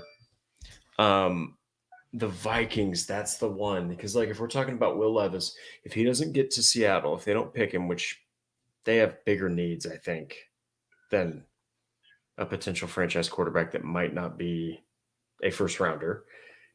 If it's not the Vikings, dude, I don't know if he even – I don't even know if he gets selected in the first round. Like, if he falls to the second round, that's got to be one of the craziest in recent memories draft falls we have seen. I mean, see it with these quarterbacks pretty often. So it'll be interesting to see like how far the fall is. I mean, last year there was all that talk of these quarterbacks falling and then going in the first round, and then we didn't have one after Pickett till the third. I don't think that's going to be his story here. I don't think that's going to be how significant his fall is, but we'll see. We never know. Like after the Seahawks here and then the Vikings, like it's hard to see a team other than unless there's a trade up here for a quarterback being that team to take him. Well, and at that point, how often have you seen a team like trade up to the later parts of the first round for a quarterback that was falling, and they're like, well, we got to get him. Is there anything you can remember where a team does that? Because typically doesn't that happen if you're in the later parts or mid part of the first round, you try to get farther up? So the Ravens did it for Lamar Jackson, where they traded into the last pick of the first round from the second round to get Okay. that fifth year on the quarterback. So it does happen. Getting that fifth year is important. It would just be like Vegas is early second. So them moving into the end of the first with the Chiefs or someone like that for a quarterback could make a lot of sense. I have them doing it for Hendon Hooker in my mock. Obviously, if Will Levis is here still, that's who I would go. Because I still don't think Hendon Hooker should be a first-round pick personally. I've heard it and I've seen people like campaign for Hendon Hooker. Oh, he killed it at Tennessee. Again, look, has a case. Every one of these guys has a case, but Hendon Hooker, it's his lack of understanding NFL style offenses. Even Will Levis is more qualified in that regard. It is the age, it is the injuries. His ceiling might not even be that far off, and he's going to be 26 during the league year. So why wouldn't you just take a chance on Will Levis in that case? Why wouldn't you just go with a guy who's younger and has a higher upside and can probably move better? I mean, Hendon Hooker, it's all down to, at the end of the day, if you want to pick out one thing, it's the NFL offenses. Tennessee, he had Jalen Hyatt. If the deep route's not available, you go to the check down. If that's not available, you bail. You can't do that in the NFL. You just can't. I'm not saying he can't be taught, but that is not easy to go from that simplistic of an offense to something like Shane freaking Steichen. Like, I know people were like, oh, well, Steichen can mold anyone. It's like, yes, but Hendon Hooker is going to be steps behind while being the older prospect, while being the more complete guy already, with the lesser ceiling and an injury. So it's like, those are a lot of negatives. So officially looking at my board, the lowest two players to be drafted from my big board are Jack Campbell to the Lions at 62, being selected at 18. Jahmyr Gibbs by the Lions at 56 to the Lions at 12. The Lions have taken the two lowest guys on my bag so far. Wow. This is just a question. Do you think there's a reason for that? Or are they just like trying to dig deep and find talent? I think they probably just look at those guys higher than I do. And I get it. I understand it. It's just that happens. I mean, everyone sees them differently. The Seahawks pick here. Jackson Smith-Njigba to the Seahawks. Seattle goes the first receiver here. Jackson Smith-Njigba, the only receiver to get a first-round grade from me. I had him as my 12th highest-ranked prospect in this class. So the Seahawks walk out of the first round with Devin Witherspoon and Jackson Smith-Njigba.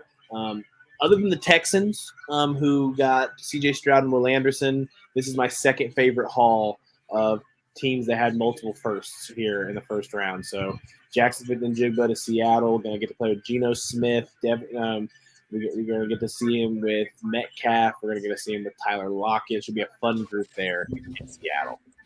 Yeah, and Will Levis keeps falling. It's okay. So now, first off, Smith-Njigba is a great fit for Seattle because Tyler Lockett is probably, if he's not 30, he's on the wrong side of it. He's like 31.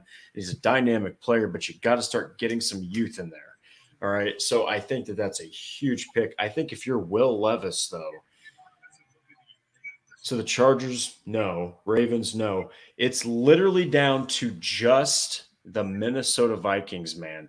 I think if you're the Vikings and you're sitting there and you're thinking, well, we want someone to sit behind old Kirky boy, you got to go with Will Levis. I mean, what would you think? This is just crazy. What would you think if they took Hendon Hooker? Over Will Levis? Yeah. There's been crazy things happening in this draft. Crazier things have happened. I mean, that'd be the craziest. If Will Levis goes in round one, no matter who takes him, I think that's the craziest pick that's happened in the first round. But I've said that, like, I just can't imagine it, man. I cannot see a team looking at this situation saying, this is what we should do. We should take this guy. I know the people watching have probably heard us. Like, I've been a guy that's been very honest about Hendon Hooker. I did a breakdown in an article where I did if each quarterback right now obviously it's Richardson now, but if each one of these top 5 guys started all 17 games with the current Colts roster, in my opinion, here'd be their records. I had Bryce Young was 10-7.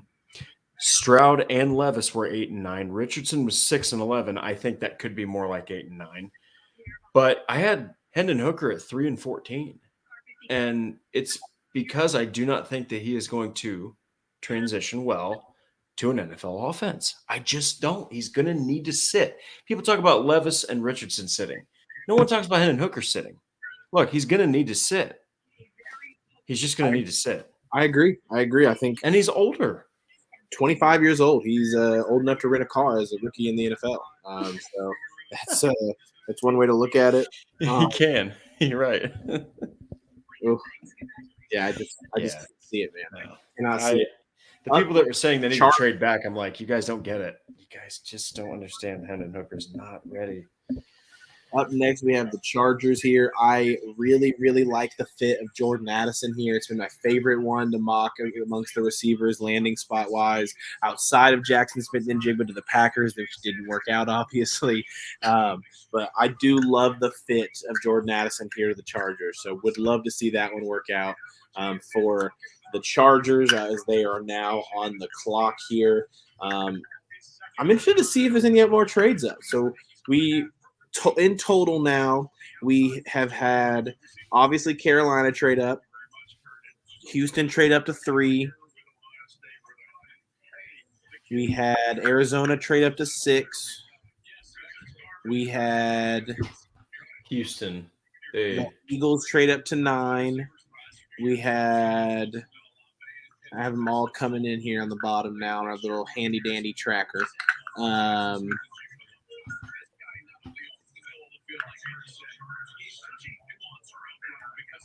There's Houston. Give me 1 second here. Eagles to 9 is 4. Keep going here. Steelers up to 14. That's 5. And that's it so far. That's the last trade that we've seen so far. So 5 trades have transpired in the first round of the NFL draft so far. And now it looks like, first off, that's a lot, isn't it? Isn't that quite a bit for the first round if you're in the 21st pick? I mean, it seems like it. I mean, and now we're counting the Carolina Panthers. Yeah. We traded up months ago. Had been on top of that for a while now, but they definitely were able to a lot of deals have been able to get made so far. Destin, Chargers go Addison, but same position. I saw who they went. I don't like the fit. I don't like this receiver choice for the Chargers compared to long term. You're going to be pairing this guy with Mike Williams, and they went another X receiver. They went one of the only X receivers in this draft in Quentin Johnston. I don't dislike Johnston. I think he has a little bit more speed than Mike Williams does, which is nice for sure. But I would have added a guy to complement Mike Williams long term. Jordan Addison, Zay Flowers, those type of receivers are what I would have went if I were the Chargers. But Quentin Johnston is a solid receiver. I had a second-round grade on him. A guy that I had a top 31 grade on, so would have went in the first round in my big board list. So I like the player. I don't like the fit.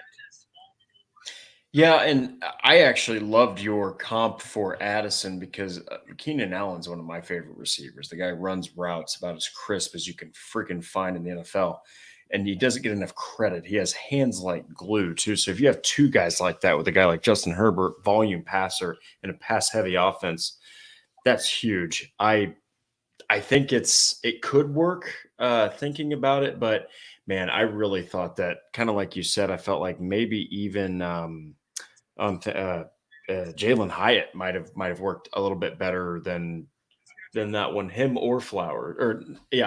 Flowers or Addison would have probably worked better, in my opinion, Quentin Johnston. It, But it, it does. I mean, Quentin Johnson had this thing for him going where he was one of the few guys in this class with X receiver ability in a class full of Ys. So X being that outside number one boundary type, Y being a slot receiver. So he had that going for him. So teams that needed that X receiver, it made a lot of sense for him to be the pick. That with the Chargers, that's just what Mike Williams' role is. So essentially, you're going to be running those two for the foreseeable future after Mike Williams got paid last year. Keenan Allen is aging and is a really good compliment to Mike Williams at the moment. But with him aging out here soon, I would have went Jordan Addison. I would have went Jordan Addison. I would have went with Zay Flowers. Those type of guys that actually complement Mike Williams better. yeah, those honestly fit me like kind of the same way they do you. I felt like with Justin Herbert, I keep thinking to myself, man, this guy is a playoff quarterback. This guy should be winning games in the playoffs. And then you watch him destroy Trevor Lawrence in the first half of that game and in the wild card round. And you literally watch Trevor Lawrence just turn right back around and win the game. You got to start to help out a guy like Keenan Allen. I think they have Gerald Everett as the tight end, which he is more of like I'm not saying he can't be a starting tight end, but he's not going to destroy a defense all on his own. I don't think he's as good as Hunter Henry. So it's like maybe it could work out. Like you said, he's an X receiver with wide capability, but I mean, we're not the experts here, I guess. So it doesn't make sense to us, but I guess it made sense to the Chargers. It made them to the Chargers. They went that route over the other guys. But the run on receivers has begun. This is the second receiver taken after it took 20 picks for the first guy to go. Receivers go back-to-back. Jackson Smith and Jigba going at 20 to the Seahawks. Quentin Johnston going to the Chargers here. I'm out of TCU at 21. I'm curious if Jackson Smith and Jigba doesn't go at 20, if they still go Quentin Johnston at 21. I'm sure because I would have loved Jackson Smith and Jigba with Mike Williams for the long term as well. I would have liked that fit. Yeah, and now that it's actually Stats Matt that mentioned this, I think that the Ravens, they almost have to go with a wide receiver. You know, you'd think if they don't, what are you doing? Are you really going to mortgage Lamar Jackson's brand new shiny contract and his trust on Odell Beckham Jr.? No, you're not doing that. So, or Rashad Bateman, a guy who can't stay healthy. You got to go receiver here. I think it's either going to be Addison or it's going to be Smith and Jigba. I think that it's going to be one of those two dudes that are taken right here. You've got to get something for a receiver in Baltimore. Something. I'm gonna guess edge or corner. I'm gonna guess Joey Porter or Nolan Smith. Okay. Those are my guesses for who the picks are here. I would understand Jordan Addison as well. But I think they go edge or corner. Nolan Smith and Joey Porter. Joey Porter, I put this in one of my mocks with them. I think Joey Porter was just made in a lab to be a Baltimore receiver. Super physical at the line of scrimmage, handsy. Putting him on the other side of Marlon Humphreys is going to make teams not want to play them because of how good he is. And Pittsburgh fans will hate it because Joey Porter's dad being Joey Porter Jr.'s father being the great Joey Porter, Pittsburgh Steeler great. So having to see him go play in Baltimore may sting his father a little bit. That's how the draft works, man. That's how it works sometimes. But it would be an interesting storyline to see play out. But, man. Whew. Yeah, that would be completely insane because I remember the days of Joey Porter, like, just being the biggest. Noah Gar here. When's the last time Jackson Smith and Jigba wanted to play football? It's a fair statement. He definitely did sit out near the end of that year, trying to get ready for the draft. He had some question marks with speed that they were trying to look at. He ended up running a pretty solid time at the combine. I mean, at his pro day, ended up running a high 4.4, which was a good time for him. So I still think he's the only receiver I gave a first round grade to. I think he's the only guy that could figure out a way to get to that. Noah Gar here, Cincy fans would hate it too. If Joey Porter goes to the Ravens, that'd be crazy. I mocked Joey Porter there in my first mock because I just think he was made in a lab to play in Baltimore. I do. I think him on the other side of Marlon Humphreys for the foreseeable future would make receivers hate traveling to Baltimore. Just hate it.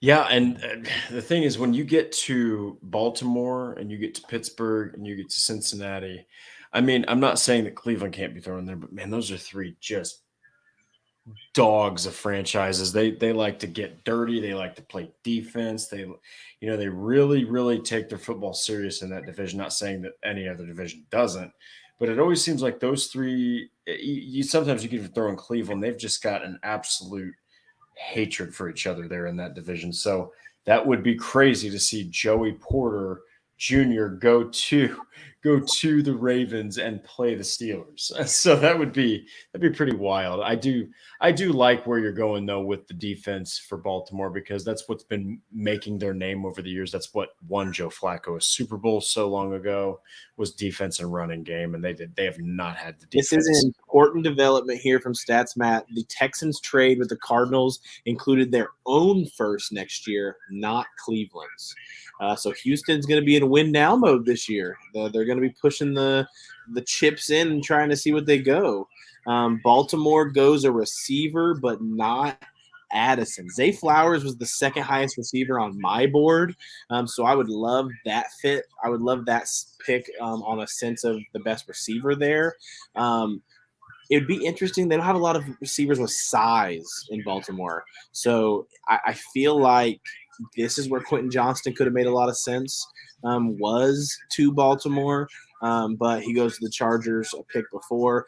That's crazy, though. After not seeing a receiver go in the top 19 picks, 20, 21, and 22, all receivers.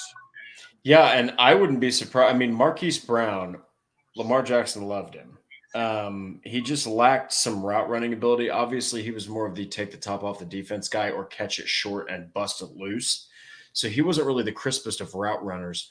I do like potentially Zay Flowers going to the Ravens, because he kind of fits more of like Marquise Brown times two. I think he could be a better version of Marquise Brown. So I'm going to go ahead and throw it out there. I bet this is Zay Flowers. And then next, if the Vikings, Destin, if they don't freaking take Will Levis, I'm looking Jacksonville, New York, Dallas, Buffalo, Cincy, New Orleans, Philly, KC. Only New Orleans could take him, and it doesn't make sense. Baltimore Ravens have selected Zay Flowers out of Boston College. My number 2 ranked receiver in this draft class. Would have loved to have him as the selection at 35 for the Colts tomorrow. Those stars do not align, and he is a Baltimore Raven. I like the player. Again, the fit is where I have some question marks here. It feels like the similar kind of player that they tried to make work with Hollywood Brown with Lamar.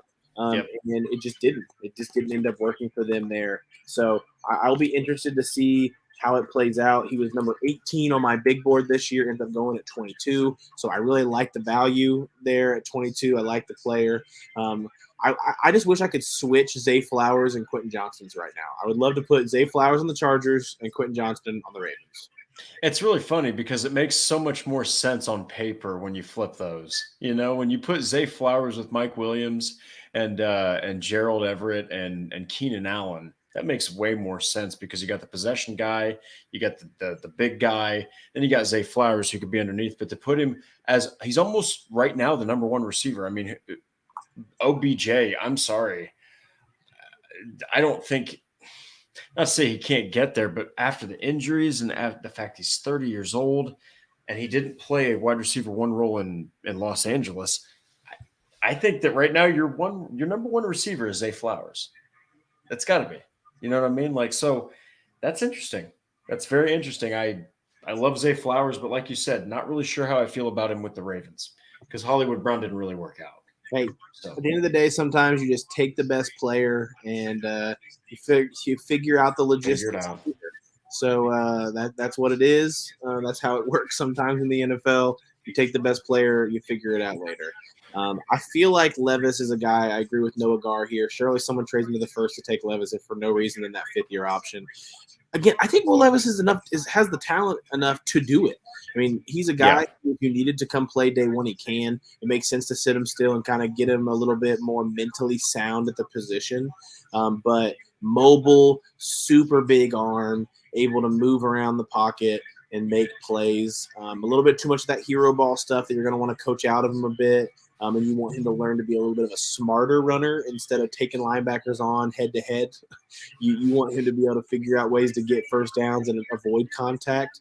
But all the talents in the world in that guy. So I think he's a first-round quarterback. I think he should go in the first round.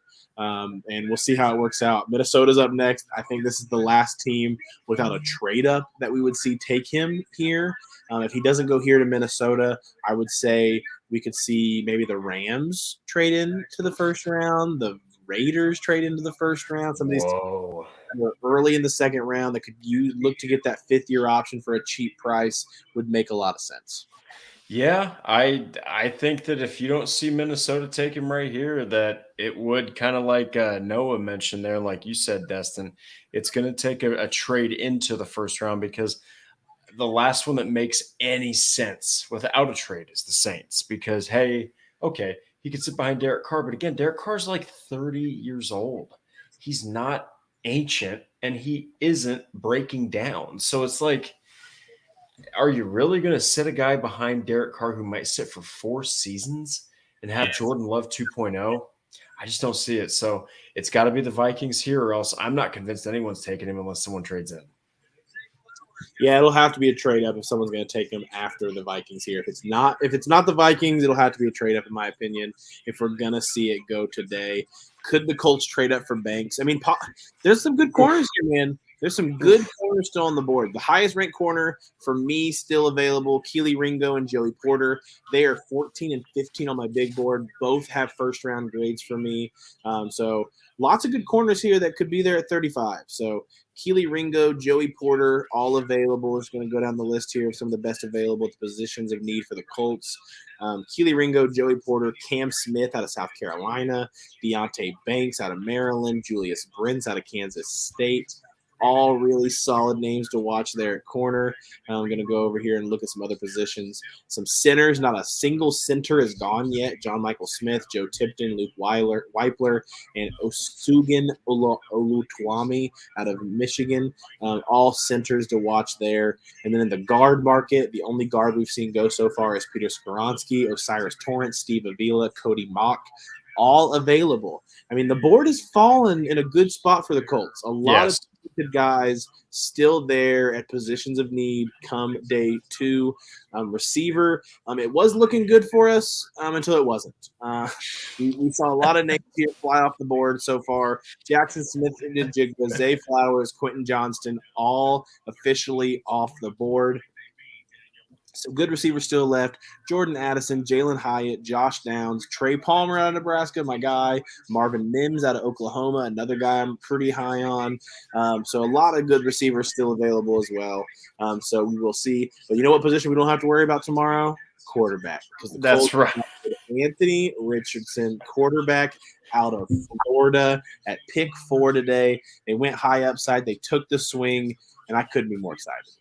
Yep, and this right here, I love Philly ribs. Trust me, I love this jersey, but it's going into the man cave closet, and this is going to be donning an Anthony Richardson jersey. So I'll have literally the 2 biggest playmakers, youngest playmakers, and Anthony Richardson here. So I do got to say though, Cody Mock, 0 or 1.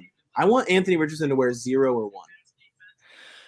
Can you imagine? The Agent Zero nickname we could roll with him. Oh God, dude, can you imagine? You could call him like Agent Zero. If he was number 1, everyone would already be like, okay, the Cam Newton comparisons are so real now. Like, they give him number 1. I'm down for 0 or down for 1.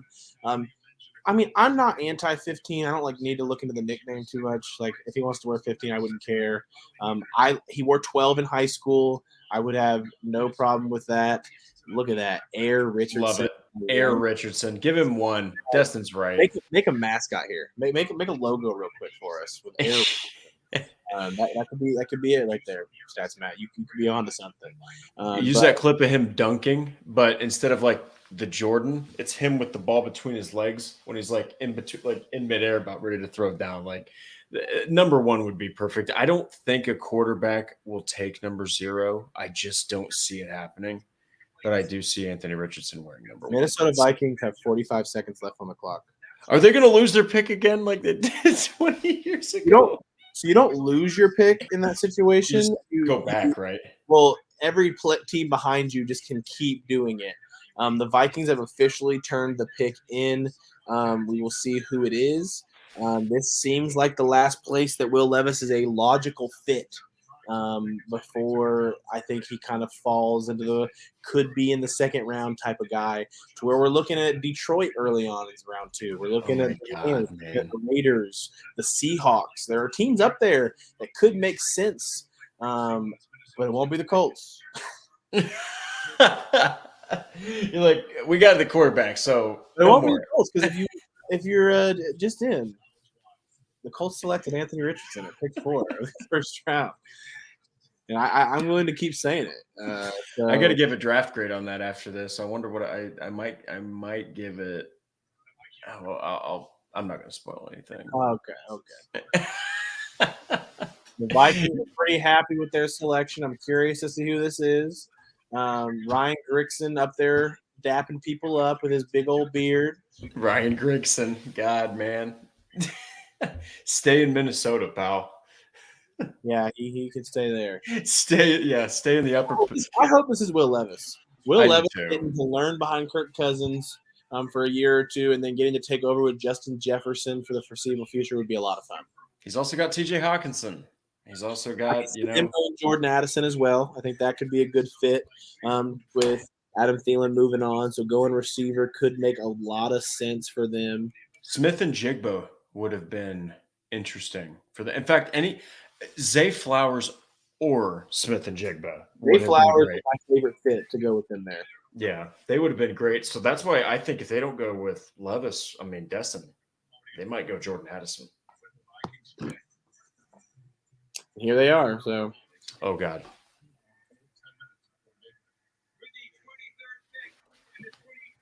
And the Vikings pass on Will Levis, and they go receiver Jordan Addison out of USC, which makes 4 straight receivers after no receivers go the first 19 picks. So the run is going, everybody. The run is there. If you wanted a receiver in round 2, this is starting to hurt those odds. Or 3. If you wanted a receiver past round 2, this is really starting to hurt, because a lot of people think the Colts are going deep, me included, are going defensive back. So it's like, is it Jonathan Mingo now, or are you starting to kind of dip further into who was the guy you had a stud from Nebraska? Who was it? Palmer. I like Trey Palmer out of Nebraska quite a bit. Let's go. Him in round 3 would be a really, really good value. Him and Marvin Mims, both. I like them, their games, their ability to stretch the field. So definitely would have interest there if that's the route they ended up going. I haven't liked the fits with a lot of these receivers so far in this draft. I like the fit with Jordan Addison being the complement to Justin Jefferson for the foreseeable future. So I like this one. I still would love to see Minnesota move back up and be the team to get Will Levis, because I would love a rookie quarterback in that system to grow a little bit. I would also like it in Detroit. Both those teams are the teams I'm watching that I would love to see Will Levis go. Yeah, and the thing is, I wonder what is making it. I gotta ask you this, because I want to hear your opinion. What do you think is making these teams say, no, on Levis? What do you think it is? Do you think it's just the fact he posted himself a little Jaguars have traded up to pick 24 with the New York Jets. That is the New York Giants. That is the 6th trade of the first round. The Jaguars are sending 25, 160, and 240 to the Giants for 24. Oh, wow. So there's been some dropping here by the corners and Brian Branch, the safety. I'd be interested to see if they go one of those. So Deontay Banks out of Maryland would be an interesting one here. Brian Branch out of Alabama. Keely Ringo from Georgia. That would hurt me for him to go here. It hurt me too. Yeah. But those guys are people to watch there that could be this pick.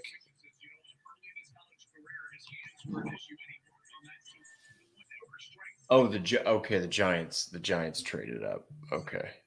No, the Jaguars have traded up above the Giants. Oh. The Jaguars are on the clock, and you may have not updated on your screen yet, but okay. My bad. There we go. Okay.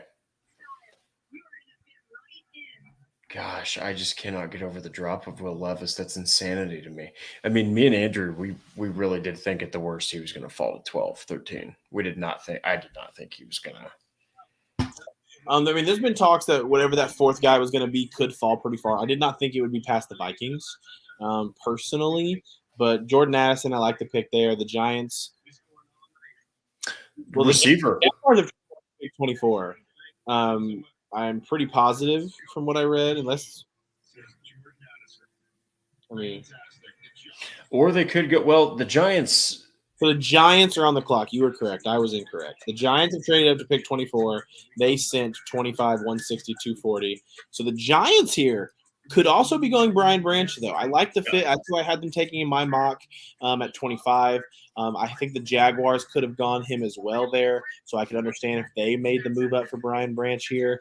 But we will see. Joey Porter still being there is another one to watch for them. So pick is in. We're just waiting for the commercial to come back. Man, it's like if the Giants go wide receiver somehow here, it's like – I mean, they don't really have depth. They have one of my favorite players that I really honestly, Destin, wanted the Colts to campaign for him. They picked Isaiah McKenzie. He's kind of the same. But I think it's a guy that you were high on, and that's Richie James from the New York Giants. I love Richie James. I think that's like outside of Sterling Shepard, who do they really have, man? They've got Darius Slayton. They need a receiver. The Giants need a receiver. So what happens? Receivers was not good for them. It hurt them a little bit here. Yeah.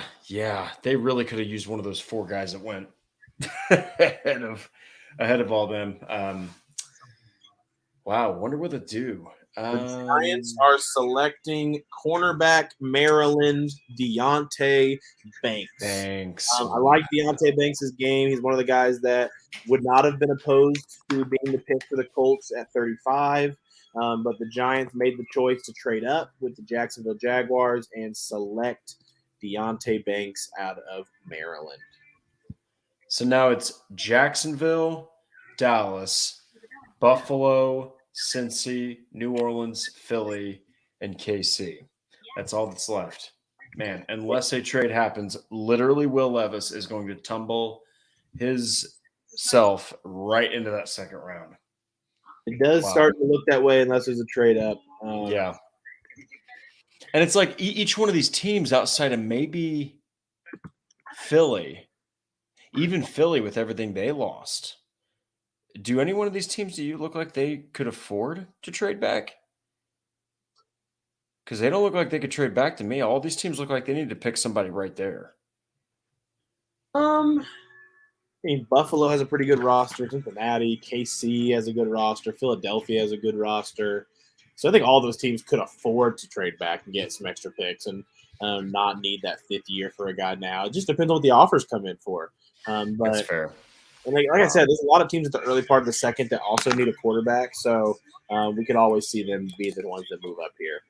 Very fair. Very fair. Refresh my page here. The Jaguars are officially on the clock. The Giants trade up and take Deontay Banks. Like that pick for them. He had a second-round grade for me. My overall 33rd ranked prospect in this class, going to the Giants at 24. I think this last comment down here is great. It says, "If since he goes Porter, I'm finding a new team." I mean, I think Joey, Cincinnati. Joey Porter's a good corner, Noah. I like Yeah. Joey Porter's game. I understand being a Cincinnati fan, you may not want the son of Joey Porter, especially with some of the drama that they've had. But the Bills have now traded up and with the Jaguars. So the Jaguars have traded back twice. The Buffalo Bills are jumping the Dallas Cowboys by one pick. So I wonder if Buffalo could go tight end here. With the 24th pick in the 2023 NFL Draft, the New York Giants select Deontay Banks. Oh, that's the dude. Dalton Knox. It's interesting because it's like you think, or no, Dawson Knox. My bad. Dawson Knox. He's more of like he fits well with Josh Allen. He is the but definition of a okay player. very, Very, very okay. he'll turn out if a defense. This is not to be mean, but he will turn out on a big play if a defense is busy covering Gabe Davis, Stephon Diggs, and Knox kind of leaks out. Okay, that's where Knox makes his impact, is when everyone else is really taking coverage away. I think that they need a tight end, a guy who is a serious tight end, because it could take. Michael Mayer, Dalton Kincaid here would be a very, very fun selection. The receiver run went a little heavy there, so I don't know if that would be their role. I know some people wanted them to go receiver. I know some people wanted them to go running back. So it just really depends on what they want to prioritize here. The run on corner is going here, so they could go another corner to match up with Elam, their rookie from this past year. Lots of options here for Buffalo, but I think the one that would excite me the most would be a tight end, being the first tight end off the board here. And there hasn't been a single one. And I mean, I thought Michael Mayer was without question going to go sooner than this. So that actually, if you want to take Dawson Knox and get what could be kind of his similar body type, but be more of like the complete version of him, Michael Mayer, he's right there. You might as well go and get him. I mean, you might as well not even ask questions. Or Kincaid. Those are the two to me that stick out the most for this offense anyway, because they're pass heavy. They're going to go with the pass, because I think that James Cook was a guy that they were hoping might pan out, especially in relief of Devin Singletary. But they might also still need a running back. So it's interesting. I wonder why they traded up. They must have seen something. They're like, it's got to be tight end, dude. It has to be tight end. It just does. Yeah, I'm trying to think here. I mean, I still think a corner, Josh Downs, the receiver from UCLA, could be in play if they wanted to go another receiver on this run of receivers that we're seeing.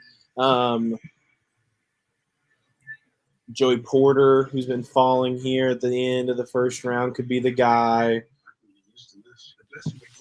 I wonder, because I've also thought that, hey, Michael Mayer could also go to the Cowboys. They did just lose Dalton Schultz. The interior O-line, Osiris Torrance could be a pick here for the Bills. The thing is, I don't know why you would jump Dallas for Osiris Torrance. Yeah. That's the only question there. Like, that's what makes me think it could be tight end, because I think Michael Mayer will be the pick for Dallas if he's there, from what I've heard. Yes, they need. I mean, you got to think they've had pretty consistent tight end play, because you go from The Jason. Bills are taking a tight end. It is not Michael Mayer. It is tight end out of Utah. Dalton Kincaid is a Buffalo Bill. They go the high upside pass catcher with Josh Allen. I can't blame him for going the high upside tight end over Michael Mayer, who I think is the more overall tight end prospect. I respect it, and I love that they went tight end. I love that they went tight end. Well, and now you might even see an uptick. If you can use Kincaid correctly, you could actually see an uptick potentially in Dawson Knox's production. Okay, like you have now an ability to use two tight ends. Now, I do think that they're pretty much saying subliminally, we want this guy to be the guy. Like they want Kincaid. You're not going to take a tight end and round one and trade up for him, and he's not going to start. You know what I mean? Like he's gonna get a lot of those snaps. But Josh Allen, you're talking about that offense. You're talking about guys like Diggs and guys like Davis that can take the top off of a defense and open up the middle of the field. Get out of here. He's gonna have a great time in Buffalo. He's gonna do fantastic things. So that's a good pick. I like it. Yeah, I bet there's a double dip though. I like the fit. I like the fit. I do think that we could see back-to-back tight ends here with Dallas going Michael Mayer next. That makes – I just really thought Green Bay was going to take him, but that really makes good sense. And then you're thinking, who's Jacksonville going to take now that they've traded back twice at 27? Because at this point, once Dallas picks, there's only 5 more selections before the first round's completely over. So I wonder what Jacksonville is going to do because the top receivers are off the board. They probably still need a DB, but boy, that's an interesting one. I'm really looking at Jacksonville like, what the hell are you guys doing over there? What are you doing? They traded back twice, so they feel pretty. Jacksonville taking Brian Branch there at 27 would make a lot of sense. They have a big safety, his ability to play in the nickel as well would offer a lot of versatility on how you use them. I like the fit of him going to Jacksonville with Brian Branch.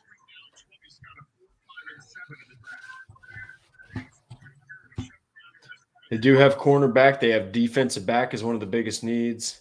So a big thing coming out here from Chris Mortensen, the toe injury from Will Levis causing some concern with some teams and causing some of this fall. Is this something about the Colts? So now that Anthony Richardson has been selected, I feel like I can share some more about what I've heard on the selection. I was basically told this past 2 weeks that Anthony Richardson was the top guy for the Colts. I think they would have taken Anthony Richardson if C.J. Stroud was on the board for. This is who I think the Colts were focusing in on. That's who I think they wanted to take. And everyone says that after the draft. Every team that takes a quarterback is going to say this was their number one quarterback. But I think that is the reality for the Colts from what I've heard. So I don't think the injury to Levis is why he is not the pick for the Colts. It definitely could be a big reason why he's falling. But Chris Mortensen is a good friend of Jim Irsay, and Jim Irsay does feed him information a lot. So I understand people think he is coming from him. Well, okay, I'm here. I was listening in the background. I think that you're talking about after such a carousel and crazy 5 years. And then Jim Irsay does something uncharacteristic like firing his own coach mid-season, pulling a Bob Irsay, and then hiring a guy that really he only trusted. It was just him that he seemed like it seemed like Jeff Saturday was only trusted with the position by Jim Irsay. So after all of that, I can absolutely understand where if someone has an injury and you feel like it's a concern from your scouting perspective, and I mean, Chris Ballard's good. He's very well-versed with scouting, okay? So if you're looking at Will Levis and you say, we feel like this is a concern, and he says, no, it's not, that might ping some red flags for you because what happens if, he looks like he's a little slower in his release or a little slower in escaping the pocket in week 9 and he's hiding an injury from you, okay? Like there's a lot of little tiny things that go into this, and so I can see why that would absolutely drop his draft stock, just not this far. It's kind of shocking that he's fallen this far. That's the thing. Colts is one thing. Falling this far, though, we're almost out of the first round, dude, and he's still not on the board. So let's go Nolan Smith. I think Nolan Smith would be a good fit. I think Drew Sanders out of Arkansas is who I had mocked to them at the middle linebacker spot would be a good fit. I've heard, though, if Michael Mayer was on the clock, on the board, that's who Dallas likes. That's who Dallas would take. So my best guess is that we have back-to-back tight ends here, and we see Michael Mayer go off the board next. I was going to ask. So if they do take, because I think that if they do take Michael Mayer, Jacksonville probably needs a DB. And then there's Cincy. Jacksonville going DB, Jacksonville going guard, Jacksonville interior defensive line, a Brian Breesy, got a top player, or Mozzie Smith out of Michigan. Those type of players could be in play for Jacksonville. At Cincinnati, I mean, I know Noah didn't like it, but Joey Porter Jr. is a guy to watch there, I think. Keely Ringo is a corner that's going to be available if they want to go that route. Going down the line, there's more tight ends still there. I mean, Darnell Washington out of Georgia would be a good fit in that offense there in Cincinnati if Michael Mayer is the pick here. If Michael Mayer is not the pick here for Dallas, I would love the fit of Michael Mayer in Cincinnati. Oh, he'd tear it up. He'd tear it up. I mean, Joe Burrow had Hayden Hurst, and Hayden Hurst did his typical thing of every game having like 3 to 4 catches for like 40 yards and maybe every 3 games a touchdown. You're not going to get like such a simple type. I'm not saying that Hayden Hurst is a simple tight end. I'm saying that he's more of a blocking tight end, big-bodied guy, isn't the quickest guy. He's not the most pure at running his routes. Michael Mayer, though, with Joe Burrow, oh, my God, that'd be fantastic. That'd be great for fantasy owners. I think that Michael Mayer may be one of the darlings of all fantasy drafts, if that's the case. I mean, Dalton Kincaid with Josh Allen throwing him the ball has to be locked to go first round in dynasty drafts. Has to be a lock. Yeah, and I'm actually in one. On Sunday. So, Man, fast. What's that? Fast, right after the draft. Right after the draft, yeah. So I'm trying to kind of preemptively take notes. I know that's definitely one that stuck out to me. Another one that was really interesting was when let me see. Okay, yeah. It was the taking of Robinson for the Falcons. I think that he could potentially, if everything works out with Ritter, that could be a very interesting Yeah, Bijan Robinson's most likely the lock to go 1-1 for a dynasty. I don't think either running back spot is great for their value in fantasy wise. Bijan going to be splitting work with Algier there. We got Gibbs going to Detroit and that 3-headed running back monster that they're going to have. I'm going to stay as far away from Jahmyr Gibbs in fantasy as I can unless DeAndre Swift is traded.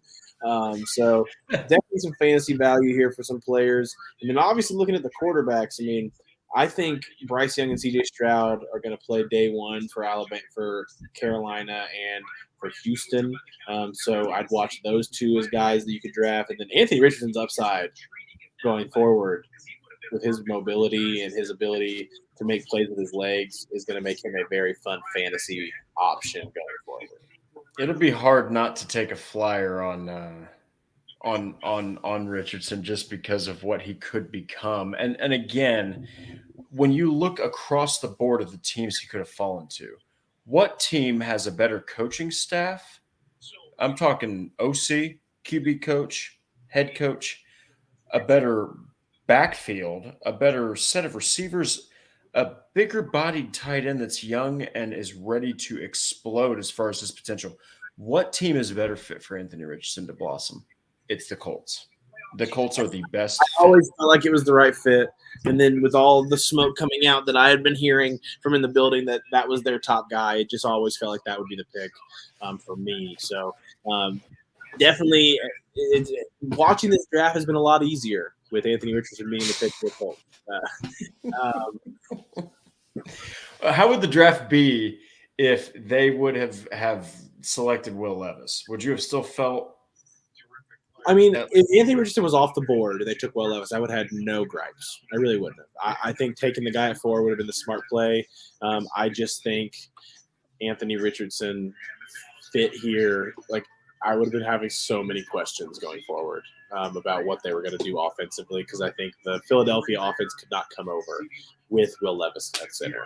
Anthony Richardson at center, you can bring the Philadelphia offense over, but you have a prospect who has more arm strength. You have a prospect who has more upside in the passing department than Jalen Hurts at the moment. Doesn't mean he's going to get there, but he has more upside. So I think you get to add in him to this offense that is going to add more options when you get him there. I don't know if he's going to play day one. I would play him day one. I've been on record saying that. I just don't see any reason to sit him personally. I don't think 2023 is a year that you're going to be in Super Bowl contention anyway. So I say just throw Anthony Richardson out there and let's roll. There you go. There you go. And plus, he doesn't have the experience to. I mean, you can't have a guy that's so raw that just came off of a very limited sample size just sit again. You know what I mean? You got to throw him in there, man. Have him start. Have him get coached by Gardner Minshew in real time. Have him get the reps. Have him learn on the fly. That's the best way to do it. So. Sarah Schmuel with Dallas not going Michael Mayer. Interesting decision on their part. So we'll see what they go here. Oh, nobody's picking what the hell we think they're going to pick. Oh, how about the NFL draft? That's all part of it, man. Gosh. Interesting pick. The Dallas Cowboys select Mozzie Smith out of Michigan. I had Mozzie Smith as the 53rd best prospect in this draft in my board. Really good run-stopping defensive tackle. Has pass rush upside, but very powerful. Had been hearing that he had a lot of upside to go in round one, early part of round two. So Dallas decides to add to the interior to work with that defensive line that's being led by Micah Parsons at the moment. Well, and that's an interesting pick because it's like I know that maybe they're not wanting to take a tight end this early, okay? But you lost Dalton Schultz, and Dalton Schultz was arguably In Houston. he's in Houston now. He's in the same freaking state, just a different team.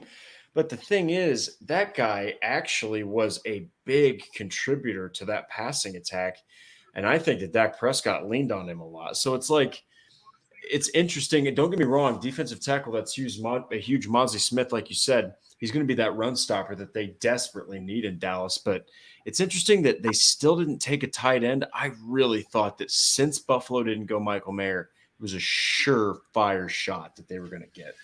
I really like Michael Mayer to Cincinnati now. I really like Michael Mayer to Cincinnati. There's no doubt. If they get there. Jacksonville up next. I think secondary is where I'm going to say my prediction with Jacksonville is. I'm going to lock in Brian Branch as my guess. Safety / nickel corner for Jacksonville. There's some corners that are still available as well, though. Joey Porter, Keely Ringo. I really hope they don't go either of those guys. I have first-round grades on both those guys, really high on both of them. Would rather them not take him. I have 3 players left that have first-round grades that have not been taken. Those 3 players, Keely Ringo, Joey Porter, Nolan Smith out of Georgia. And then the best of the rest of the second round that are still available, Michael Mayer, Brian Branch, Osiris Torrance, Cam Smith, and Will Levis. Man, it's pretty much a lock. I think that you're right with both of the next 2 picks, 27, 28. Jacksonville's going to go defensive. I think they're going to go defensive back. And I think that Cincinnati is going to go Michael Mayer or tight end.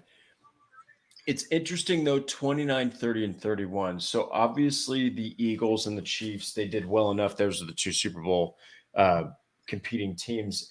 I wonder if they stay there or if they do trade back. But we're starting to get very close to the end of the first round, and the suitors for Levis are starting to drop. So it's like if he slips to that second round, I have to say it. That's got to be one of the biggest drops. Like It's definitely a big one. The Jacksonville Jaguars pick is in. We will not see them trade back for a third time after 2 straight trade backs. The Mozzie Smith pick, I don't hate it. He's not a guy that I had a super high grade on, being that run-stopping defensive tackle who has upside as a pass rusher, but it's not there yet. I don't think that would have been my pick if I were them, but I'm not in charge. There you go. Yeah, I mean, Dallas is an interesting team because now that they've kind of parted ways with Zeke, you're leaning more on Tony Pollard as the main back. Now, he's not going to be that 20 carry a game guy. So you're going to be passing the ball more. That's one of the reasons I was thinking, it's got to be a tight end. It's got to be a pass catcher of some sort. But like you said, hey, if they believe that this guy is going to be a run stopper that is so good, it's going to deter teams from running the ball up the middle or force them to run it outside to guys like Parsons. I mean, hey, that's perfectly fine. It makes perfect sense. But it's interesting that Michael Mayer did not go to Dallas. I thought that was about as perfect as it could be. I did. I definitely thought that was going to be the pick there. Jaguars going an offensive line replacement while Cam is out. So tackle is what we're saying. They're going to go tackle here, so not Osiris.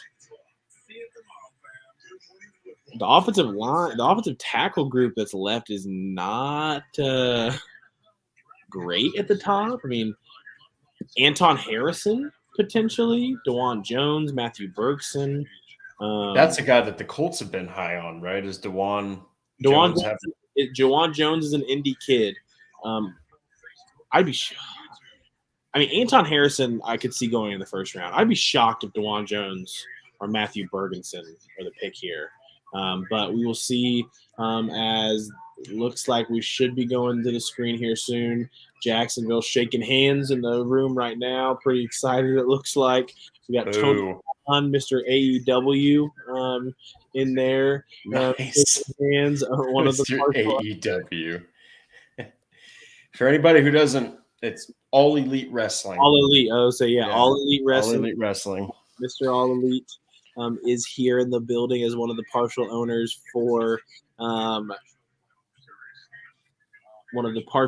here for the Jacksonville Jaguars.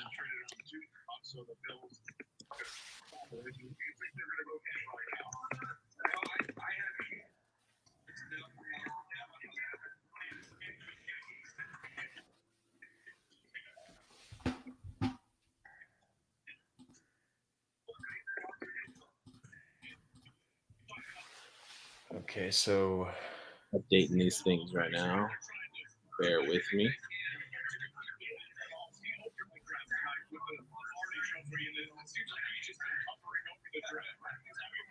Gosh, I'm looking at that ticker and just the fact that Houston stole the third pick. That's I'm pretty impressed. I want to do it. I didn't want it to be a quarterback needy team. Yeah, that's a haul. Holy cow, that's a hell of a haul for sure. They what did they give up? When's their next pick? Is it in the third round? For the Texans? Oh. Anton Harrison out of Oklahoma. Very talented tackle. I had a second round grade on Anton Harrison, but I had been hearing that there was a possibility he could slide to the end of round one potentially. I had him as the number 28 player on my big board overall. So a top 31 grade. So him going in the first round is not a big stretch there for Jacksonville. Big at 27. So I had him at 28. He goes 27. That's pretty darn close. Well, in Jacksonville, hey, they're trying to shore up everything. They're coming fresh off of a huge year where they were able to turn things around, win the division, win in the playoffs. They pushed Patrick Mahomes to the brink. So, I mean, I'm telling you I think that's a good pick. I would have gone corner if I was them, but you could probably still find a cornerback in the second round, maybe third round. So I get it. I understand it. I like it. Now, Destin, this one should be a no freaking brainer. I think it's Michael Mayer. I mean, where else is he going? I think Cincinnati would be a good fit. I do. I think maybe the Saints. Do you think the Saints could take him? They don't even have a tight end. Yeah, they have DeJuan Jones. That's right. Who isn't a top tier guy, but has had some success there for them.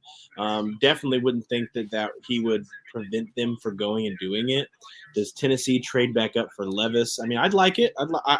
I like Levis. I'd love for him to get a spot somewhere here at the end of round one. Yeah. So we'll see where it ends up. But it's shocking he's fallen this far. That's going to have to be a trade up. But there's a lot of these teams in the early part of the second that could do it. The pick is in for the Cincinnati Bengals. They will not be trading back. Michael Mayer. I hope it's Michael Mayer or now Washington. I'd like both of those spots there for him.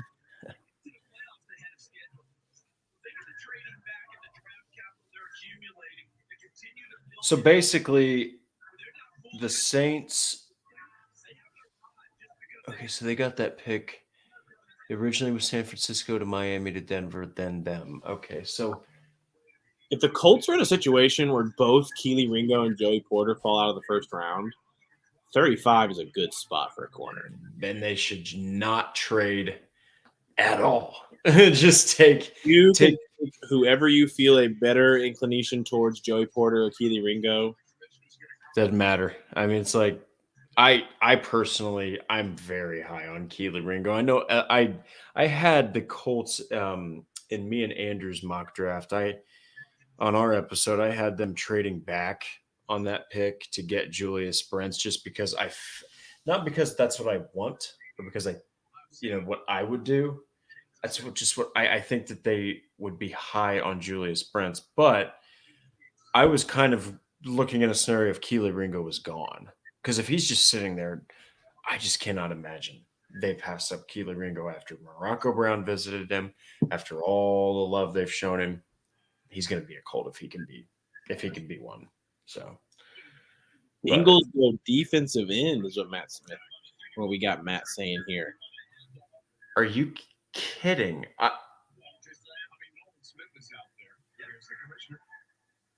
Why? Very safe edge there. If I was Cincinnati, I would have went with Nolan Smith. They go Miles Murphy out of Clemson. Really good run defender off the edge. Really sets the edge there as a run defender. To me, doesn't have the high upside as a pass rusher that I would want if I was taking a guy in the first round as a defensive end. But he does. He has really long arms, really high effort type player, but just does not have the ability in the pass room game right now that I would want to take him in round one. So you think that they reached? I mean, he was getting first round love anyway. So like I had him going to KC a lot in mini mocks at times. So I don't hate the first round pick for him. It's just not what I would have done. Very fair. Very fair. I thought for sure they were going to go tight end. I mean, it's crazy that not only has Levis, I mean, it's bigger that Levis has fallen so far, but there's been one tight end taken. And really, there's been three guys, one of which is gone now, but three that could have made a case. Do you think Darnell Washington could have made a case for a first-round selection? Yeah, I mean, I think Darnell Washington could fit. I mean, I still think a team like New Orleans, who's coming up, it could make sense for them, or Michael Mayer. So we'll kind of see how it falls here. So far, Dalton Kincaid's the only one. If we can get out of this round with both Joey Porter and Keely Ringo still on the board, though, I'm going to feel good as a Colt tomorrow. It's going to be exciting. That's for sure to watch tomorrow for sure. Like Pittsburgh, I can't imagine Pittsburgh would not go Joey Porter at 32, though. Like having the connection to his dad, the need at corner after going offensive line in the first round. If Joey Porter makes it out of this round, I'm going to assume that he is a lock at 32 tomorrow. If Joey Porter goes to the Steelers, then I think Jalen Wayne by default has to come to the Colts. You know what I mean? At least at some point. That not in the second round. Would love Jalen Wayne on day 3 though. Really good dude. Got to talk with him through the draft process multiple times. Mm-hmm. It's a good episode. Yeah, he. I think especially with his skill set, I think that I know that it's always fun to pair people. Oh well, Reggie would be teaching him, but it's like no, he actually is good. Like he's got a lot of upside. It's not just because of Reggie being, related to him. Who cares about that? He'd be getting tutelage from one of the greatest ever. But this is a guy that literally at the University of Southern Alabama, correct? Yeah, University of Southern Alabama, the home of the Senior Bowl. The Senior Bowl, yeah. Like, dude showed some serious stuff. So I think he could be a late round flyer that the Colts could take a chance on. I do think they need a wide receiver, maybe even 2, but if there's one position they'll double dip, it's corner. I just think they're going to double dip at corner. 1 in the 2nd, 1 in the 5th. That's my prediction. Let's see the Eagles. Wow, there's 3 picks left. Holy crud! We've been on here 4.5 hours. Everybody, thanks for we did it. We've trucked it. Thanks for hanging in there. For anyone that's still listening. Oh my goodness. I will be right back. Give me one moment. to live. The best way to see the world is to experience it. With travel upgrades and private events with Chase Sapphire Reserve. Chase, make more of what's yours. Good evening and welcome to the NFL Draft. Just one pick away, baby. One pick, and we can take the North. One pick away from running to the whole NFC. Not if you run into them boys. You got more burgers than rings. The Raiders better run this draft. Hot take, Joe. Not as hot as our next pick. Our season's on the clock. Our future's on the clock. Our legacy is on the clock. NFL Draft. Detroit Chicago Las Vegas Steelers.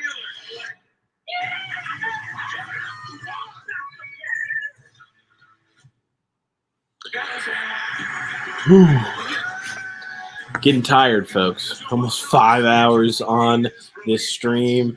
As you guys are watching the tracker below, I can update it so you can see some of these picks that have been coming in here. Cincinnati, the most recent selection going edge rusher.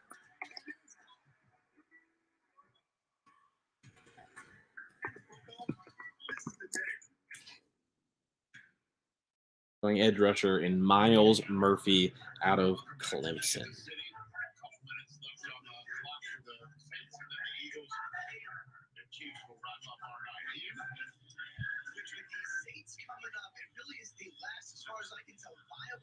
The pick for the Saints is in. There is not a trade back from the New Orleans Saints. So we will not be seeing the Colts trade up to 29 for Joey Porter Jr. It'll have to be at 30 or 31.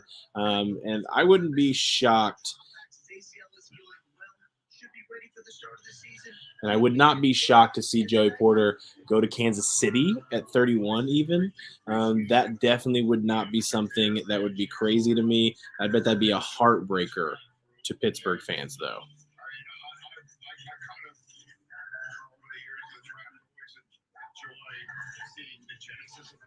Hey, anytime, Sarah. We're always candid. We're always genuine with our reactions.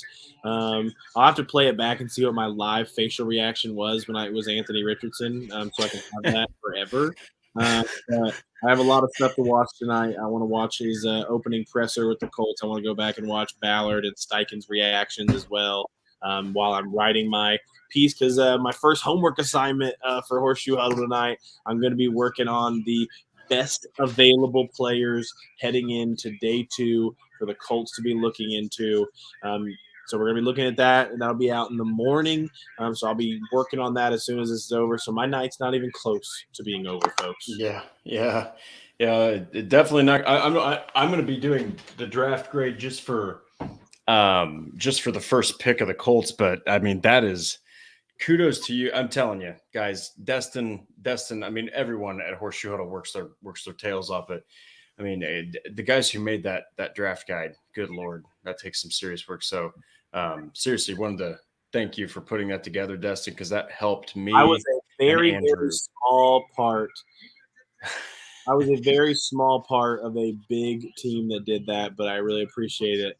And we really appreciate everybody that supported it this year and all those purchases that you guys made. Brian Breesy out of Clemson, the pick for the Saints. I like the pick. I like Brian Breesy. He has some upside there. I think I would have went tight end as well. At least tight ends that are falling are a little bit crazy for sure. But Brian Breesy is a solid pick there for the Saints. I had him going at pick 27 in my mock, so around the right same space. So definitely not anti that selection at all. I like it too. I think that the Saints are, they need to continue to shore up what has been a little bit more of a slouching defensive pass rush. They used to have obviously Cam Jordan's fantastic, but they used to have a pass rush that, rivaled the top 10 in the NFL. Now, don't get me wrong, they can still bring it, but it's going to be something that they're going to have to build back a little bit with Dennis Allen. So I like the pick too. The question is now, do you think, go ahead and call it, 2 picks left. You got the Super Bowl runner-up and the Super Bowl champion. Do you think either one of these guys are just going to say, hey, yeah, go ahead and trade up with us? You think we're going to see a trade? Because this is crazy. This is crazy to me. I don't. Brian Branch is still there for Philadelphia to fill a hole that Gardner Johnson left. I think that's the pick for Philadelphia. Me too. Kansas City, I could see them trading back. I could Yeah. see Kansas City looking to make a move back in a team coming up for Will Levis for sure. So we'll see how it all plays out. But man, it's been a crazy day for sure. I did not think that I'd be rooting for Will Levis to if he wasn't a Colt. Guys, the NFL just posted a video of Anthony Richardson's little brother reading him a note congratulating him on being drafted by the Colts. So I'm going to be bookmarking that and crying myself to sleep tonight, I'm pretty sure. That's awesome. Man, again, gosh, I can't get more excited about that pick, dude. That's all I'm going to say. Basically, everyone's going to hear plenty of us talk about how excited we are about that pick. I mean, man, that just puts the icing on the cake for me. His whole family, I'm telling you, he talks about this in his article. Everyone needs to go read it. Everyone needs to go read what he wrote, every GM and owner in the NFL before the draft on why they should draft him. It's incredible. So.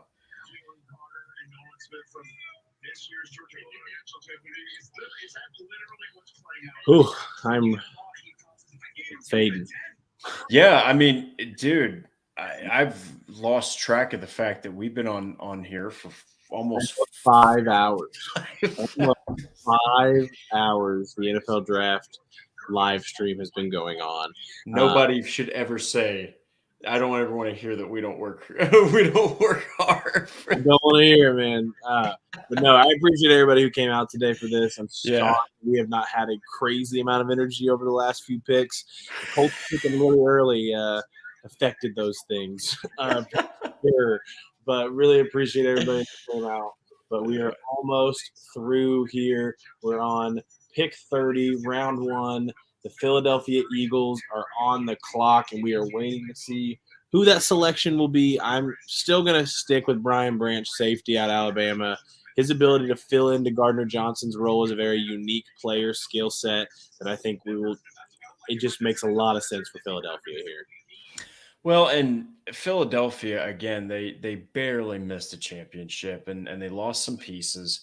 So I do think that, especially with the loss of, I know that Rodney McLeod played fantastic for Indianapolis, but he also played pretty well for Philadelphia. So they're still trying to figure out that safety position. I love that pick of yours. I think that they're going to shore up that. And if there is a trade, ladies and gentlemen, I do think that if it's in the first round, like Destin said, it's going to happen right there at 31. And the Chiefs are going to know that they don't need everything right now. They lost Juju Smith-Schuster, but nothing against Juju. They can probably replace that with Kadarius Toney. So I think that they're perfectly fine with trading back. If it's going to happen for Will Levis, it's going to be right there at pick 31, in my opinion. Eagles are on the phone with their pick, I'm assuming, letting them know who the selection is. So the pick is in. No trade is expected out of Philadelphia. Holy cow. We will see who the pick is. The clock is still ticking here, even though the Philadelphia brass seems to be acting as if a pick is in. This draft, Destin, outside of the Colts pick, actually, has been pretty freaking wild. There has been some surprises.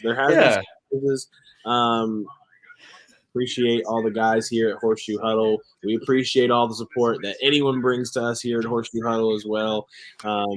Super excited for the rest of the draft process. Yeah, now especially. God. We don't have to talk quarterback. It's even better. I'm excited to kind of see the rest of it go. Pick is officially in for the Philadelphia Eagles. Excited to see who this is. My boy was just on TV, Birdman.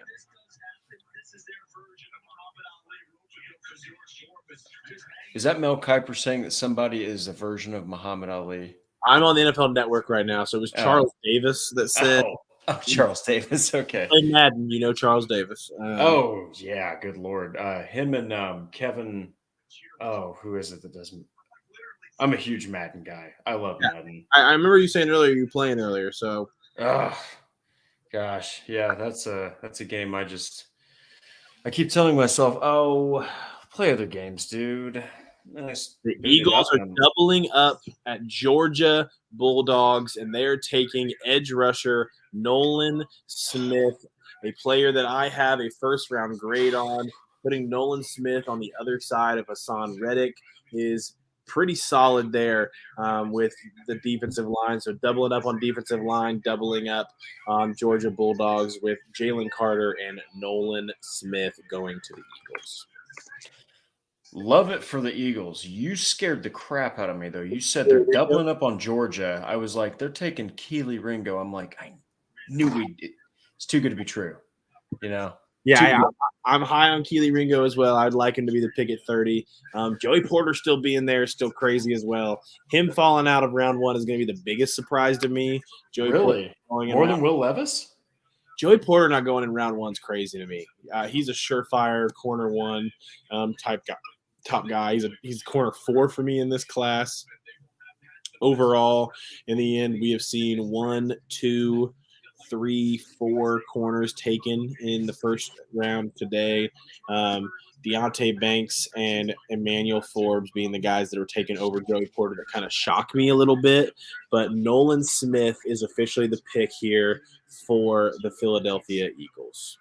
So I have to tell this tweet from our own Jake Arthur because I think it's very funny. He posted the ladies and gentlemen, we got him like meme from when Saddam Hussein was captured, but he goes same words, very different vibes. So I think everybody's excited right now. I'm again, like Destin said, we can like sit back now and watch rounds 2, 3, 4, 5, and 7, unless they get a 6th-round pick somehow, and just say, we got the guy. We got the guy. You know, every receiver that's put with him now, you can say, well, he's going to go with Anthony Richardson. You know, if there's an offensive lineman, he's going to block for Anthony Richardson. You don't got to worry about quarterback. That's got to be nice. You know, I feel great, you know, that it's not a free agent. So I'm very happy right now. I would not hate the Colts trading up to 31 for Keely Ringo or Joey Porter right now. If they wanted to go that route, it would not upset me at all. So they're 35, right? Yeah, so 35 to 31 could not cost that much. No, that's what I'm thinking is they didn't trade up from 4 to 3. They got their guy now, and they didn't have to move. Why not use that aggressiveness they could have had to use to get a guy like Joey Porter or Keely Ringo? I'd love it. I would love the aggression for them to go out and do that after going to get Anthony Richardson at pick 4. Just to have to throw that in there one more time as we're getting close here to the last pick of the first round. And we got some writing to do before me and Drake can head off to snooze. Yeah. But super excited for how this first round went. A lot of guys had their dreams come true today. We had 3 quarterbacks taken so far. We had run on a receiver here at the end. And more importantly, so far, a very solid amount of interior offensive line and corners available right now for the Colts. Yeah, and I do really, really like the idea of instead of writing my draft grades about the grade I'd give Anthony Richardson for the Colts, how about a draft grade on a trade up to 31 to take Joey Porter Jr. or Keely Ringo? Let's add that. Because I'll go ahead and give that an A. I'll just go ahead and let everyone know right now. I'm not going to lie to you. It'd be awesome. The only thing with Joey Porter, I look at him more as a press man type corner. Yeah. And Indy's going to run a pretty heavy zone coverage scheme. So that's the only part here that would be interesting. And that's like Keely Ringo's thing, obviously, is zone. So is that why you have him more as a complete fit for the Colts, or like outright? I do. That's one of the reasons I think Keely Ringo would be a better fit with the Colts is simply off of how his scheme fit would be. But I think Joey Porter has the grit and has the will to adapt to wherever he goes, and I think he's a special enough player that if they took him over Keely Ringo, I would not bat an eye, even though I have Keely Ringo slightly rated higher. But when I say slightly, I have Keely Ringo listed as my 14th best player in the class. I have Joey Porter ranked as my 15th best player in the class. Wow. So literally out of every position rank, they are still neck and neck. Neck to neck to each other. 14, 15, corner 3, corner 4. That's awesome. That's awesome. That just tells you right there. Either way they go, just pick a corner. Kansas City is on the clock. Under 4 minutes left for them to make a selection. Could they trade out? Could someone come up for that fifth-year option for Will Levis? Could the Colts make a move up for one of these corners, or maybe pairing Anthony Richardson with his old good friend Osiris Torrance at Oh guard? man. Lots of options here that the Colts could have at 35, but a lot of options they could have if they want to come up at 31 and make my night. Yeah, and the thing is, the first round is always the one that gets all the attention. But just think about this: there's 6 more rounds, guys. 6 more rounds of pick players, and I would love to hear. The Kansas City Chiefs have traded the 31st pick of the NFL draft to the Indianapolis Colts for Keely Ringo. That's what I want to hear. Somebody just needs to. Goodell needs to say that in his voice, obviously. But yeah, I would love. Because it's a great opportunity for the Colts to do it. They're 4 spots away. What the heck would you even need to give up? I A mean, lot of these trades that have been happening have not even been all that much. A fourth has been taken. give a 5th round pick. You have 3 of them. I would throw a fifth, maybe throw a future fourth on top of it to move back would be a nice deal. We'll see what they decide to do, though. They're making some calls right now here in the room. I would love a trade up from Indianapolis. I would love a trade up from Indianapolis right now. I'm starting to get weirdly anxious, like I was before Anthony Richardson was selected, and it's because I'm wanting. It's different now. It's not that I want the Colts to pick someone. I want them to just get up there, just trade, be the team to do it, be aggressive. Go get your defensive back. Go get a guy. Come on.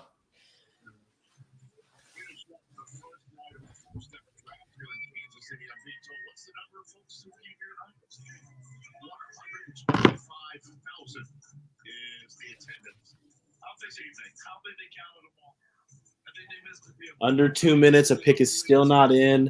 Is Kansas City working the phones? I think so. I think they are. That Kansas sounds like City they're. working the phones. Oh my god, dude, Destin, if I'm not even gonna hype this up. If this happens, Stats Matt went to bed already. He'd wake up with the Colts not having 45. I agree with Sarah Small. Poor Levis. I did not think that I would be feeling Good dude, sorry. man. Does not deserve this. I understand Colts Nation hates the guy. Yeah. Does not deserve this type of fall, and I always hate it for the guy that comes out for the first round and doesn't get picked. I don't know how many people are in that room still, if it's just him. I think Keon White was also invited out here for the first round, so I think he's still there too. So I don't think Levis is by himself. The Chiefs have officially made a selection. There will be no trade back. This means officially Will Levis will not be going in round 1. I think this could be Joey Porter Jr. I think Joey Porter Jr. could go to the Chiefs. They stay pat. If he doesn't, I think Joey Porter Jr. to Pittsburgh tomorrow at 32 is the biggest lock of the century. I am just going to go ahead and say it. For everyone that is still watching, you will, just because I've already seen it, you'll see some pretty intense stuff about I Told You So's on Colts Twitter about Will Levis. Just try to take it easy on the guy. I agree with Sarah and Destin. It absolutely sucks that he could not be selected in the first round when he made the trip out there, took pictures with Colts fans and everything. I mean, it sucks, but it's also the nature of the beast. It's how the draft works. Sometimes we've seen plenty of guys fall. So, we'll just have to see where it goes. But I'm really intrigued to see now with all these defensive backs. Well, we'll see what Kansas City picks. If they don't pick a defensive back, I mean, my goodness. You're talking about the Colts can literally just sit there and be like, well, Keely Ringo's pretty much ours. Because between 32 and 35, I don't know who has 33 and 34, but I don't think, if I remember correctly, they're not even cornerback needy teams. Arizona could go corner. Arizona is at 33 after trading back with Houston.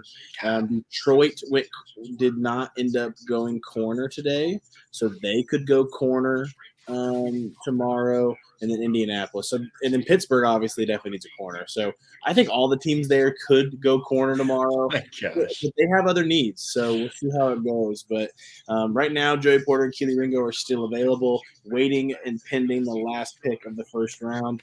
that will officially make it to Will Levis did not go on day one of the NFL draft. Which is, I'll still say it. That's shocking. I did not ever think. I thought, oh, he's going to fall to 12. If Joey Porter goes here, then he will be then Will Levis will be the biggest shock to fall out of round one for me. If Joey Porter is still on the board here, that'll be the biggest shock to me. I just think I think he's not even positional. He's just a first-round prospect. I think Will Levis is a first-round prospect because of being a quarterback. I gave him a second-round grade, number 22 on my big board for Will Levis. But he is not just a first-round prospect outright. The quarterbacks get a little bit of a bump. That's how it works. Of course. Pacheco jerseys out here around this mountain. And then again, the Pacheco aspect of it, while we're just waiting for the final pick. Pacheco is a 7th round selection who led the Chiefs in Gosh, I forgot about that, man. Isaiah Pacheco really was drafted in the 7th round with Rodney Thomas, too. And they both ended up turning out to be just superhuman in their rookie years. I mean, Rodney Thomas led the team. The Kansas City Chiefs have gone edge, a little bit of a freaky edge. They went Felix Anduka Uzama out of Kansas State. Not a guy that I had a first-round grade on, but a guy who's a little bit of a freak on the outside. Joey Porter officially falls out of round one. Will Levis officially falls out of round one. And don't you guys forget Anthony Richardson and Indianapolis. Just wanted to end everything with that. We got a quarterback, everybody. We got a quarterback. We got a guy. We got him. Appreciate everybody staying on for this long. If you made the trek for 5 hours with us, This thing's been empty for a long time. Really appreciate Drake Wally for making it on here tonight and spending this trot. Really, everybody enjoy tomorrow. We'll see what we do tomorrow. I don't know if we'll be doing a live stream for 2 rounds tomorrow. This was a lot. A lot. I could see myself doing some Twitter spaces to react to Colts picks, so be on the lookout for that tomorrow. But appreciate everybody. Everybody, go Colts. And make sure you're following Drake. Make sure you're following me. Make sure you're following Colts on FN for the Horseshoe Huddle team. Thank you and good night.